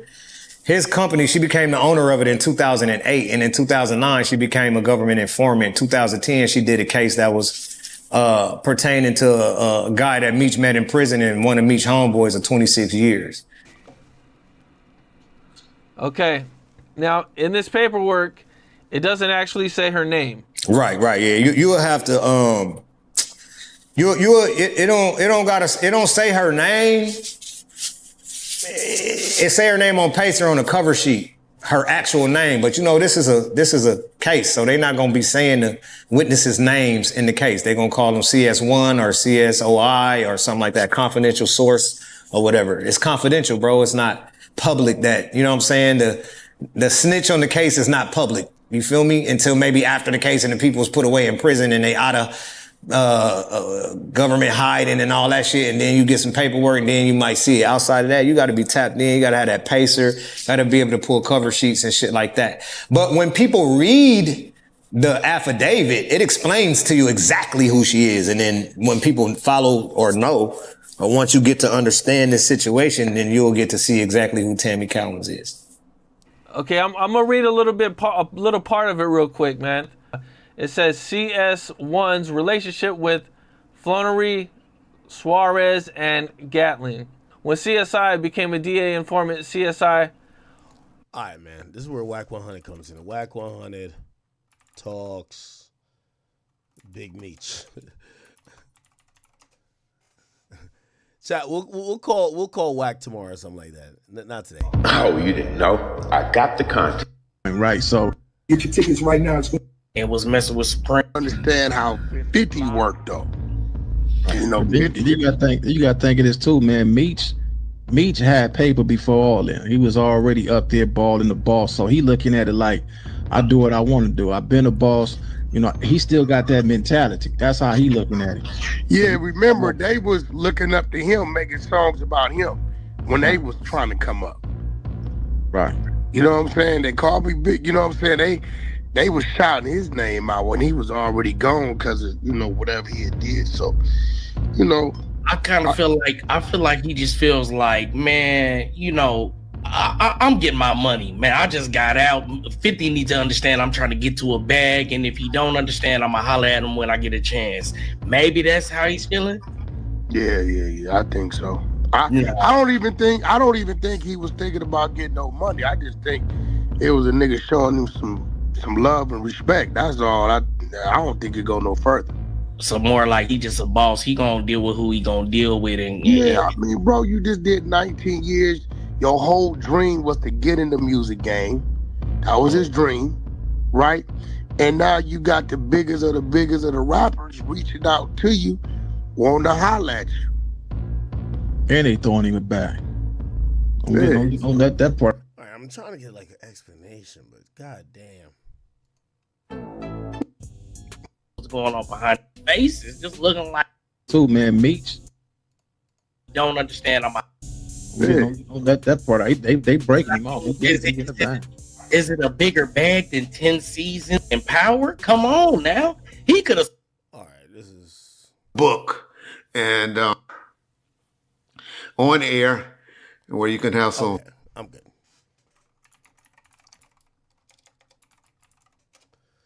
All right. Let me see what else.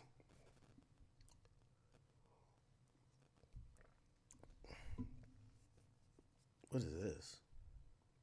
Boosie gave wife and Doechii some new chains and shit like that? Okay.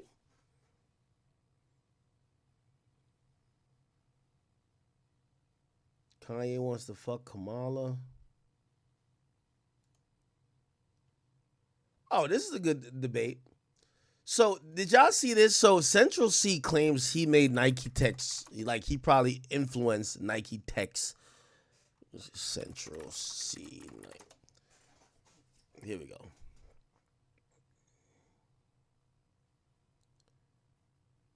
Hold on. So in a win it, but at the same time, I like to think that man put like a lot of man onto the night tech thing.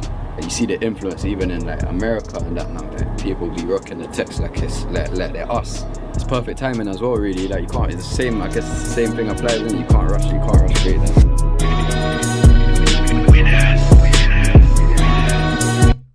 Okay, so essentially, he said the Nike text, he feel like he's inspired, that he feels like people in the States fuck with.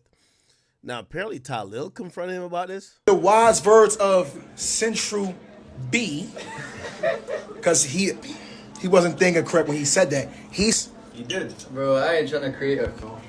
All right, so just explain what you meant by that, because I felt offended because I've been wearing Nike techs. From what age?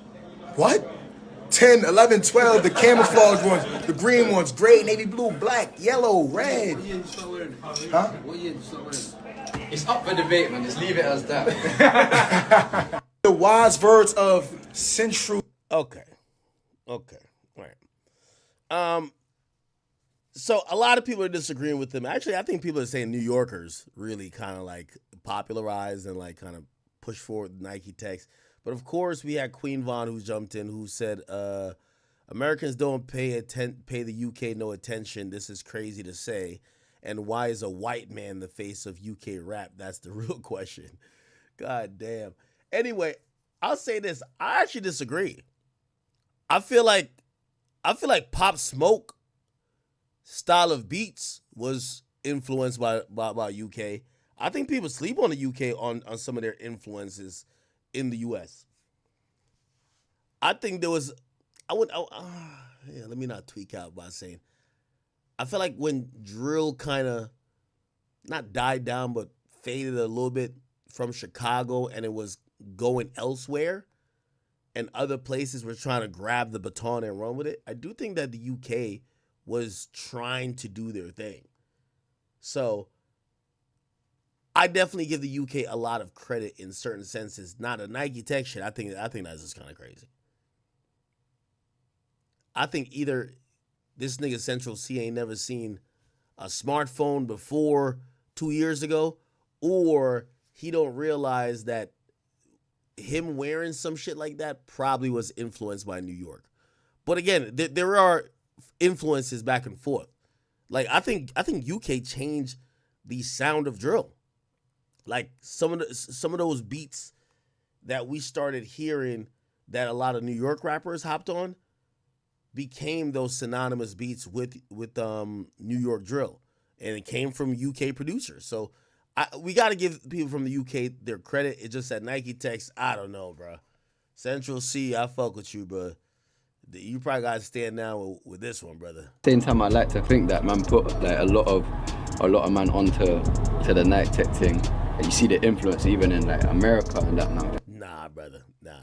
Influence Americans to wear tech fleece? In a recent Day in the Life video, I was never like a big Nike tech guy. Like, so really, I don't know the full history.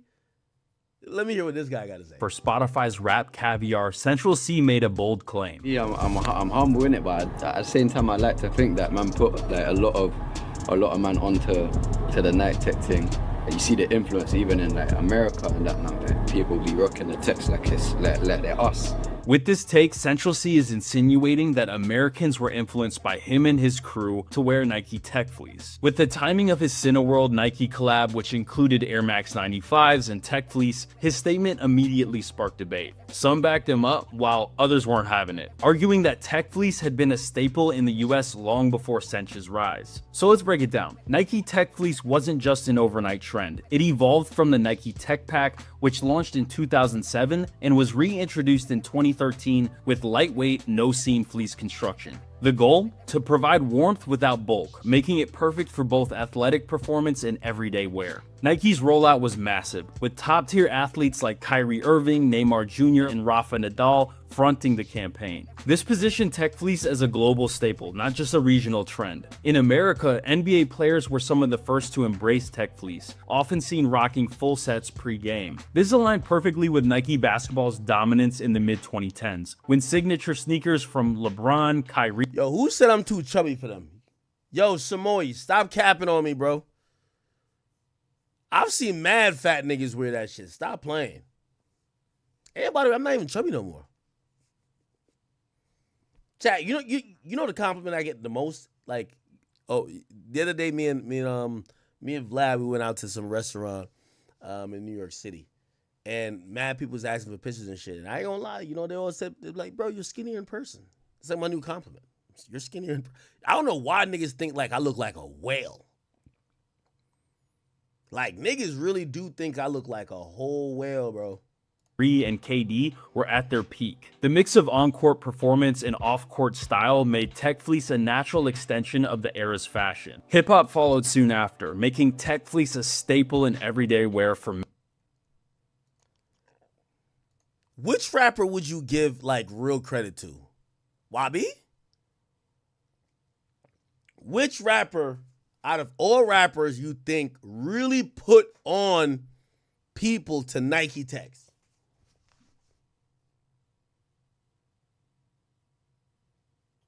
Who? Somebody said Central C made it a trend? Nah, bro. I ain't gonna lie to you. Bro, okay, what year are you talking about if you're saying Central C? Bro, I didn't know about Central C before like 3 years ago. I feel like I knew about Nike Techs and New Yorkers love rocking that shit way longer than that. Niggas say YB or 21. I'll give it a YB. Pooh Shiesty? Nah, we're gonna give Pooh Shiesty the Shiesties already, bro. We can't give him like too many shit. Soulja Boy? Actually, a few people are saying Soulja Boy. Somebody says, well, UK drill made a trend. Okay, here's the thing. Are we talking about Nike Tech, wearing Nike Tech being a thing, or wearing Nike Tech being like the YN outfit? Because these days, it is the YN outfit. Like, yo, young niggas be rocking that shit a lot.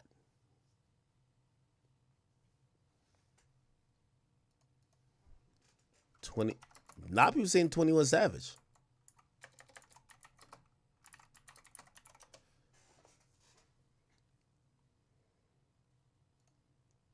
We got to go back to old. Yo, 21 got to get this hairstyle the fuck out of here. Yeah.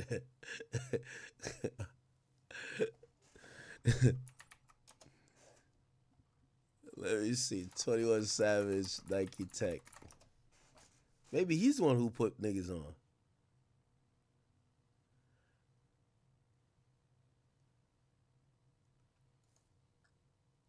Somebody said 21's from the UK, though. All right, I'll give you that. Somebody says Eminem was the first, and he's been rocking it since the early... Ooh. I might have to give you M still. I might have to give you M. M was rocking. It's a staple in everyday wear for many rappers, and even referencing it. Yo, did y'all see that one? Yeah, there was this shit going. I don't know if I can find it. Little baby Gunna fit. Yo, they were like, yo, nobody ever noticed that Lil Baby and Gunna could not dress for like mad long. And I was looking back at some of the fits these niggas was wearing. Them shits was trash. Hold on, let me see if I can find it. I find this shit. Them niggas used to dress crazy.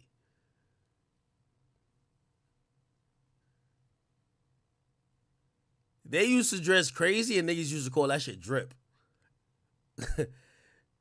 You remember when them niggas was talking about drip too hard? Now you look back at what they were wearing, you're like, yo, what the fuck was these niggas on? Or what were we on when we thought these niggas really had drip?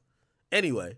In lyrics. By the late 2010s, Tech Fleece had become an essential piece in streetwear and hip-hop culture. But to be fair, the UK has its own long-standing relationship in sportswear culture. From football terrace fashion to grime and drill, Nike has always been embedded in UK street style. Over the last decade, as UK drill gained international recognition, Tech Fleece became synonymous with the movement and roadmen. This is where Central C comes in. Since his rise the roadman them. Okay. In 2020 and 2021, he's been one of the most visible artists consistently wearing full Tech Fleece fits, posting countless photos and videos in the set. His influence is undeniable, and for many, I ain't gonna lie, we might have to give Central C some credit though. Didn't he show up to a wedding in some Nike Tech? Central C wedding Nike Tech. Like, we might have to give him the credit, bro. He definitely showed up to a wedding or some shit like that. Y'all remember that video? He showed up to some event. I can't remember what event it was. Like, he legit just showed up in a wedding. Let me see. Yeah, I remember what video I'm talking about. I'm trying to find it. Like, everybody was dressed good. Like, the niggas just had on, like, a Nike Tech on, bro.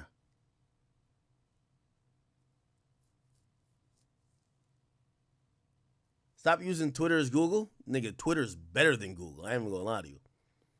Google gonna bring you to YouTube. YouTube's gonna show you some shorts. Then it's gonna show you some other shit. fans, especially younger ones, he's become one of the biggest faces. Oh, it was an award ceremony?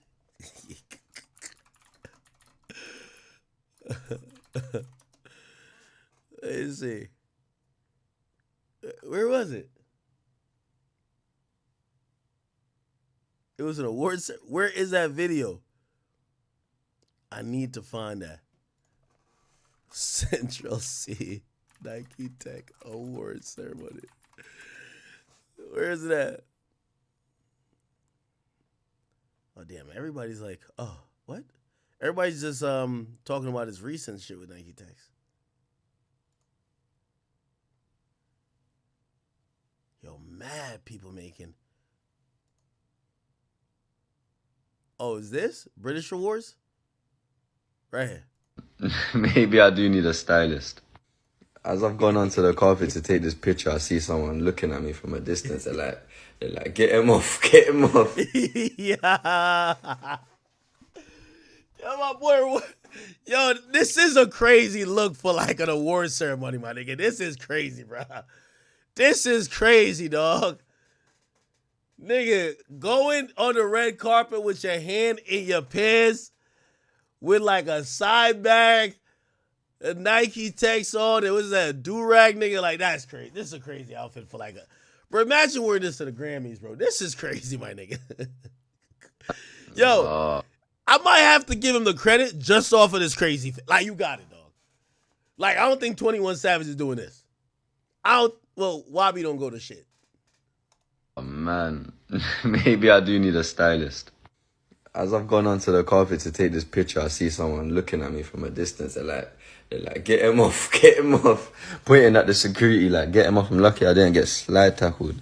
That would have went viral. They didn't know who I was. They thought I was just an intruder or something. But, bro, I don't know how this stuff works, but I guess everybody in that premises yesterday was paid by a big brand to wear that outfit.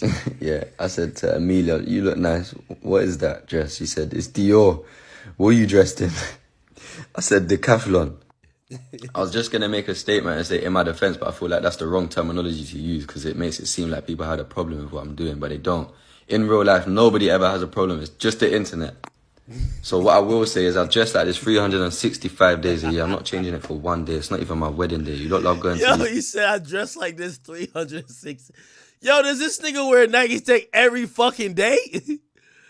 So what I will say is I dress like this 365 days a year. I'm not changing it for one day. It's not even my wedding day. You don't love going to these events in fancy dressed as other people. I went there as me. I went there as me. Nah. Cinch is too much still. He said I went there as me. We could go ban for ban. Fuck that. We can go M for M. What a milf. Oh shit. Yeah, who cards is this? All right. Had an AK-47 when... Yo, why this nigga always dress like he trying to, like he about to do a drill? He do dress like he about to literally, he just like this, the exact type of nigga who's like either a habitual scammer or he about to do a drill.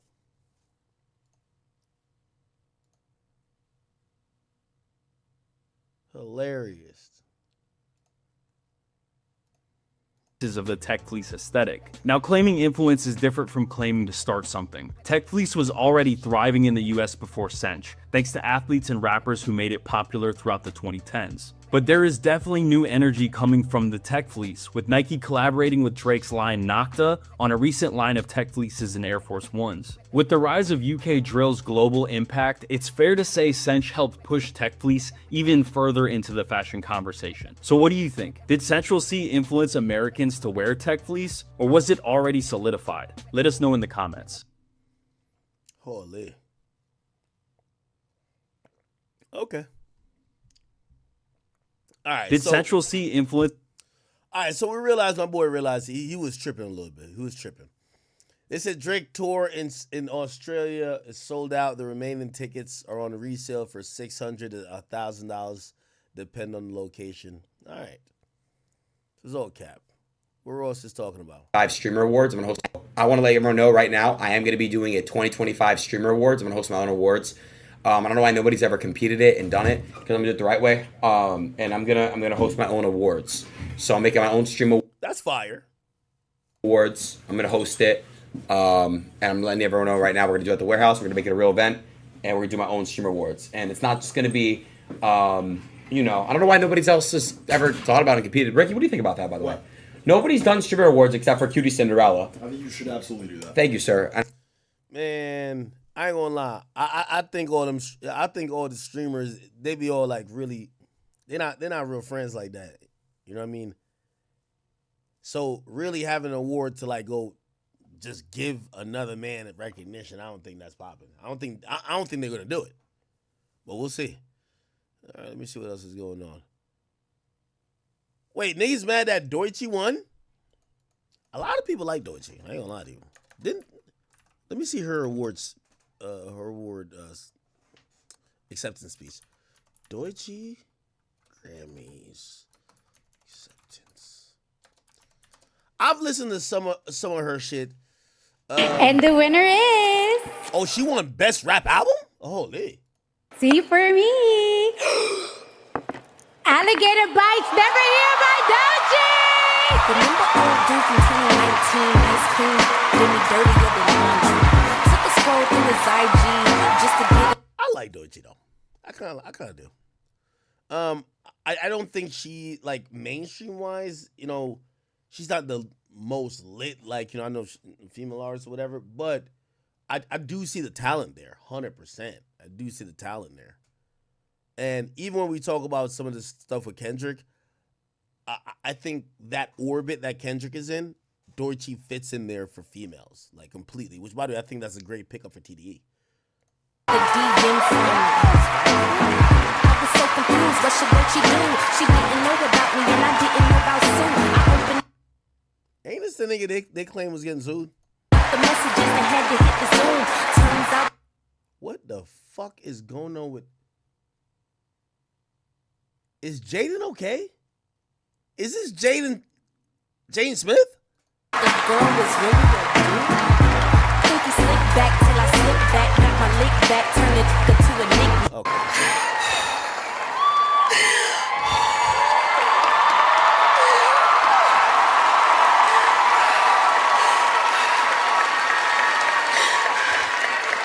I don't want to make this long, but this category was introduced in 1989, and 2 women have won.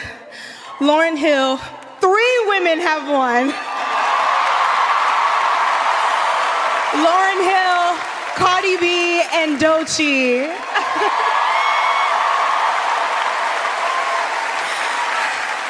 I put my heart and my soul into this mixtape.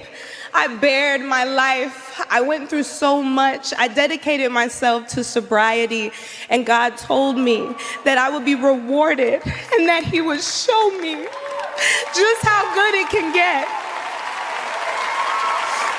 And I have to thank God. I need to thank my beautiful mother for coaching me. I want to thank my label, my engineer, Jada, for everything she did, my fans to the Swamp. There's so many people out there who probably don't know who I am. I call myself the Swamp Princess because I'm from Tampa, Florida. That was pretty humble of her. Go ahead, Doechii. She gives energy that you want to root for her. I'll tell you that. There's so much culture in Tampa. Whenever people think about Florida, they only think about like Miami, but Tampa has so much talent. Labels, go to Tampa. There's talent. There's a lot of bad bitches in Tampa. That's a fact. There, okay? Thank you so much to my label, TDE, and everybody that helped put this together. All the producers on the project, I thank you. Thank you to hip hop. The last thing I want to say, oh my God, there's so much going on. What the fuck? Sorry. I know that there is some black girl out there, so many black women out there that are watching me right now, and I want to tell you, you can do it. Anything is possible. Anything is possible. Don't allow anybody to project any stereotypes on you that tell you that you can't be here, that you're too dark, or that you're not smart enough, or that you're too dramatic, or you're too loud. You are exactly. Yeah, I like that for Doechii. I think she's also overcoming colorism barriers, especially for females. Like Kendrick Lamar is a dark-skinned rapper, but he's a male. A lot of times when we see dark-skinned females, because obviously a lot of times people objectify females and shit like that, and the look almost becomes almost tantamount and as important as the skills or the catalog that you have. It's dope to see, you know, a dark-skinned black girl win some shit like that. I think that's cool. Exactly Who else was nominated for Best Rap Album? Oh shit! You know who was nominated? Yo, them niggas over there is tight. Has Metro tweeted today?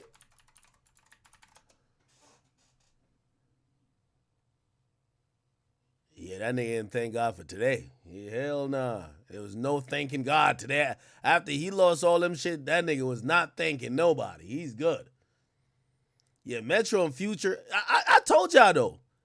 They don't give Grammys to niggas like Future and shit like that, man. Like, come on, bro. Like, I like Future. But like, the Grammys has a reputation. They either like fake woke, they like mad lyrical, artistic that you can't understand, or traditional, old school in whatever genre you're from. They're looking at Future as a lean sipping whore. You know what I mean? Who told my yo, she don't got an AP, she is not mine, she belong to the straight. They're not awarding that shit. Feel me? Now, granted, they should. Because, you know, like, I mean, songs like Cody and Crazy, March Madness, and all those songs that are like, they have inspired a generation of great artists and also influenced the culture. But I didn't I predict this, though? I told you they wasn't finna get no damn award. It's not even to Metro. I still think the Grammys don't look at artists like a young boy, like a Future, like they respect him. If you lyrically rap, if you're creative, if you lyrically rap like Kendrick, you're creative like a motherfucking Tyler the Creator, you get a Grammy. But if you just a hood nigga who be rapping about spin on your ops, like, yo, didn't I give you an example. My boy Schmirkio. Everybody know All My Life. That was a cheesy ass song. The boy had to go get some children from the orphanage and put in a goddamn video. Take the Grammy. When he make a song like 500 Homicides, when he making some of them real songs that's talking about real shit going on in his community, man, the Grammys are like, man, fuck out of here with that shit. We ain't trying to nominate that. Yeah, Dirk won. Dirk won for All My Life, my nigga. Dirk got mad songs he really talking that shit on. So again, now I feel bad for Metro Boomin and Future because I don't think they won shit. But they should have known they wasn't gonna win shit. Bro.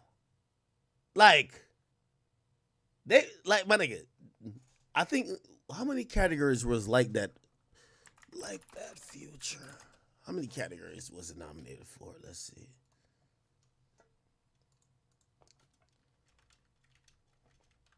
How many categories? Grammys. It was nominated for Best Rap Performance. Kendrick won that. They can't be mad. They can't be mad. Shout out to my boy TM88 though. Very good producer. Actually, very amazing producer. He actually pointed out, he says, it's crazy. Metro and Future ain't win a single damn Grammy with Like That. It was the start of everything. Yeah, well, Like That was the biggest song till Not Like Us came out. So that's not a bad thing. It's just Kendrick made a bigger song. And I mean, obviously, it would have if it was a feel good story here, they would give Like That a Grammy because that would mean Kendrick also wins because he's on a part of the record. But I'm gonna be honest with you, I kind of agree with some of the people who are saying it would be disrespectful to let Not Like Us lose versus any of these records. Not Like Us was the biggest record. You can't let it lose. Has Future commented on it? Didn't We Still Don't Trust You get nominated as well? The album, that is. Let me see. Where's the album? Or We Don't Trust You, I mean. It wasn't this nominated for a Grammy? Unless I'm tripping. Singles critical. Was it nominated for a Grammy? Yeah, it was nominated for Best Rap Album. Yeah, so they went 0 of 3. How many awards or Grammy awards does Future have? Let's Google that. How many Grammys does Future have? Oh, Future got 4? What do you want a Grammy for? Let me see.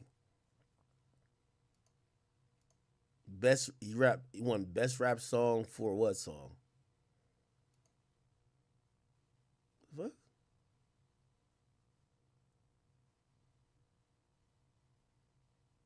Huh? Oh no.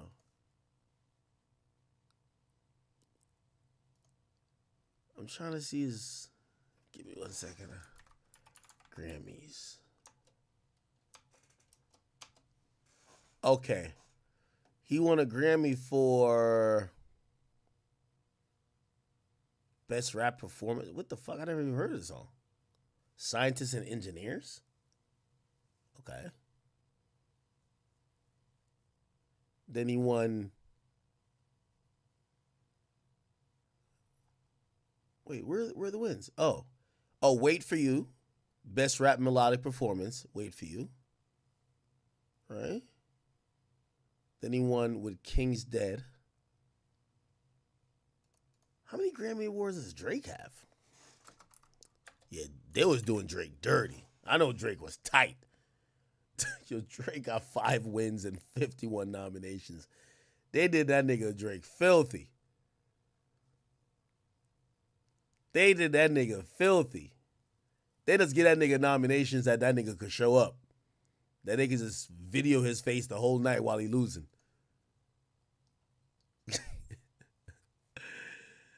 Did Future even go to the Grammys? Did Future go to the Grammys?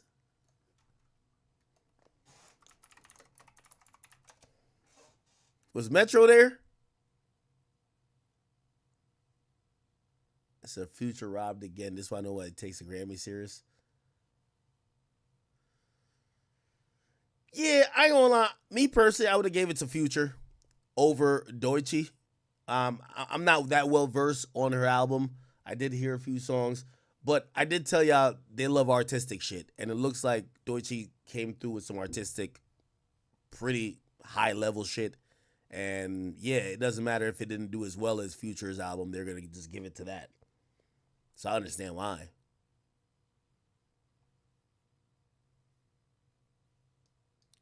So Future did Metro Boomin go? Did he go to the Grammys?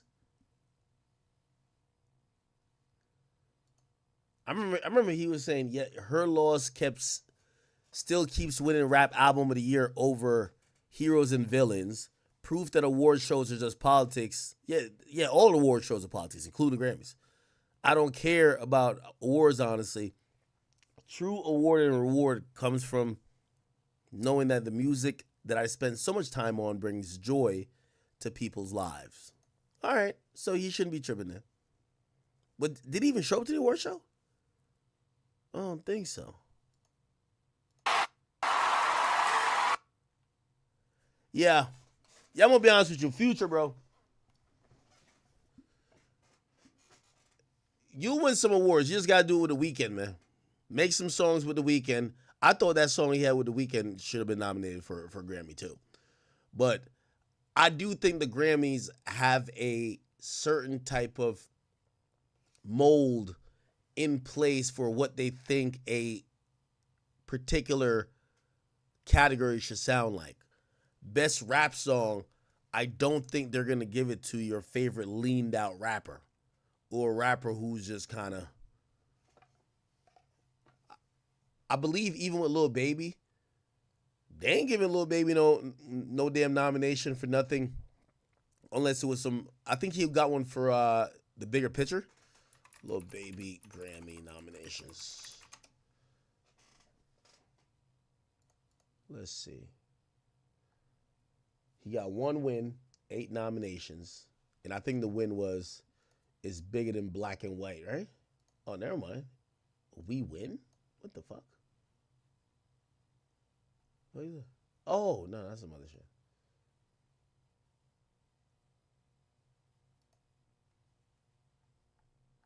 Yeah, that wasn't giving him shit. All right, man.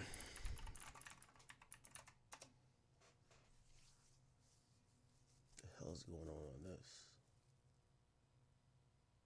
Ratchetness. Here we go. This is Don Lemon and Kai. That big fur coat, man. The fur coat, yeah. Badass. She's good looking. Wait, huh? Yeah. Who? His wife? Yeah. Oh no! I ain't seen nothing about his wife. Nah, yeah. Hey, look, nigga. If you get exiled, nigga, you know how he get, nigga. Oh, he's asking about Kanye's wife. Yo, Kai, good. Stay away from that. What else is popping on here? Yo, y'all see Papoose and his wife? Shorty fought somebody.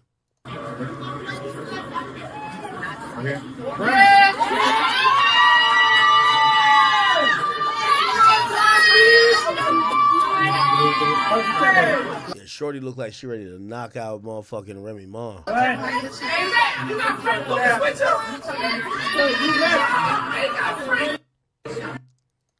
And apparently, this his wife is on the left fighting somebody. Boom! Right on the chin. Legs are out. If anyone doubted the gross power, you saw it right there. Apparently, she knocked down somebody. Damn. All right. Good shit to my nigga Papoose, man. Okay, who type of the ratchet shit is this? Talk to you. Yo, they did Babyface dirty at the Grammys, but it was the AP that did it. So, Associated Press. Look You about just the rise of women in R&B and the way they were really at the forefront. Can you talk about just this new trend that we're seeing in R&B, where we're seeing more of a fusion? We're seeing people blend the genre with pop, blend the genre with hip hop and rock as well. Yes, I think. First of all, look at this chick. She breaking her neck like she trying to. Yo, let's get this nigga out of here, man. We got somebody real important to go talk to. Listen to this. It's interesting. Chapel. Now, apparently somebody named Chapel Rowan. I don't know who that is, but apparently it's a huge deal. They were trying to tell Babyface, yo, get the fuck out of here, nigga. You guys want to do that? Go do that. So sorry, baby. I'm so sorry. God damn. They had that nigga give up the mic. How's it going, Chapel? Hello. Talk to you about just the rise of. It's fucked up. Definitely fucked up. Look at Cardi B. Apparently that nigga Offset was on there, man. Yo, Offset and Cardi B is toxic as shit, man. They expose each other every like 5 days. It looked like they fuck on the 7th day every week. Looked like they have family dinner on every 12th day. At this point, I don't give a fuck what they got going on. But Cardi B did look good for the Grammys. Yo, is Cardi B like showing up to, yo, Cardi, listen, man, I rock with you, shorty, but you showing up to too many award shows. We ain't see one album, man. Stay your ass in the studio, man. Don't present shit. Present an album at this point. Present a goddamn album. Like Cardi. Listen, it was cute at first, but now you showed up to musical events and you ain't dropping no music. We got to start getting on your ass now. Like, we gave you a pass, especially me. I gave you a pass for a long time. It's time for you to drop some music, okay? Cut it out. Okay. DeAndre Sanders said, What is this?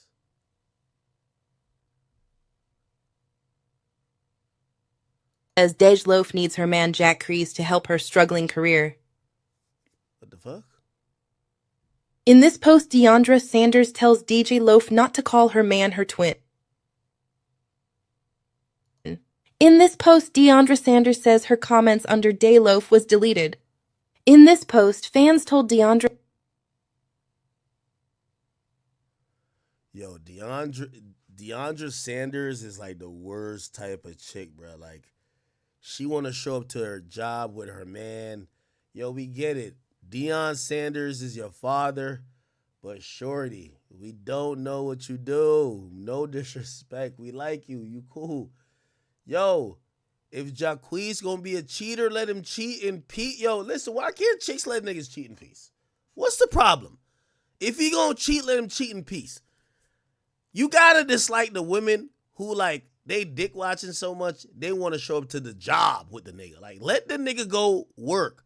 Apparently, Jaquees, who just had a baby with her or whatever, and so I got to keep it light. I can't go too crazy because I don't want Jaquees, like, trying to, you know what I mean, swing on me like I'm Trey Songz, except we all know what happened. Supposedly, Trey Songz gave that nigga the beat. Anyway, on some real shit, though. On some real shit. DeAndre Sanders, you got to chill out, shorty. So, this nigga Jaquees goes to film a video with Dej Loaf. All of a sudden, the headlines are coming out that because DeAndre Sanders is taking to social media, basically saying, I wasn't allowed to go to the music video. Now, because I've dealt with toxic people, I know what that means. It ain't that he was trying to fuck Dej Loaf. First of all, don't everybody think Dej Loaf is like girls or something? Like, Dej Loaf is straight? Nigga, I thought that whole shit with the You My Beyonce with Dirk was fake. I thought that Dej Loaf, no disrespect to Dej Loaf, we thought you was a lesbian. Well, ain't nothing wrong with it. If you straight, I apologize to you. But anyway, if you as a woman think that Dej Loaf about to fuck your man while they're doing a music video or some shit like that, that you need to show up, and because you were not allowed to show up, number one, I think you were not allowed to show up because you're probably going to be a distraction. Because here's the thing, I didn't even know these two niggas did, Dej Loaf and Jaquees did music together. All I keep hearing is that DeAndre Sanders, Jaquees' woman, is mad that she wasn't allowed to go there. Like, this is the promo around the whole thing. So apparently now she's like really getting petty with stuff. Apparently Dej Loaf called Jaquees twin. She's under the post like, don't call my man twin. Like, whoa. Yo, your man is a musician. With like, you got to go back to dating bums. If you don't want your man to go do his job, I don't know what type of song they got going on, but that nigga, Jaquees, likes to make love songs to women, right? He's not fucking the woman. He's probably going to be like flirting and shit like that. If you're now trying to fuck up his whole business model, I get it. You're rich. You don't give a fuck about maybe him earning some money, but that's his job. Let that man cook. It says you don't have to be around your man all the time. Let him work because their music be fire. It says, and you don't got to tell me how to be in my relationship. Yo, Jaquees, man, she sounded like she beating your ass more than Trey Songz did. This is crazy. What the fuck? Hold on. Let me go back. So apparently, this is really all because Shorty just want to, like, be all up in... Wait, I just seen it. Fuck. Damn. Where'd I click off of it? Man. Oh, here we go. All right, man.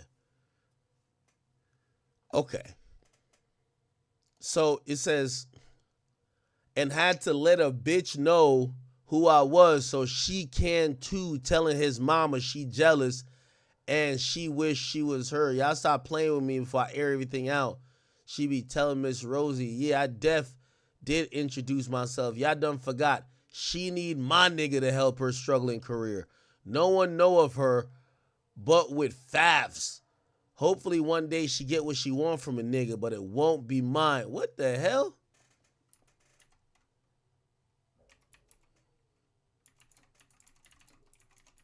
What the hell is going on in here?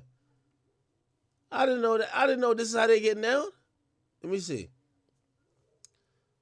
Okay, so she said she wasn't allowed. So let's go back to it. So this is the video. Yo, this Doechii Loaf? Nah, Doechii Loaf looking bad now. Y'all remember when Doechii Loaf used to look butch? Doechii Loaf looked like a snack. Nigga, Doechii Loaf look like a snack now. She used to look butch and shit. Holy shit, let me click on Doechii Loaf page. Doechii Loaf, I know you was bad now. What the fuck? Nigga, maybe this what Dirk's seen. Dirk's seen into the future. Or maybe I just like when her hair isn't that short. And she don't got like a wife beater on or something. Okay, maybe. I don't know. She look like a snack right here though. Okay. Yo, you know what it is? Yo, DeAndre. I keep trying to tell all y'all females, man. Yo, y'all gotta embrace y'all nigga for who he is and stop trying to blame other women.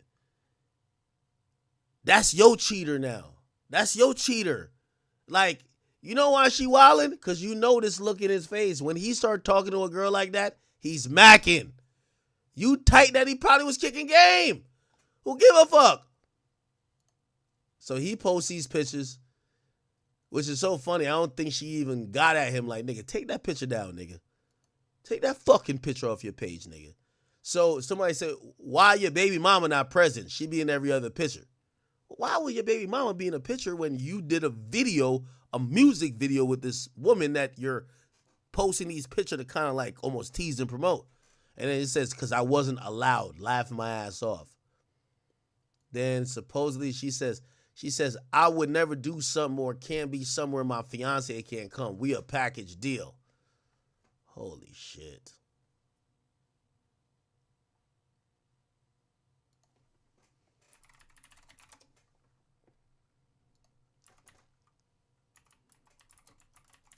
I ain't gonna lie to you, man.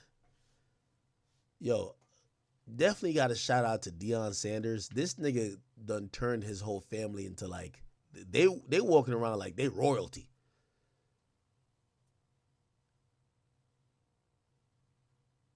I was kind of like, she out of pocket, because why you even bring this to the internet? Like, the internet didn't need to know the answer for this. And I'm sure for most of us, because we all kind of lust over Doechii Loaf for a little bit, probably since her and the fake Lord Dirk relationship. But let's be honest. Anytime you see Doechii Loaf on her actual real time, no industry time, it's always her and the young lady. So I don't think that's what kind of made me be like, all right, chill, relax. You ain't have to bring this to the internet. But what I will shoot her some bail is, realistically, listen to Jaquees do an interview with Angel Reese, and he real live really was kind of giving it up. Like, she was almost literally like a fiance and a manager. Like, he even had an example like, oh, I can't wait to go back on tour, because she kind of put that extra battery and that pep in his step that make him a little bit more hungrier to strive in his music career a lot more, and made it more comfortable for him to actually be on tour, because she was on tour with him, helping him out with a lot of things.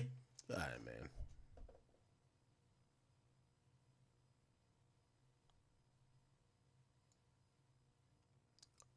Oh, they got history with this damn beef. Oh, here we go. Jaquees' manager said his mom wanted him to be with Doechii Loaf. Oh, shit. Oh, never mind. To be with Doechii Loaf. Why you think she posts Doechii Loaf all the time? You better ask Dreezy. That was the problem with Dreezy and the mama, because the mama wanted him to be with Doechii Loaf.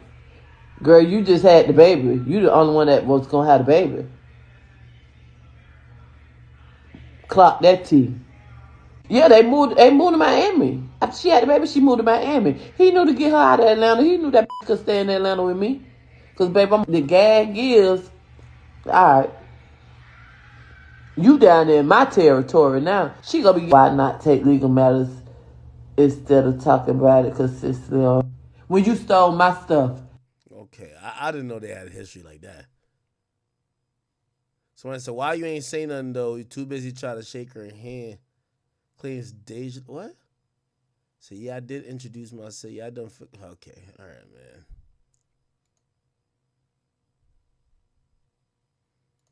Jaquees, you are a whore. Shout out to my nigga Jaquees though, man. Shout out to all my niggas that be cheating so much and is liable to cheat so much that you keep your girlfriend stressed the fuck out. This chick ain't had one good day of non-stress ever since she got with Jaquees, man. That nigga look like he keep shooting his shot. All right. Congrats to them. Listen, man, that's your offset. That's your offset, man. Just deal with it. All right. Let me see what else is going on. Yo, chat, shoot me some topics or something.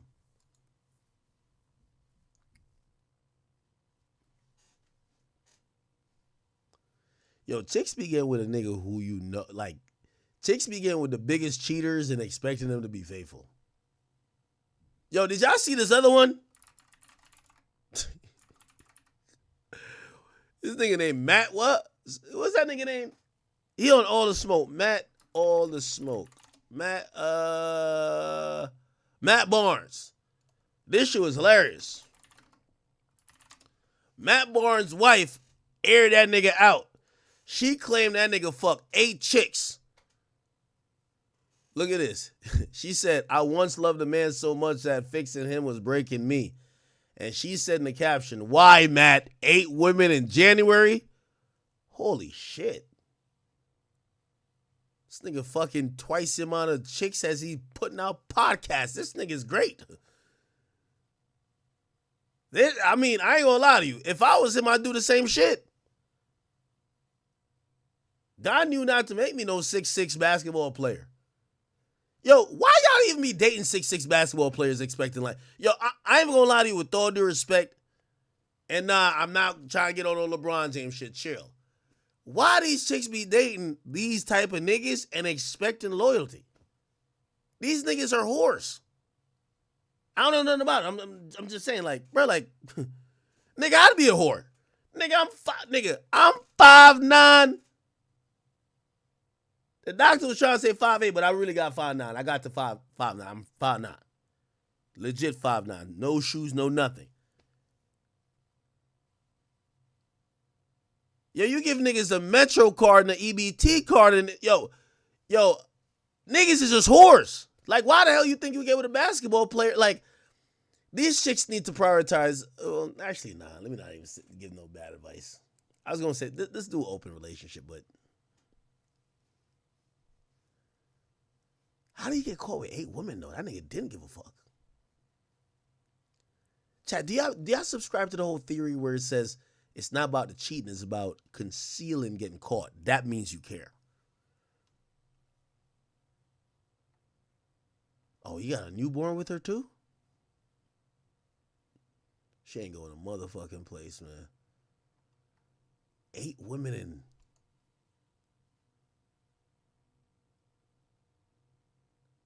Eight women in January? I feel like I ain't even doing nothing out here in these streets, man. Holy shit. Apparently, what? Apparently, he slept with Masika? Yo, Masika still giving up that box? Oh, hell no. Word? That bars Masika. That's Fetty Wap, baby mama. What is this?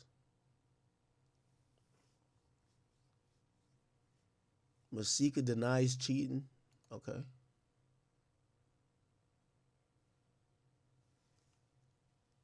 And then his wife shows the flight and Uber receipts. And that she traveled with him on the day she's listed. Oh, they got the Uber receipts and shit?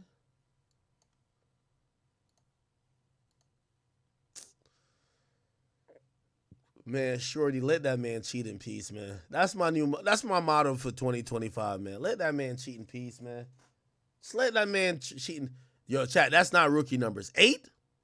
Nigga, you got a job?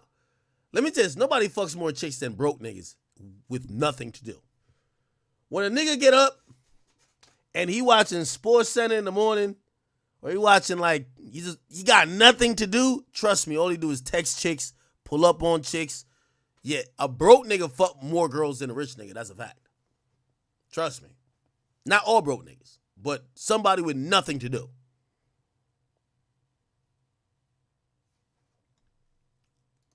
Oh, shit. At least he sent the Uber Black.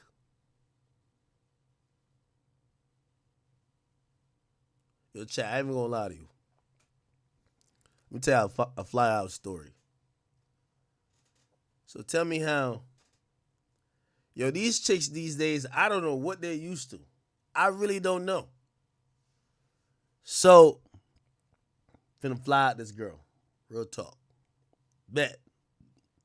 Booked the flight, got the info, booked the flight, everything cool. She hit me with this. And chat, y'all gonna have to help explain what this mean to me. She said, don't put me in the back of the plane.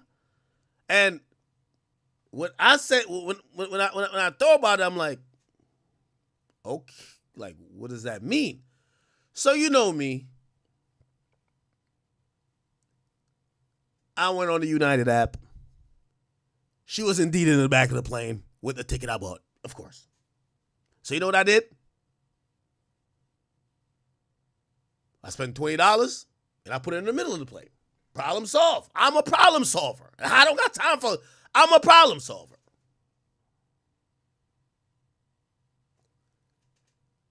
Motherfucker gonna hit me back and be like, didn't I tell you don't put me in the back of the plane? I responded like I should. I put you in the middle of the plane. You're not in the back. You're in the middle. I don't know if this bitch got some, you know these planes going crazy these days. Maybe she got some type of voodoo going on. She's like, no, if I'm at the back of the plane and the plane go down, I can't survive. All right, bitch, you in the middle of the plane, okay? You're sitting right next to the fucking emergency exit, okay? You happy now? Unbeknownst to me, I did not know this bitch was basically saying, put me in first class. Bitch, what? Nigga, what? Nigga, wait, what? Kello, what the fuck are you talking about? Because I legit, I'm like, yo, you're in the middle of the plane. She's like, nah, I'm still at the back.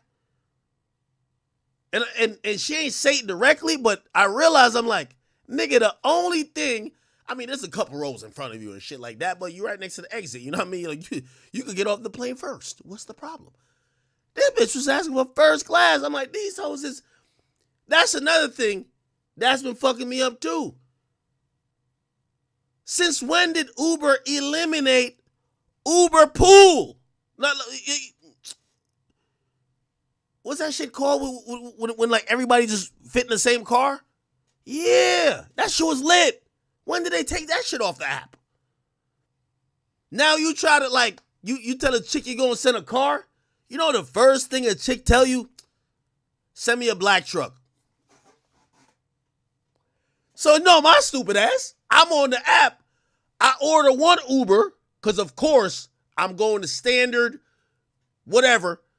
I'm like, all right, well, this is a blue Kia. She said a black truck.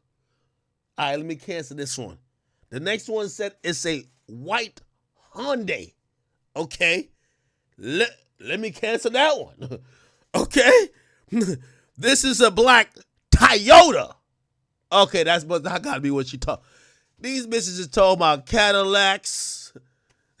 These bitches want all type of big body Suburbans. You realize the regular ride costs $35. You paid $200 to bring this chick here that's not even. Come man, what the fuck is going on? We got Trump back in office. We put some order back in. The fuck going on? Send me a black truck. This is that shit right here. There's a few, like, remember them? I know a few little things in Toronto still. Yo, I almost had to ask this bitch. Yo, how every night you taking pictures and like it's always her in what? And she'll put a cap, black truck treatment. Bitch, I know you ain't going home. How many niggas is you fucking? How is every night you're in a fucking How many niggas is you fucking? I ain't gonna lie to you, man. Yo, these days, dating is cooked. Trying to meet somebody's cooked. These chicks size you up on simple shit. Send me a black truck. Bitch, it says $35 for a regular ride. Why would I pay $200? Nah, I want a black truck. Why? Bitch all in the back of the... Oh, they video themselves walking to the car. You know when it's a black truck or the black SUV, that's like a high, one of the higher things on Uber. The driver's supposed to hop out, open the door. They're videoing the shit. They're advertising to other niggas fucking them. They're in the back, foot crossed, like videoing and shit like that, putting up on their story. Your ass just paid $170 for this hoe to flex on her other friends. Man, dating is cooked these days, gang. I ain't even gonna lie to you, man. Somebody said I got rich nigga. Oh, they don't tell y'all that? That ain't rich nigga problems? Wait. The little scallies y'all fuck with don't tell y'all that shit? What, send me a black truck? Sound like y'all probably send these hoes like a city bike. Yo, bitch, you better get on that city bike and get your ass on over here. Stop playing with me. That's rich nigga problems?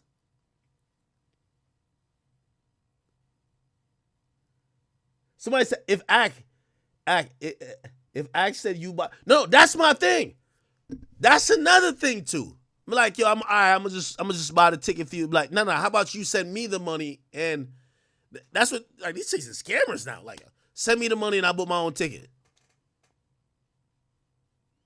Yo, come on, I was born at night. Just not laughing.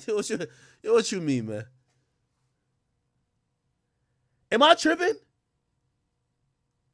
Yo, chat, y'all could tell me the truth. Like, there's no sugarcoat. Be like, yo, nah, Act. These bitches see you as a trick, bro. Like, they're not asking me for a black truck.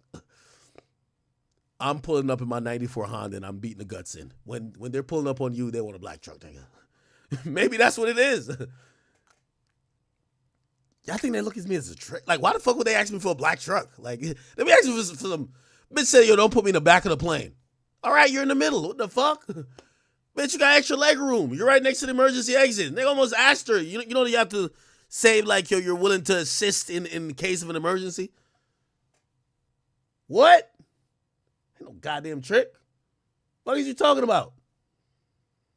They just be saying some dumb shit.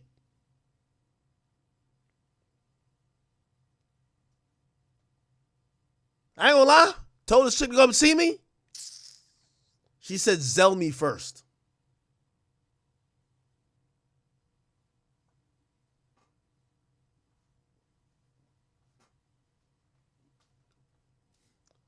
What? Excuse me?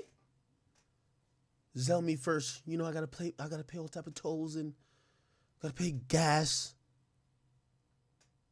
Like, yo. Nah, after some reluctance, you know what I mean? Nigga the horny and shit. I'm like, all right, man. I'm like, you sure? Just tell me how much it costs for you to get here and I'll pay you back when I get there, I guess, right? She's like, why can't you Zell me first?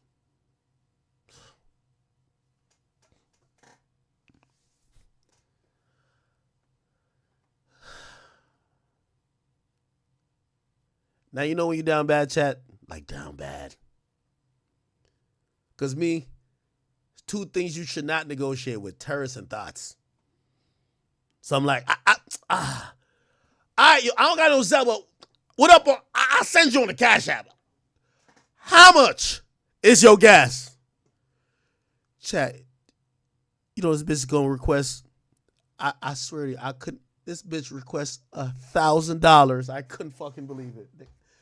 Now, nigga, I said, nigga, are you out of your mind? I said, what the fuck? What, you know what she said? I swear. She said, those for all the other times I came to you and you never paid me back. I said, bitch, I ain't gonna lie, you sound like an escort right now. Like, what's going on with you, bro? She said for all the other times she came and paid tolls and paid this. I'm like, what the fuck? This is some escort shit. Oh, my God.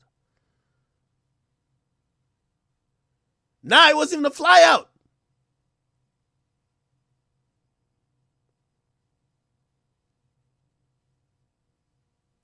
Bitch live in Philly. I was going to tell her ass, man, get on the goddamn train. For real. She said, no, $1,000. I promise you $1,000. she said, those are for the other times I came to see you. And I realized quickly, I'm like, maybe it's just me though, right? I guess maybe this whole perception of like, oh, well, Act, you got this, you got that. I'm like, yo, these bitches want compensation. They're not just, they want compensation either for their time, gas, or something. They're not just hanging out to hang out. I don't know. No, I didn't send the $1,000. What do you mean it wasn't worth it? I ain't send the fucking $1,000. I said it sounds like escorting it, and now I can't even send it because here's the thing. If I legitimately send somebody money and I think that I paid for it, and I know y'all might be like, well, you paid for it even if you send the car to her. If I just give you some money, like $1,000, I feel like I just bought the pussy, and I can't. My dick won't get hard. It just won't get hard. TMI, but it just won't get hard. I can't. Somebody said it was back pay on the box. Yo, that's what I told her. I'm like, yo, bro, this kind of sound crazy. Like, it's like some escorting shit. She was like, no, why would you even say that? Like, nigga, you said gas and toll, and then you requested $1,000. What the fuck are you talking about?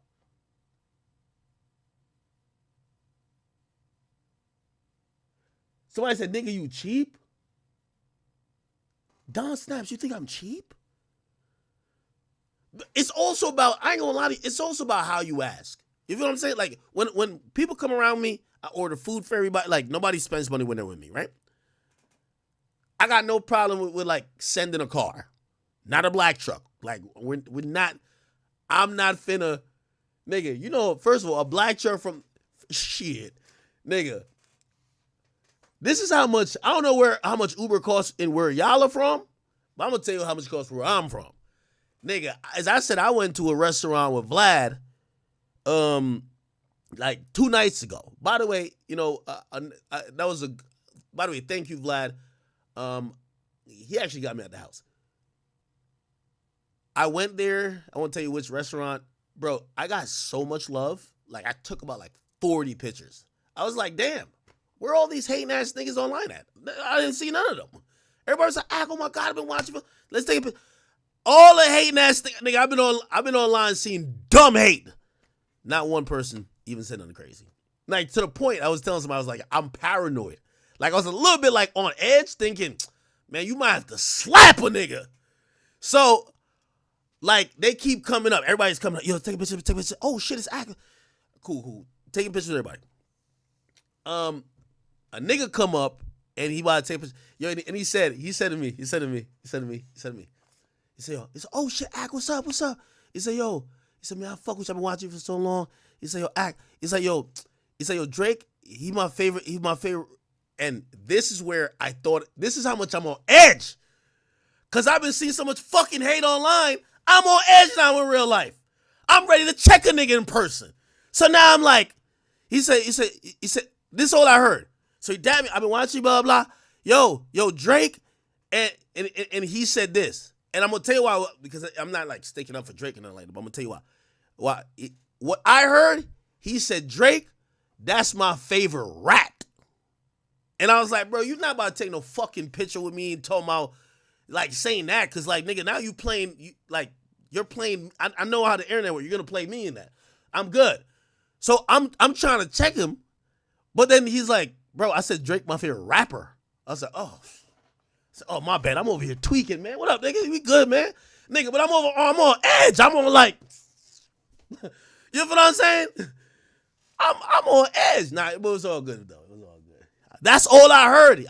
All I heard, because his voice faded. It was like, yeah, Drake, my favorite rat. Whoa. I'm like, yo, bro, I ain't about to take no picture with you and then you about to make it some caption or somebody was secretly recording you saying that to me and I still flicked it up.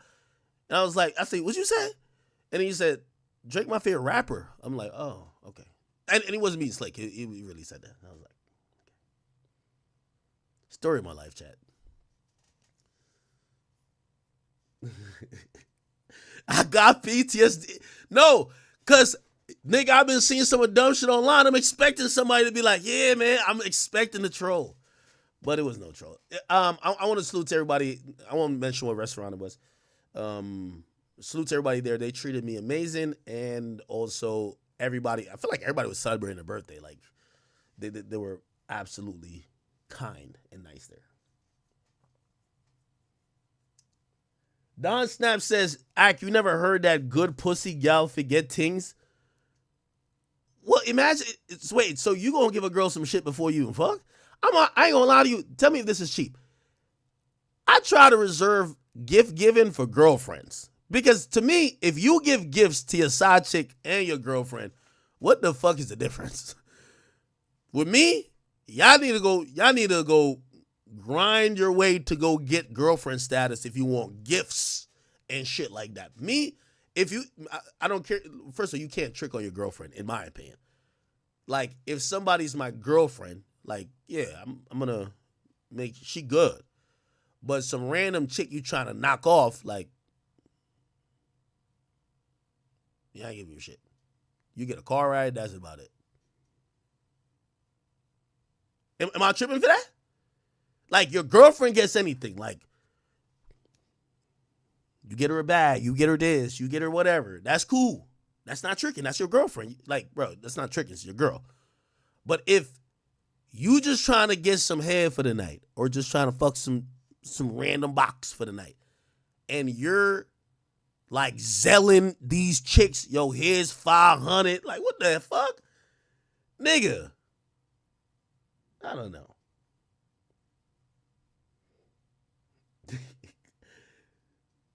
Nigga, I never dated that girl. See, I'm mentioning random names now. Somebody see a side piece. Well, if it's a loyal side piece, she could get a little something. She got to be a loyal side thing. A loyal one. A loyal one. Right? Yeah. But still, let me tell you this. You fuck up the game. You don't incentivize. Like, my incentive with every woman is that you should want to be my girl. My girl is going to go get some shit. If you ain't my girl, we could chill. That's it. Yeah, mama is sure to get, yeah. Now, mama get anything, right? What I usually tell people, what's mine is my mama's. You get what I'm saying? Your girl, you should treat her good. Now, if you got a good side that done hit a couple secrets for you, like, you know what I mean? Like, say your girl found her number one time and called, like, who the fuck is this? Called her, and she act like it was a Chinese spot. Welcome to Weeknd. Oh, I don't even got no Chinese accent. Like, just act like it was a Chinese spot. Like, oh, that's a good side. Like, yo, yeah, you gotta hold her down too. But the random knockoff, that person you give experience. Like, yo, all right, cool. We going to Top Golf. Yeah, I don't bring people nowhere. We going to Top Golf. That's about it. That's all you get, shorty. That's all you get. You know what I mean? Free wings. That's it.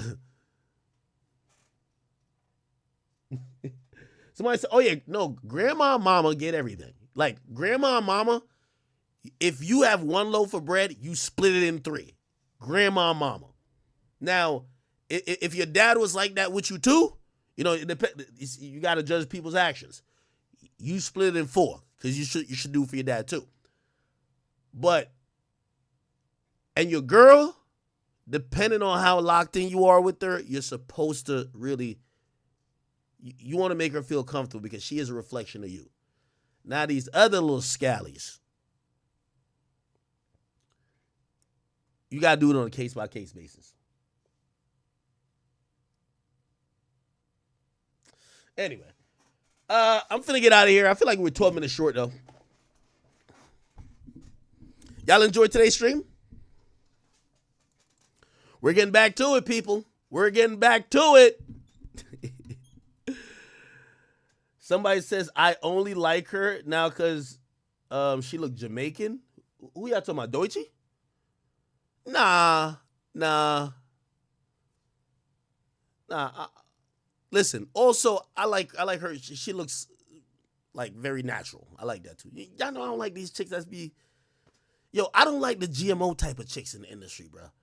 Like, once I see them with the fucking puffy lips, these, like, hips and the weird belly button, it's like, what the fuck is going on? Like, yeah. Somebody said, how come you ain't talking about the diss tracks between Joe Badass and Daylight? I feel like we did talk about it. Daylight just dropped his second response. Oh, they're actively going back and forth? Oh, I know. Okay, we could get into that tomorrow. Just remind me. He produced the beat and shot the videos himself. He's different. Okay. A lot of people been giving Daylight a lot of credit. That's what's up. Deuces TV, thank you for that. Somebody says, Doechii Loaf been bad even with Dirk. Maybe I was sleeping on her. Rhapsody won a Grammy? God damn it. Everybody who shouted out Kendrick won a Grammy then. MHD says, I heard you taking Ozempic. Here's 5 more. And he's like, here's $5. Go buy some Slim Fast. Shit, I need to take, I think I need to, did I tell you I think I need to take Ozempic though? You know why?